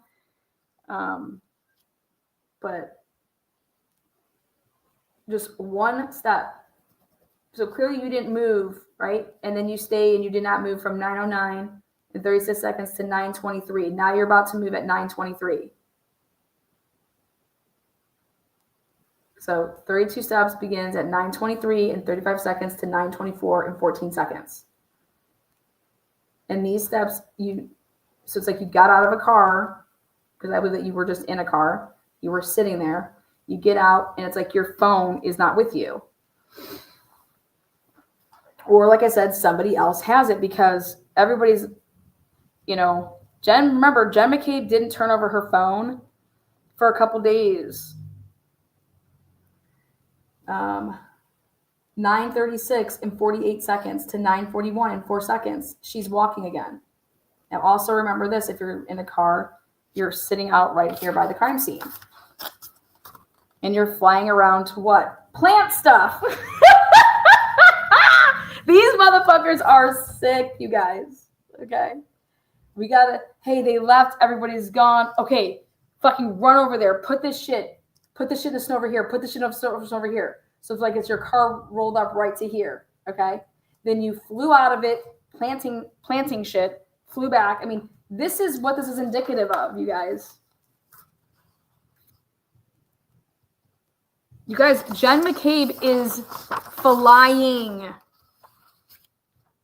8:39 and 59 seconds to 8:40, and that is 3 seconds.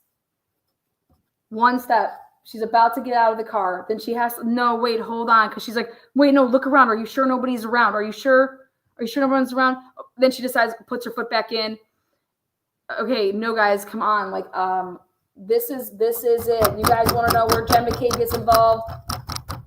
Here you go. All you Jen McCabe mofos out there. Woo!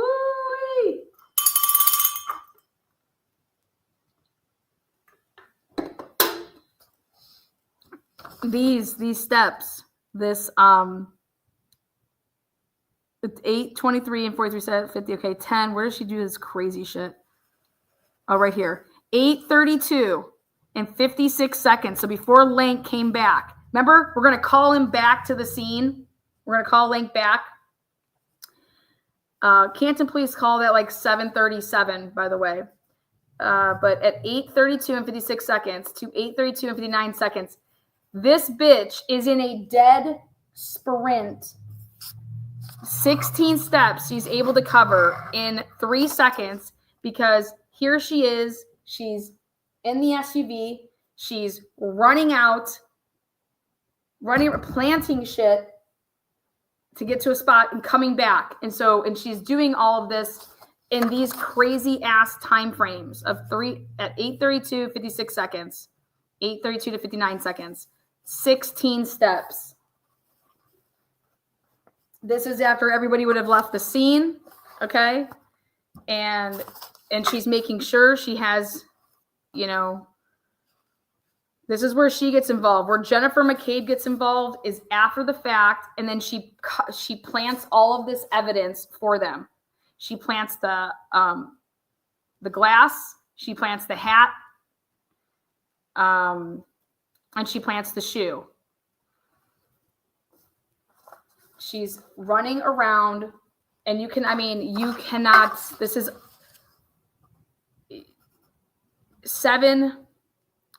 Let's go. Where's another one when she does this crazy shit? Yeah, that's a big one right there where she gets in. She does 10 steps. Up, gets back to the car. Then she's waiting. She's like, "Do you guys see anybody?" Okay. She takes her foot out. Then she put 8:41 and 37 seconds to 8:41 and 44 seconds. 15 steps. 8:48 and 22 seconds to 8:48 and 2 seconds. 8 steps.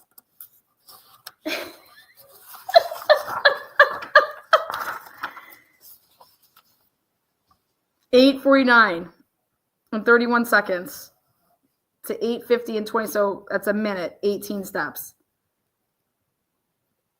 She 9:09, 34 up, 1 foot out, looking around. Nope. And then they come back to the house. Again, look at her phone. Doesn't move until 10:42 and 27 seconds. But here, she's moving all without her phone. Her phone's out of commish. By the way, Lana, you have done an absolute killer job. I hope the defense here is taking notes on all you've covered. I just personally believe that what this shows is where Jen McCabe's involvement comes is, I believe that it's after the fact. And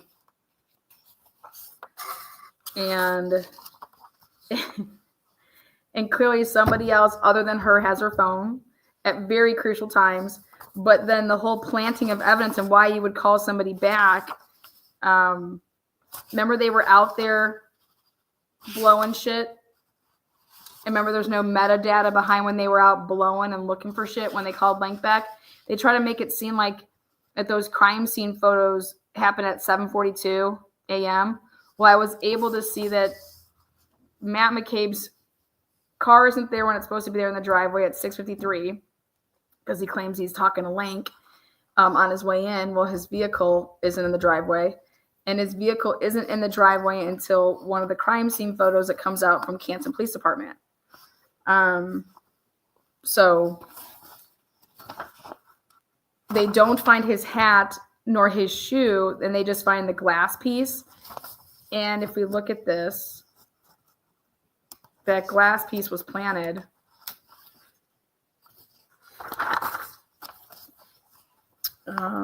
Here we go. I want to see what Jen's doing here between 7:30 and 8:23. So 7:42.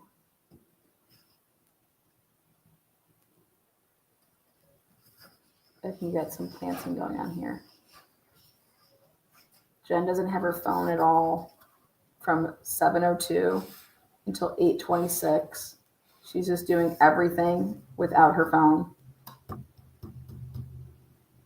Get out of here. Jen is 8:02 and 53 seconds, 8:03 and 1, 8:20. That's crucial. Time frame there.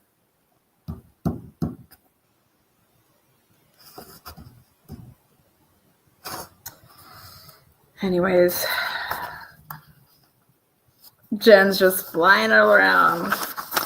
And then here, it should definitely interest people with this, which is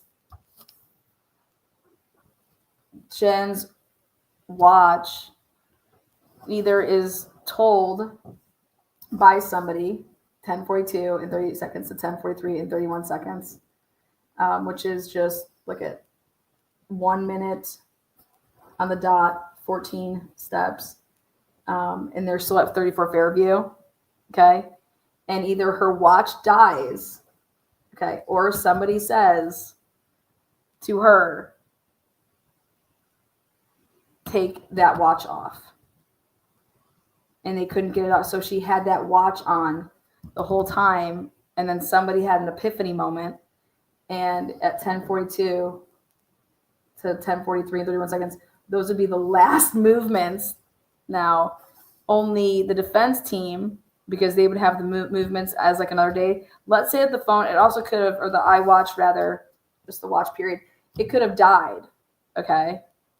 Because she didn't charge it. So there is a chance that it could have died. But it's really interesting that at 10:42 and 27 seconds, which is before 10:42 and 30 seconds to 10:43 and 31, like it's in and during this time, like these should be matching up. But this is way more than this. But if she's walking around with her phone all the way up until the end at 10:50, then you can either ask yourself, well, did it die? And there is a chance that it could have died in her, but the phone starts moving before the watch once again, but whatever. Then 10:52, 43, so here. And you got she gets home at like 11:13. So, but see this right here? 11:13 is when, yep, they would have walked to the vehicle right there. 11:23 and 21 seconds is when you're walking into the house. For Proctor coming over, but from this time to this time, the reason that there's no movement, it's because during one of these two gaps is when they were driving, and then they get out.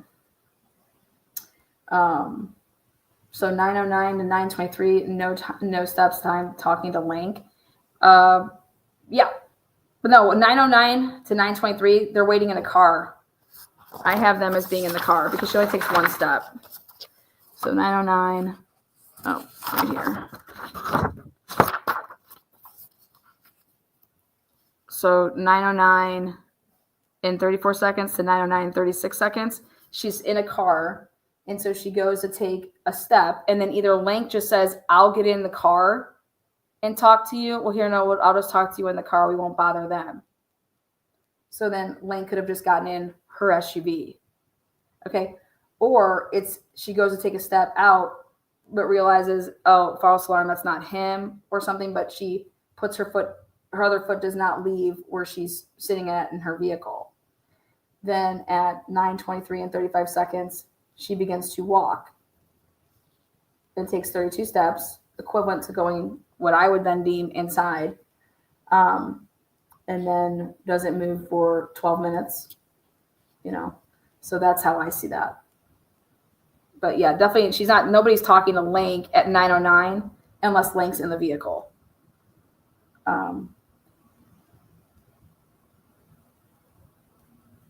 Which makes sense to me that Link could get in the vehicle.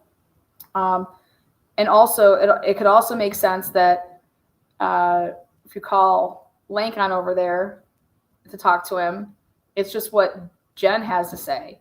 Because you have to also go look. And I have so much more to show you guys. It's looking at when they send. Remember, Higgins goes and he leaves to go over to start swiping away at Canton. Okay. Those time stamps when those begin are very important when you have another column here. Also, when you add your column of what John's phone's doing. Okay. But this is for me, guys, to just show you the phone. So I don't want you guys to look at this, and you're not supposed to look at this data and think what they're. I'm just trying to show you what Jennifer McCabe is doing. So no, Sherry, at 9:09, she's definitely not talking to Link unless Link got in an SUV. This girl took, because before that at 8:49 and 31 seconds to 8:50, she has 18 steps.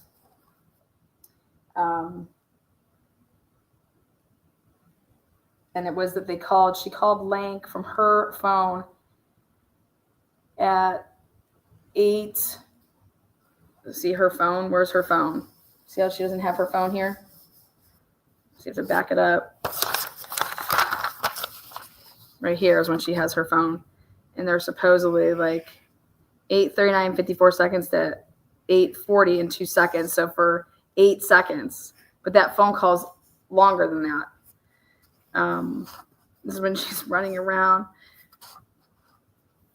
But I have to pull up her. Hold on, let me pull up her other stuff.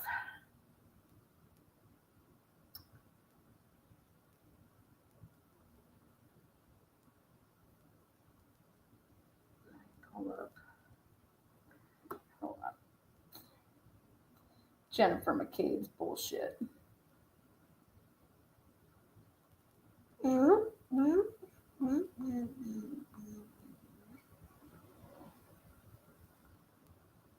God, I have some shit in here.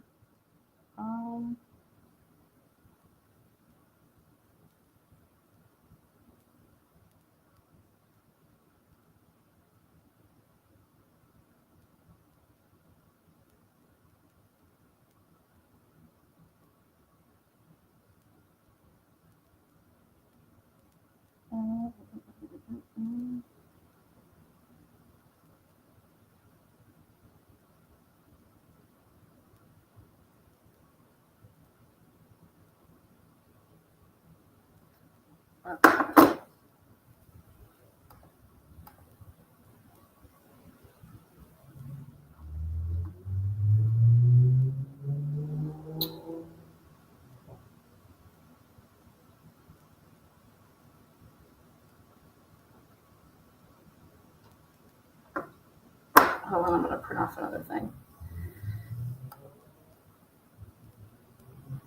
The school kid in me really wants to chew on Lana's eraser.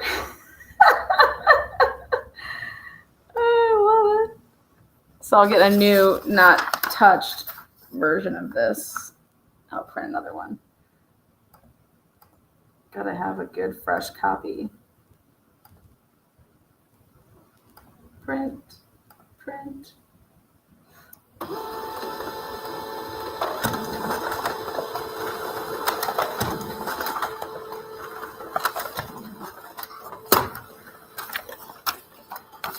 We'll add in now.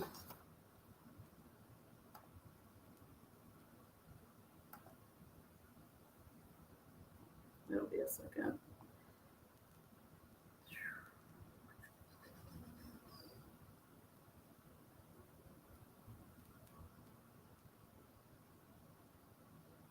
Yes, it will.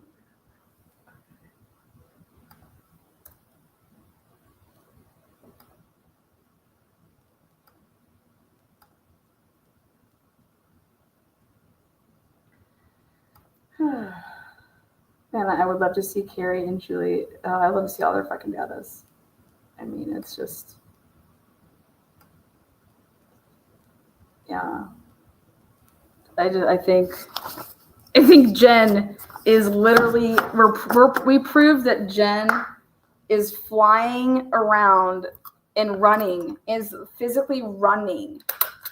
Okay, them saying that they were all just standing around the island talking to each other like what the fuck type of thing. Absolutely not. And Jen's phone or her watch it only registers the one flight of stairs. And then John O'Keefe's phone registers at 6:47 a flight of stairs. And so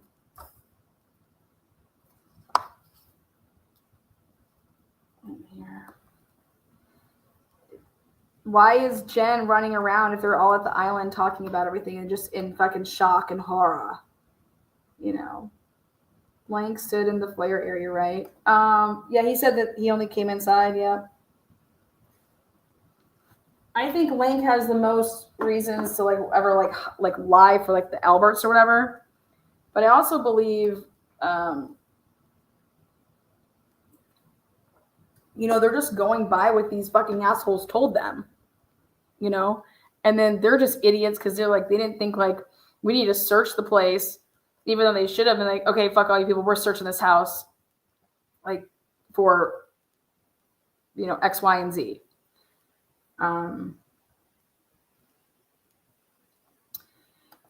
Yes, Matt testified that she called him and just said, we found John at 34 Fairview, and that was it. No details. And then he just went over there.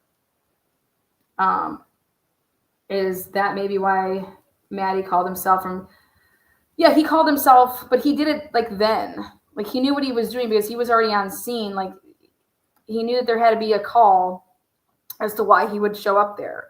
But the reason that he showed up there is because he was out. There's a reason that he didn't drive with Karen and Jen when Karen came to the house.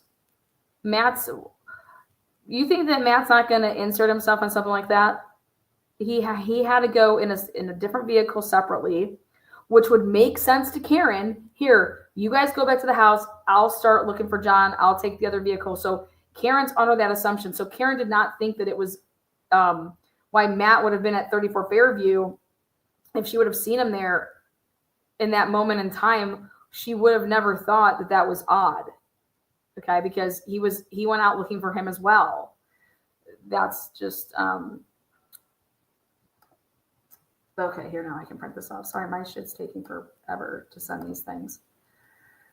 Okay, download. Open.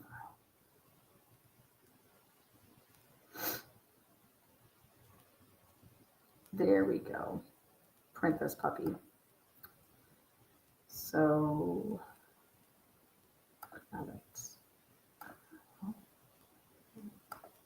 how many more pages? Okay. Scan.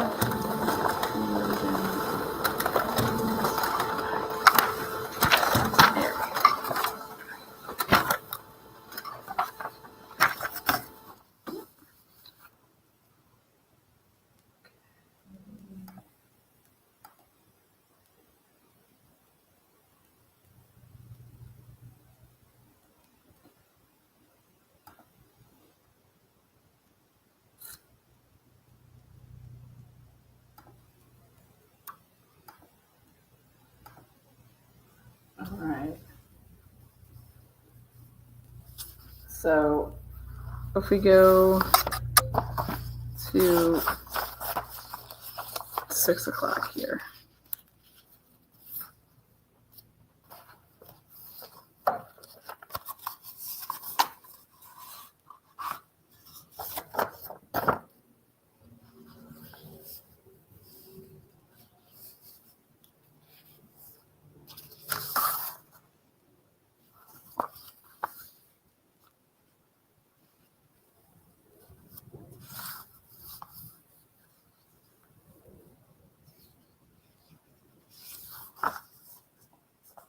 Okay, so she calls 911 at 6:03 and 47 seconds. Then this Michael Lank, there you go, 8:59. Okay, 8:59 and 34 seconds.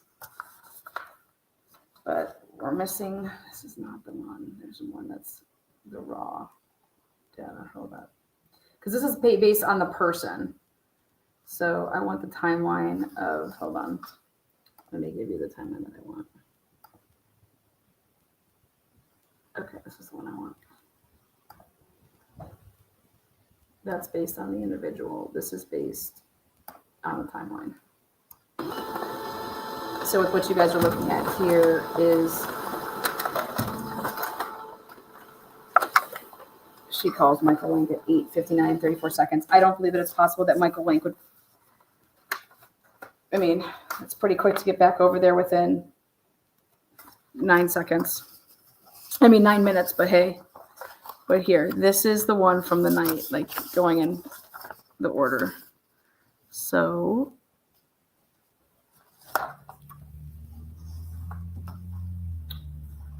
six 603 911, 607 is the Nicole, and then the 623 is to the Uncle Brian number. 635. Here's the Matt McCabe's of the worlds. This is where Fatty Matty I out him. Okay, Matt McCabe answered for 19 seconds. Okay.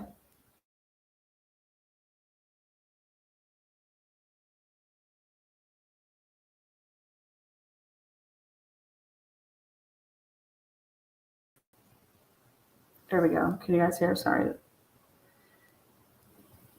When you add 35:03 and you add 19 seconds, then it takes it to 6:35 and 22 seconds. And she's literally then walking up a flight of stairs at 6:35 and 33 seconds. And this is where he calls himself, Fatty Matty.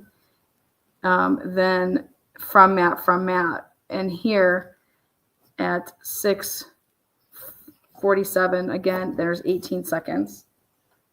And the 52, and that was rejected.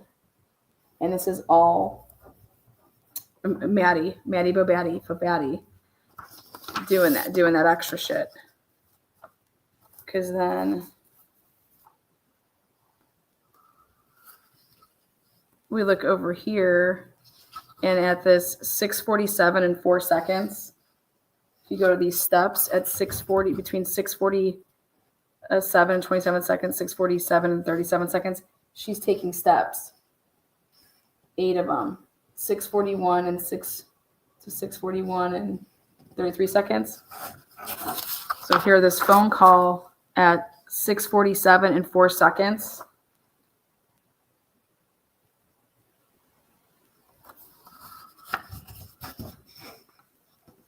(6:47 and 27 seconds). She's moving after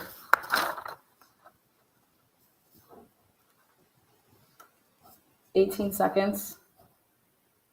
And again, it's just, if she has this phone with her and on her at 6:47 and 18 seconds would pass by, so she has this phone on her, this was actually her making this phone call, then once again, she puts down her phone, because here, right at 6:47, 27 seconds, she starts walking. But this is taking like 6:41, the 6:41, 33, she's upstairs, because she goes upstairs at 6:35. Like, she didn't have her phone when she went upstairs, because her phone just registers. It's like, you expect me to believe that she was just leaving her phone? No. Somebody else has it, and they're doing this shit. So then let's look at what happens in that rejected phone call and then here at 6:52 and 39 seconds, which is Matt McCabe's vehicle is not in the driveway. I did a still image to show that his vehicle is not in the driveway. So at 6:53, I did a still image. This is Richard Green's wet dream. Oh yeah, he should be watching. He'll be like, holy shit. So let's look at hers at 6:52. At 6:52, Jennifer McCabe's not moving, not doing anything. I mean, the bitch is like incapacitated from 6:47 and 37 seconds. She does not move, but she's able to be now back by her phone, rejecting phone calls from Matt. That's where he does that to make it seem like, oh, that's when I would have gotten there. I call that 6:50 when I would have gotten there. And then that's why I took that still image to show that, oh, you were? Didn't you pull into the driveway when you said you got there? Uh-huh. Well, here's an image at 6:53, and there ain't no vehicle in the driveway. So let's go back, look at the phone records. Then at 7:21 and 40 seconds, and it's not answered, and she calls Karen. So let's see what she's doing at 7:41 and 7:21 and 40 seconds. Karen doesn't answer, but let's see what this hoe's up to. At 7:21 and 40 seconds, at 7:21 and 40 seconds, she's incapacitated. Okay, meaning that like she hasn't moved from 7 o'clock until 7:30. So it's in between this time frame of not moving. So she would have been able to get up to go get her cell phone that's plugged in somewhere, right? So that would mean that she physically has to be with her phone right here. And this is where I think, okay, so she resumes her phone position, and her phone do not move. And they're sitting somewhere. So then she calls Karen. Now, if they're all standing around the island, you're going to be walking and shit. That's not what it is. This bitch is not moving for 30 straight minutes. Okay. She calls Karen at 7:21 and 40 seconds. Karen doesn't answer. Then she receives an incoming call back from Karen, and it's 2 minutes and 19 seconds. She's in the same position, not moving. Then Carrie Roberts, she calls at 7:33 and 3 seconds. So at 7:33, she has taken steps. So again, she's just frozen in time here. 7:30 to 7:43, she's not moving. Okay, so like that's inside. Okay. And so Carrie Roberts, and it's for 0 seconds though. So she calls Carrie Roberts, but they don't really talk. Then she makes a phone call to Carrie Roberts again. But remember, she couldn't remember, how did she even get Carrie Roberts' phone number? So I want to show you guys that she's not moving. And remember, Karen didn't give her Carrie Roberts' phone number. And there's no phone call between the 7:33, Karen's 7:21 and 48 seconds to 7:33. So between that time frame, somebody else's phone and their person is doing work, because Jennifer McCabe does not move. She's incapacitated. She's literally cannot believe they found John. Okay. But somebody else had gotten Carrie Roberts' phone number. It came out in trial 1 that Jen did not give it. Then it was Jen's phone, did not clearly call somebody else to get it. Okay. But she calls Carrie Roberts. Then they talk for at 7:49 and 50 seconds. Shock and horror. Exactly. So at 7:49 and 50 seconds, let's see what Sugar Tits is up to. Well, again, remember, her phone has not moved from 7 until 8:26. This phone's not going to move. She moves a little bit between here to here, 22 steps. Then at 7:43 to 7:44, she takes 33 steps. So during the time frame of this 7:49 and 50 second phone call that was answered for 1 minute and 49 seconds, or when they said it's answered, it could have gone to voicemail and she left a 1 minute and 49 second voicemail. That seems more accurate to me. But anyways, when this is happening, a homegirl, this hasn't moved and she hasn't moved during when that call would have happened. Then Canton Police Department, I believe, is the this number right here. This is Canton Police. Somebody from Canton calls her at 8:38 and 49 seconds. And so this is Canton Police Department calls her at 8:38 and 49 seconds. Now let's see who has the phone. 8:38 and 49 seconds. 8:38 and 49 seconds. This is where she's freaking a nut. So 8:38. 8:38. So right in between here, 8:38. So this is why she takes her one step. Holy shit! 8:38, 49 seconds. Okay. So 8:38 and 49 seconds. Look at where she takes this one step. She was about to get out of a vehicle. Okay. You guys can't make this shit up. So 8:38 and 49 seconds. 2 minutes and 45 seconds. So that's going to put you at 8:38. It's going to put you to 8:50.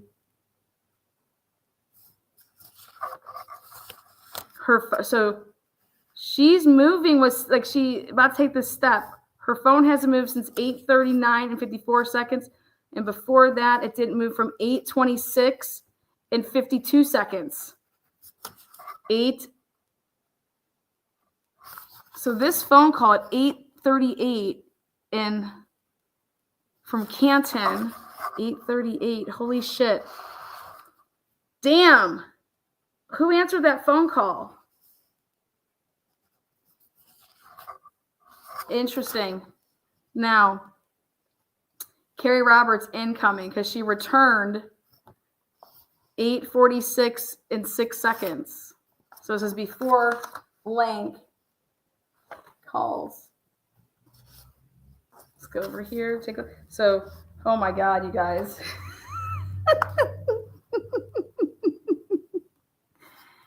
This is answered from Carrie, but look at 8:41, 37 seconds to 8:41 and 44 seconds. 15 steps in a matter of, 8 seconds, not 7 seconds.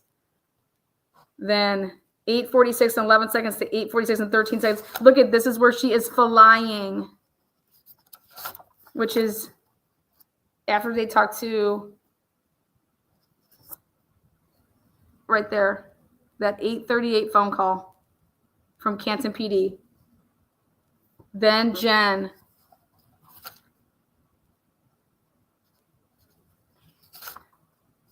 Lank called, or I'm sorry, Carrie Roberts then incoming again.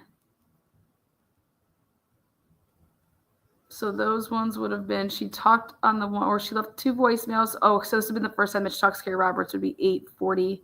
She talked her back to back. 8:46 is the Carrie Roberts call, which is after she just runs around like a crazy person. And how long is it? So that's crazy. It goes to 4:15. That would be during this. But her phone isn't moving. So somebody else is talking to Carrie Roberts at 4:15. I mean, at 8:46 and 45, at this time frame, for this amount of duration, you guys, this hoe is walking and the phone isn't. She's getting out of the car. She's doing shit.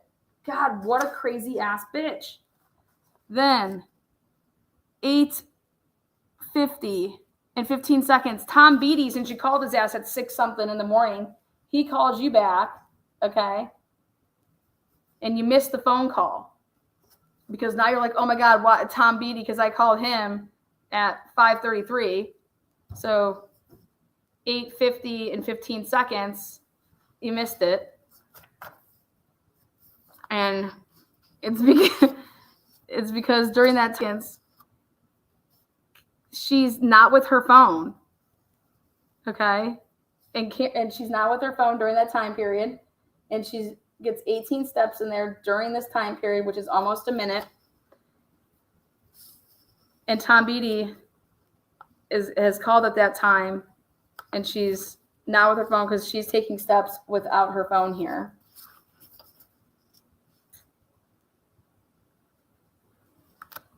Okay, so then after the Tom Beatty missed call, then it would be 9 minutes outgoing. And this is to Lank. Outgoing to Lank with 13 seconds These were all deleted. So now Lank's 13 seconds, and she claims that she called Officer Lank from her cell phone number. And I'm telling you guys, she did not. They were using her phone, okay? Because at 8:59,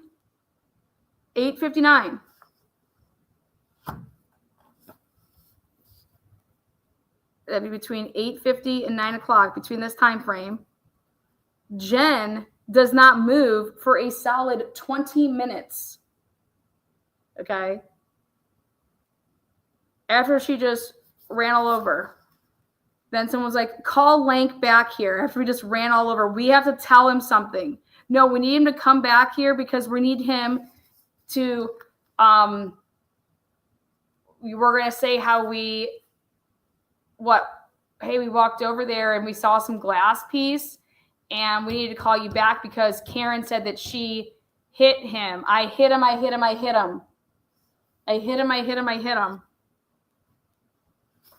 Right? But this phone call to Officer Lank is for 13 seconds. And she claims that she got the number from Julie Albert. Julie Albert had it. Okay? You guys.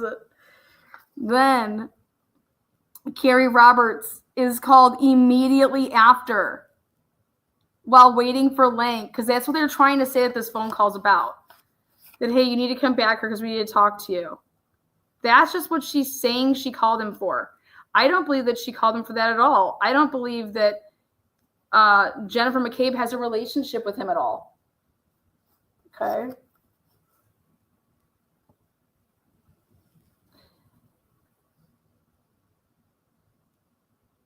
Why would you be using AirPods and your iPhone or your iWatch or your watch to call somebody? Why? I hope, you guys, she cannot say this now. Sherry, she's already testified. She testified to calling him on her phone. They testified to the phone. She's on the phone doing all of this. You cannot go away from trial one. Whatever she testified to, she has to stick with. Okay, there was no use of I was using AirPods and an iWatch. Okay, that will look so sus. And that's what I'm trying to have them show is, yeah, change your story. Or catch these motherfuckers in their tracks. So she's literally, Jen McCabe, I want to see you sprint for 3 seconds, and I want to see how many steps you can cover in 3 seconds. If you were just walking, even at a fast pace, how are you getting 18 steps in? How are you getting in, 12 steps in 3 seconds? I mean, you are flying. What are you doing?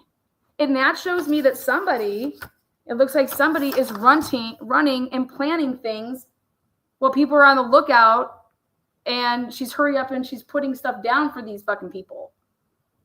She's planting evidence. Jennifer McCabe, I believe, was planting evidence, and that's why her iWatch is doing all this crazy shit, okay, when her phone isn't doing a damn thing. And her phone isn't moving, but yet she's making calls or receiving calls. Get the fuck up out of here. That means your phone would be on you because you have it in your coat pocket. But it's not. Only her watch is registering when she's planting evidence over here. Gotcha. Trial one brain fart. I love Sherry. So let's go back to these calls that she was making or receiving. For whatever reason, they only deleted the calls up to this point, and so they're trying to say, like, these were just the damaging ones they felt, okay? They drug Carrie Roberts in on their shit, and it is what it is. So incoming at 8:59 and 40 seconds, so after Lank. So this is what's crazy, and I think everyone needs to see this. She didn't get off the phone and call Carrie Roberts. Carrie Roberts called her. See? So at 8:59, this is just wild. And 13 seconds, what tells me is that it was an incoming call, but she wasn't clicking over. Because if you add 13 seconds to this, it's putting you right at 8:59 and 47 seconds.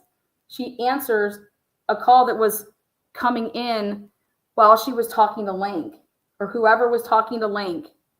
Okay. But then Carrie Roberts' incoming call, they talked for 5 minutes and 28 seconds.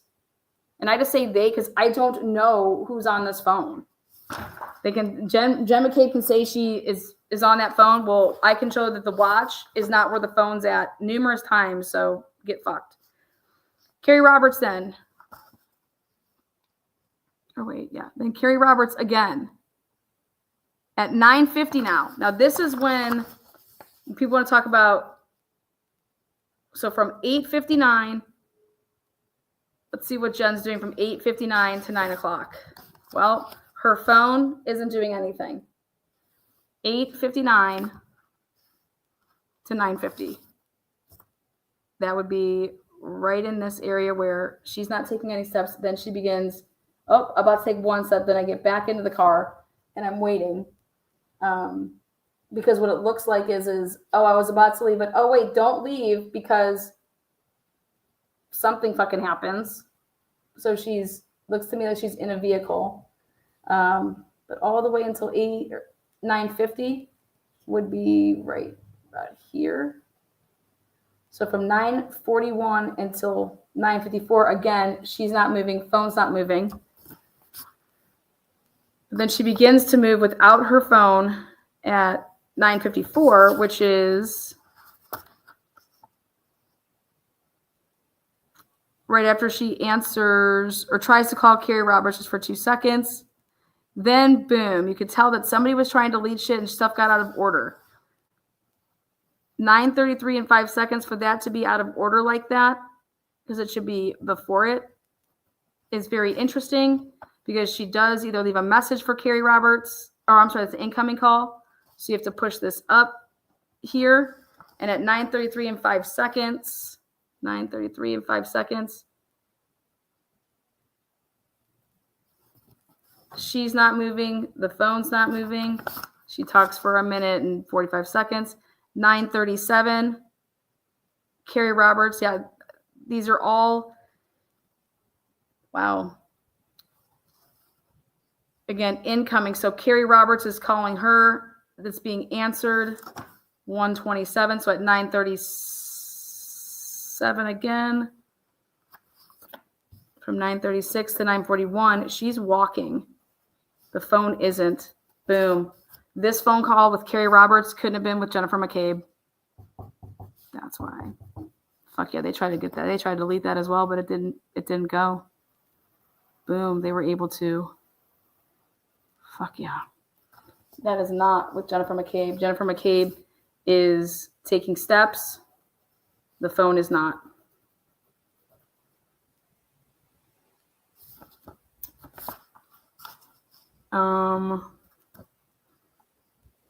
Then 9:54, 10:03, 10:05, 10:06, 10:32. So there's a gap between 10:06 and 10:32. There's a gap here, and they make so. I believe between 9:30. Also, got to put that 9:50. Between 9:50 and 10:40, they could have been talking to Lank. 9:50 to 10:40. I know that Proctor calls here. Let's get that Proctor, that call right there is Proctor, and it's an incoming call from Proctor, and that's at 10:55, and they talk for 1 minute and 18 seconds. That's Proctor, and that's at 10:55. So let's see. She's not. This is where the phone or the cell. This is where the iWatch becomes no more data. And isn't that pretty crazy that it comes between 10:40 and 10:55, and the Proctor calls and then says, "I'll meet you at your house." I believe that she could potentially be already there, but.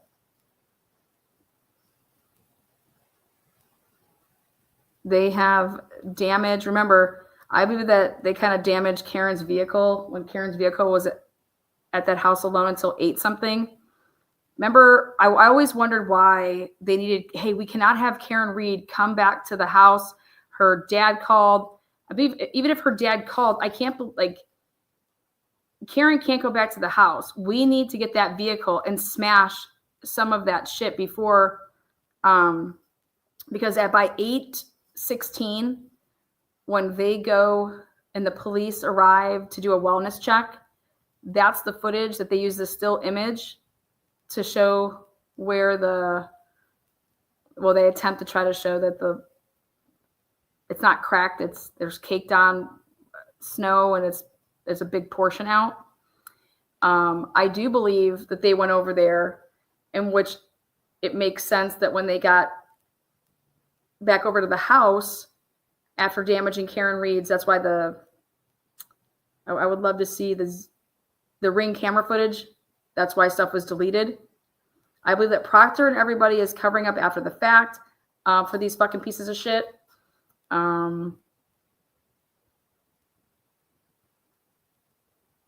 Colleen's like, this is fire. Fuck yeah, it's fire. They're all fucking cocksuckers. But if you go back and you look at her steps and when she's doing all her crazy ass shit, and the phone's not there, and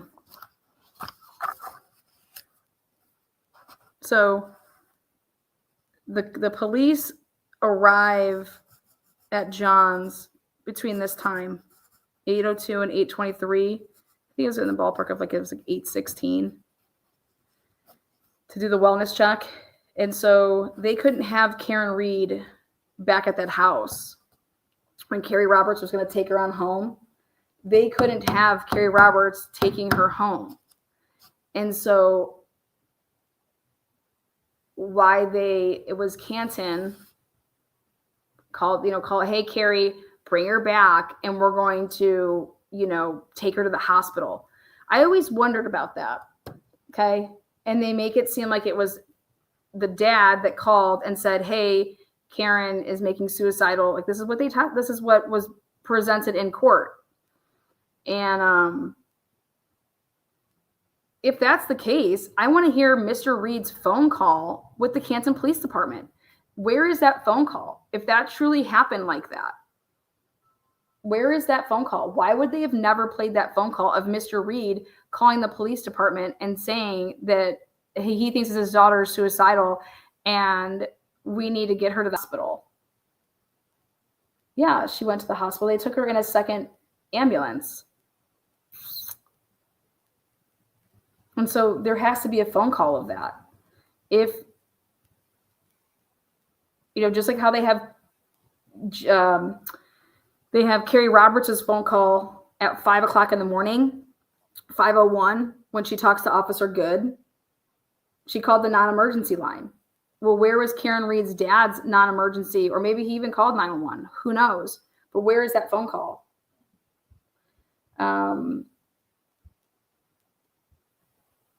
Because what it seems like to me, it was a ploy not to be able to have Karen Reed go back to that house where her vehicle was. They needed her vehicle. The CERT team we need that vehicle. And then we need to get more of it, because if we're only able to get a little bit of it, or what, but I'm saying they already knew that they were going to frame the girl, they need her car. And Higgins and Matt knew that they were going to frame the girl. By the time he Google searched 227's How Long's to Die at 6:22, when all that happened, they knew that they were going to blame Karen Reed at that point. Okay. And so they needed a couple things. They needed that so that they were hoping that Lank and them would, go over there and search and shit. I don't think they did. I think that they were like, hey, we're conflicted out. Like, MSP is going to be coming in now. We were over there. We got, they already took some of their photos from before when they were doing their whole blow-in of whatever, but that was before that they could get anything down with the red tail light. That happened earlier. These people are sick.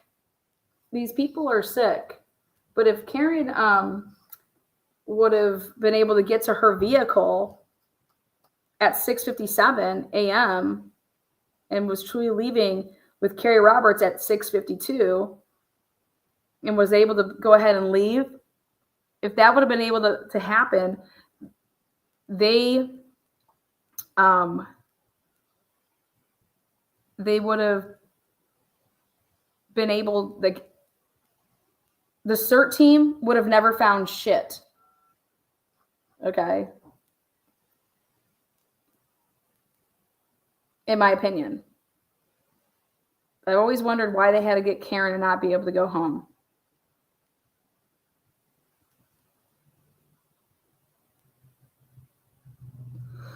So, and then you look at these times, and then here, Dollface, what is she doing here? Wow. After it looks like they would have gotten more material, and Higgins, mind you, he's over there getting to Canton. And guess what Higgins' main thing he had to do? Higgins had to invert the Sallyport video. So he changed the settings of the Sallyport because they knew that they were going to eventually tow that vehicle. And if they can't get to the vehicle to get any pieces, that they're going to have to destroy shit in the Sallyport because they've done it before. So he knew to invert the video. Okay. So the person that set the time, or I'm sorry, that went there to change the settings to invert the video when you're recording, you guys, none of the other stuff was inverted. Like the export video, only the camera inside was, the settings were switched to that. Yes, somebody did that, AKA Higgins did that.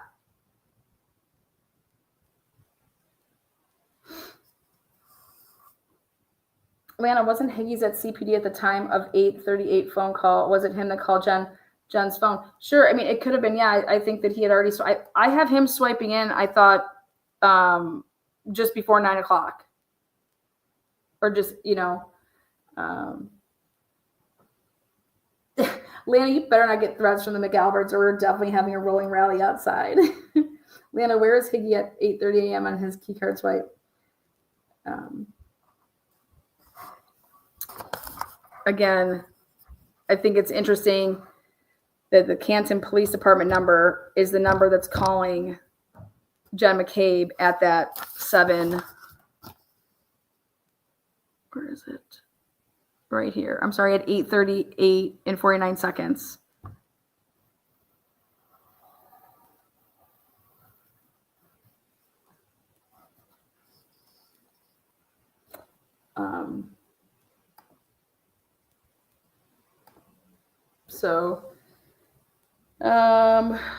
What else I think is interesting about her running around?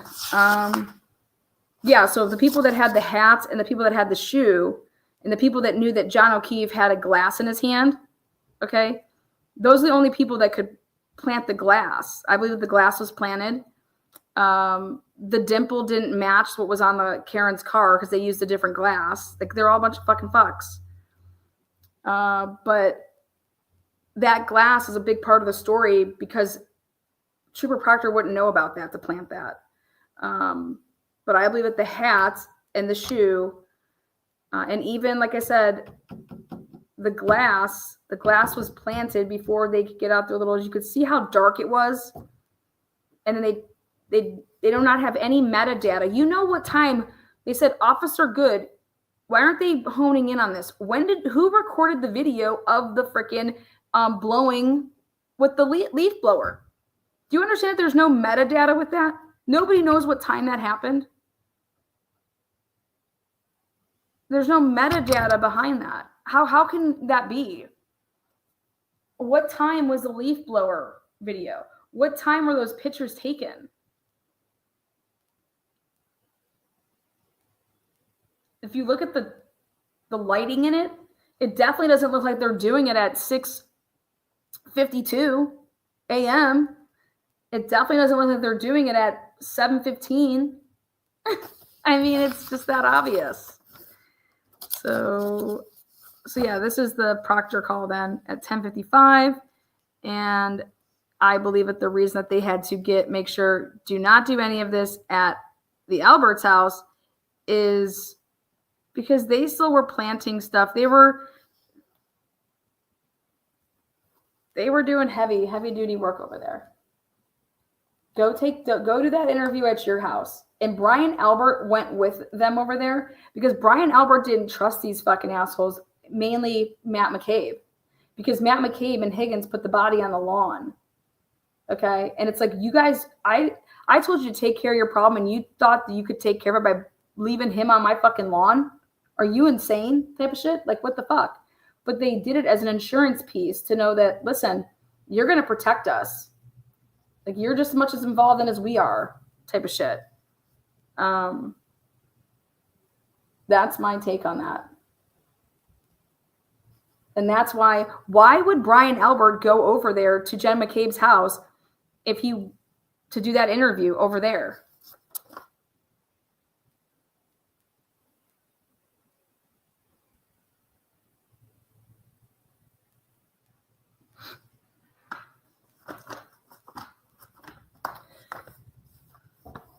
I can't believe they didn't call Berkowitz to the stand in the first trial, knowing that he was sick.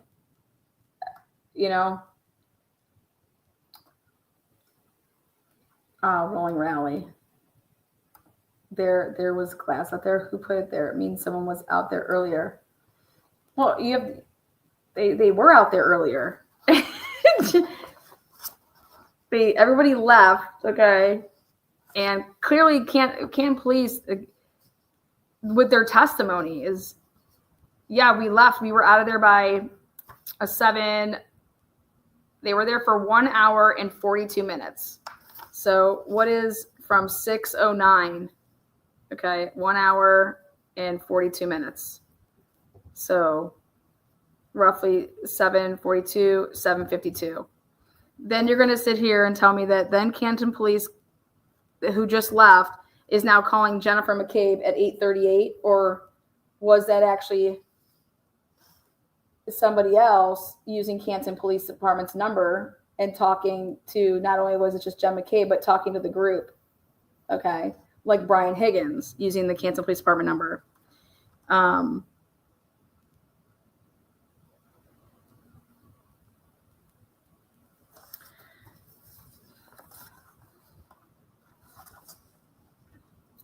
Yeah. Turtle was out there with his megaphone. Fearless. I love it. I love it. Lana, could you do Alley 360? Yep, I'm going to add all of these in. This is my lead up in the month of March to all the data with these lovely characters. But they were using Jen McCabe's phone as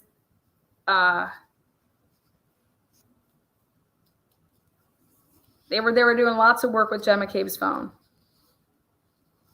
And it even started like that night. She's running around. I mean, it's all lies. It's all lies. But I personally believe that the phone proving that it's moving when the owner isn't at such crucial times, and it's all around house lawn to die. Matt Googled it, and then Matt had to cover it up. Matt's your ID person. Matt's in there, and even she's right. I don't know how to delete this shit. I don't know what the fuck I'm doing. Like, but Matt does. And when she's going upstairs at her sister's house, you guys, the phone should be right there with her. If she made that 6:35 call to her husband, it would have gone up with her, and it doesn't. And it's because she doesn't have her phone. He does, and he was there because they were. I believe that when she realized, wait a second, what the hell happened here? Her literally life flashed before like her eyes when she had gotten there, and she starts thinking and processing stuff, and then Matt shows up, and I think she said to her husband, what the fuck did you guys do? How the fuck is John here? You said he went home whenever, that's why he didn't come back to the party with all of you guys. All this stuff is going through her brain, and she's just like, and then they had to let her in on the whole big fucking Shazam. And she about blew a gasket, but she got quick into, listen, are you going to help us do this? Otherwise, we're all going down. You know, and it was like right then and there, like she had no choice. But that also doesn't mean like I'm only giving her that type of like she either acts now and does all this or we're all going down type of thing. And so she's over here cleaning up and just letting everything be blamed. That's what I think is hilarious, is that Matt is letting the world think that his wife did stuff that he did. She doesn't even know when she Googled it and Alan Jackson asks her, well, what the Google search return? What did it say? You guys, Jen McCabe's a dumbass. If it was her, she would have only Googled it once. But realizing that, okay, it has to be the same thing, that would be somebody in the techie tech world. And that's why it was Googled twice at the 6:22 time.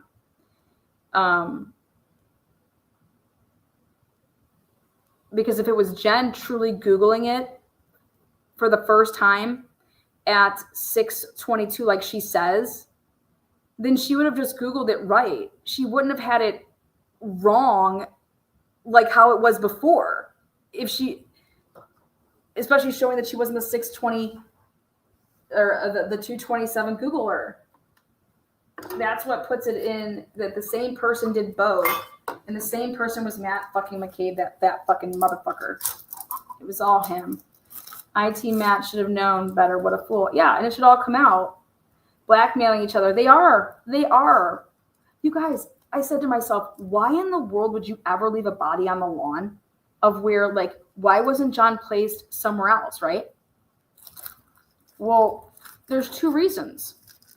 Because the Commonwealth says that's the stupidest, and a lot of the guilters are like, that's the stupidest thing you could ever do. Why would you ever do that? Well, for two reasons.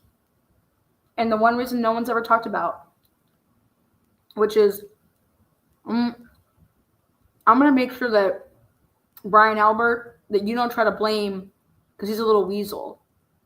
He has no problem fucking in his own mother. Okay? So you think he's going to back you? Friend, family, he don't give a fuck. He fuck his own mother.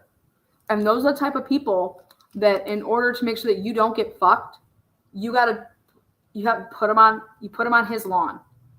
And now, hey, motherfucker, you want to go down? Well, you try to blame us on us, you're going down with us.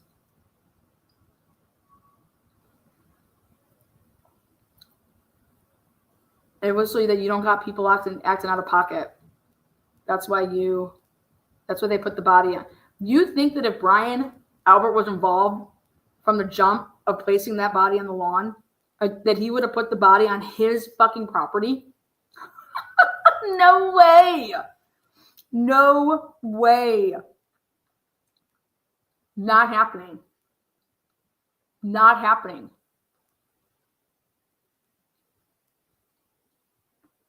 I think Higgins and Matt McCabe put him there.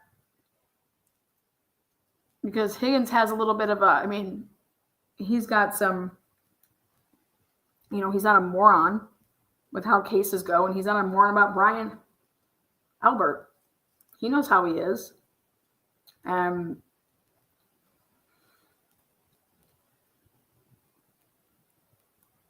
So Matt is a real jerk. Matt is a vagina. Okay, Matt is a walking vagina. I love it. I want Turtle Boy to put a camera in Matt's face and say, why you let the world think that your wife Google searched how long to die? Like, what a man you are.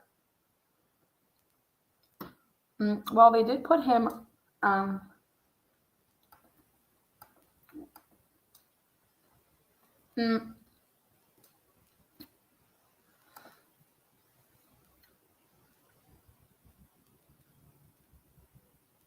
well, I believe that the jury, they came out and told us that they didn't buy Lucky's testimony. And so that was not good. So you got to go back to the drawing board.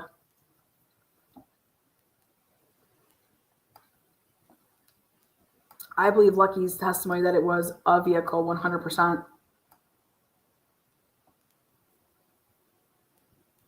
The kids absolutely know what happened. I don't know. I don't know. Frumpster, Julie. You guys, nobody saw a body on the lawn. John O'Keefe was not on the lawn. The way you win this case for Karen Reed is it's very simple. Their witnesses are credible and reliable. He was on the lawn. Now, people that are interested in solving the case, you go about it differently. But to prove Karen Reed's innocence, it's just so simple. He was not on the lawn, period. Every one of their witnesses say that he's not on the lawn. So the Commonwealth's victim is unaccounted for from 12:29 to 6:04 a.m. Discrediting these people that are saying to the world that there was no body on the lawn and they were all coming and going and going and coming. I mean, I wouldn't discredit these people at all. So that's just me.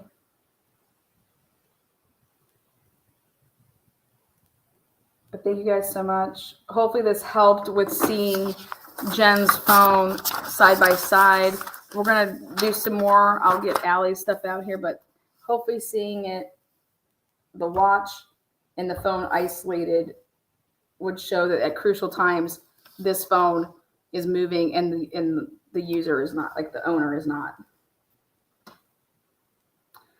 This would all be very simple, but it's not because they are hiding everything. Well, because people are trying to solve the case. It's a very simple case to be acquitted of. It's a very simple case to be acquitted. People are making it difficult when they want to try to like find out who, like John O'Keefe dying. I mean, the data doesn't lie. John gets out of the vehicle at the SUV at 12:21 in some seconds. John's moving around at 12:31, or the phone is at 12:31 in some seconds. Karen Reed is long gone. Okay. So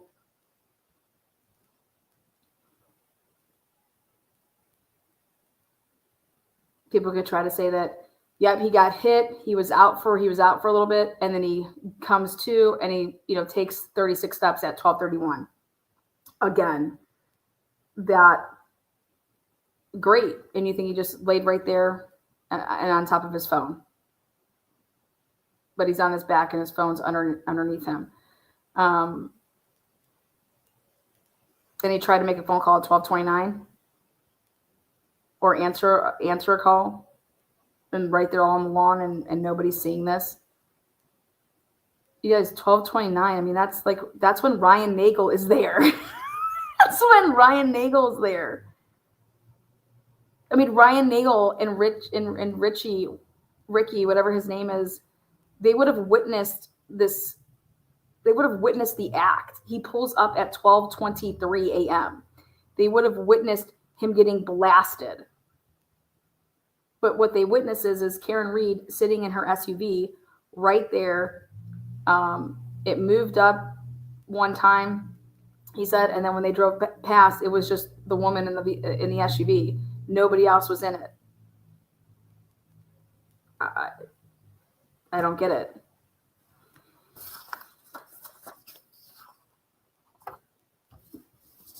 I'll be very curious to see how many questions they ask these witnesses that were inside that home, partying there, coming and going about, because these are supposed to be people that are on the jury that have no idea about the case. And even if you know a little bit about the case, nowhere near to what we know about the case. And when you go back and you watch it from like a I have no idea standpoint, it becomes too much like, okay, Caitlin, Albert, and a homegirl went to school together, track, that was in 2014. It's 2022. I don't think you have to go so far into those little Like, don't lose the jury. I would ask Turtle Boy, hey, can that dude, would he talk to us? Would he meet with us and tell us like all the different things? Like what were you guys truly talking about in that deliberating room? We need to know because we have an innocent woman here and our job is to see to it that she doesn't go to prison for something that she didn't do. I'd be talking to that juror like every day. They'd be on speed dial.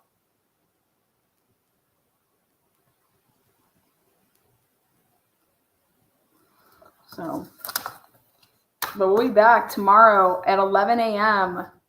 The motion dismissed. I don't believe it's going to get dismissed. And that's that.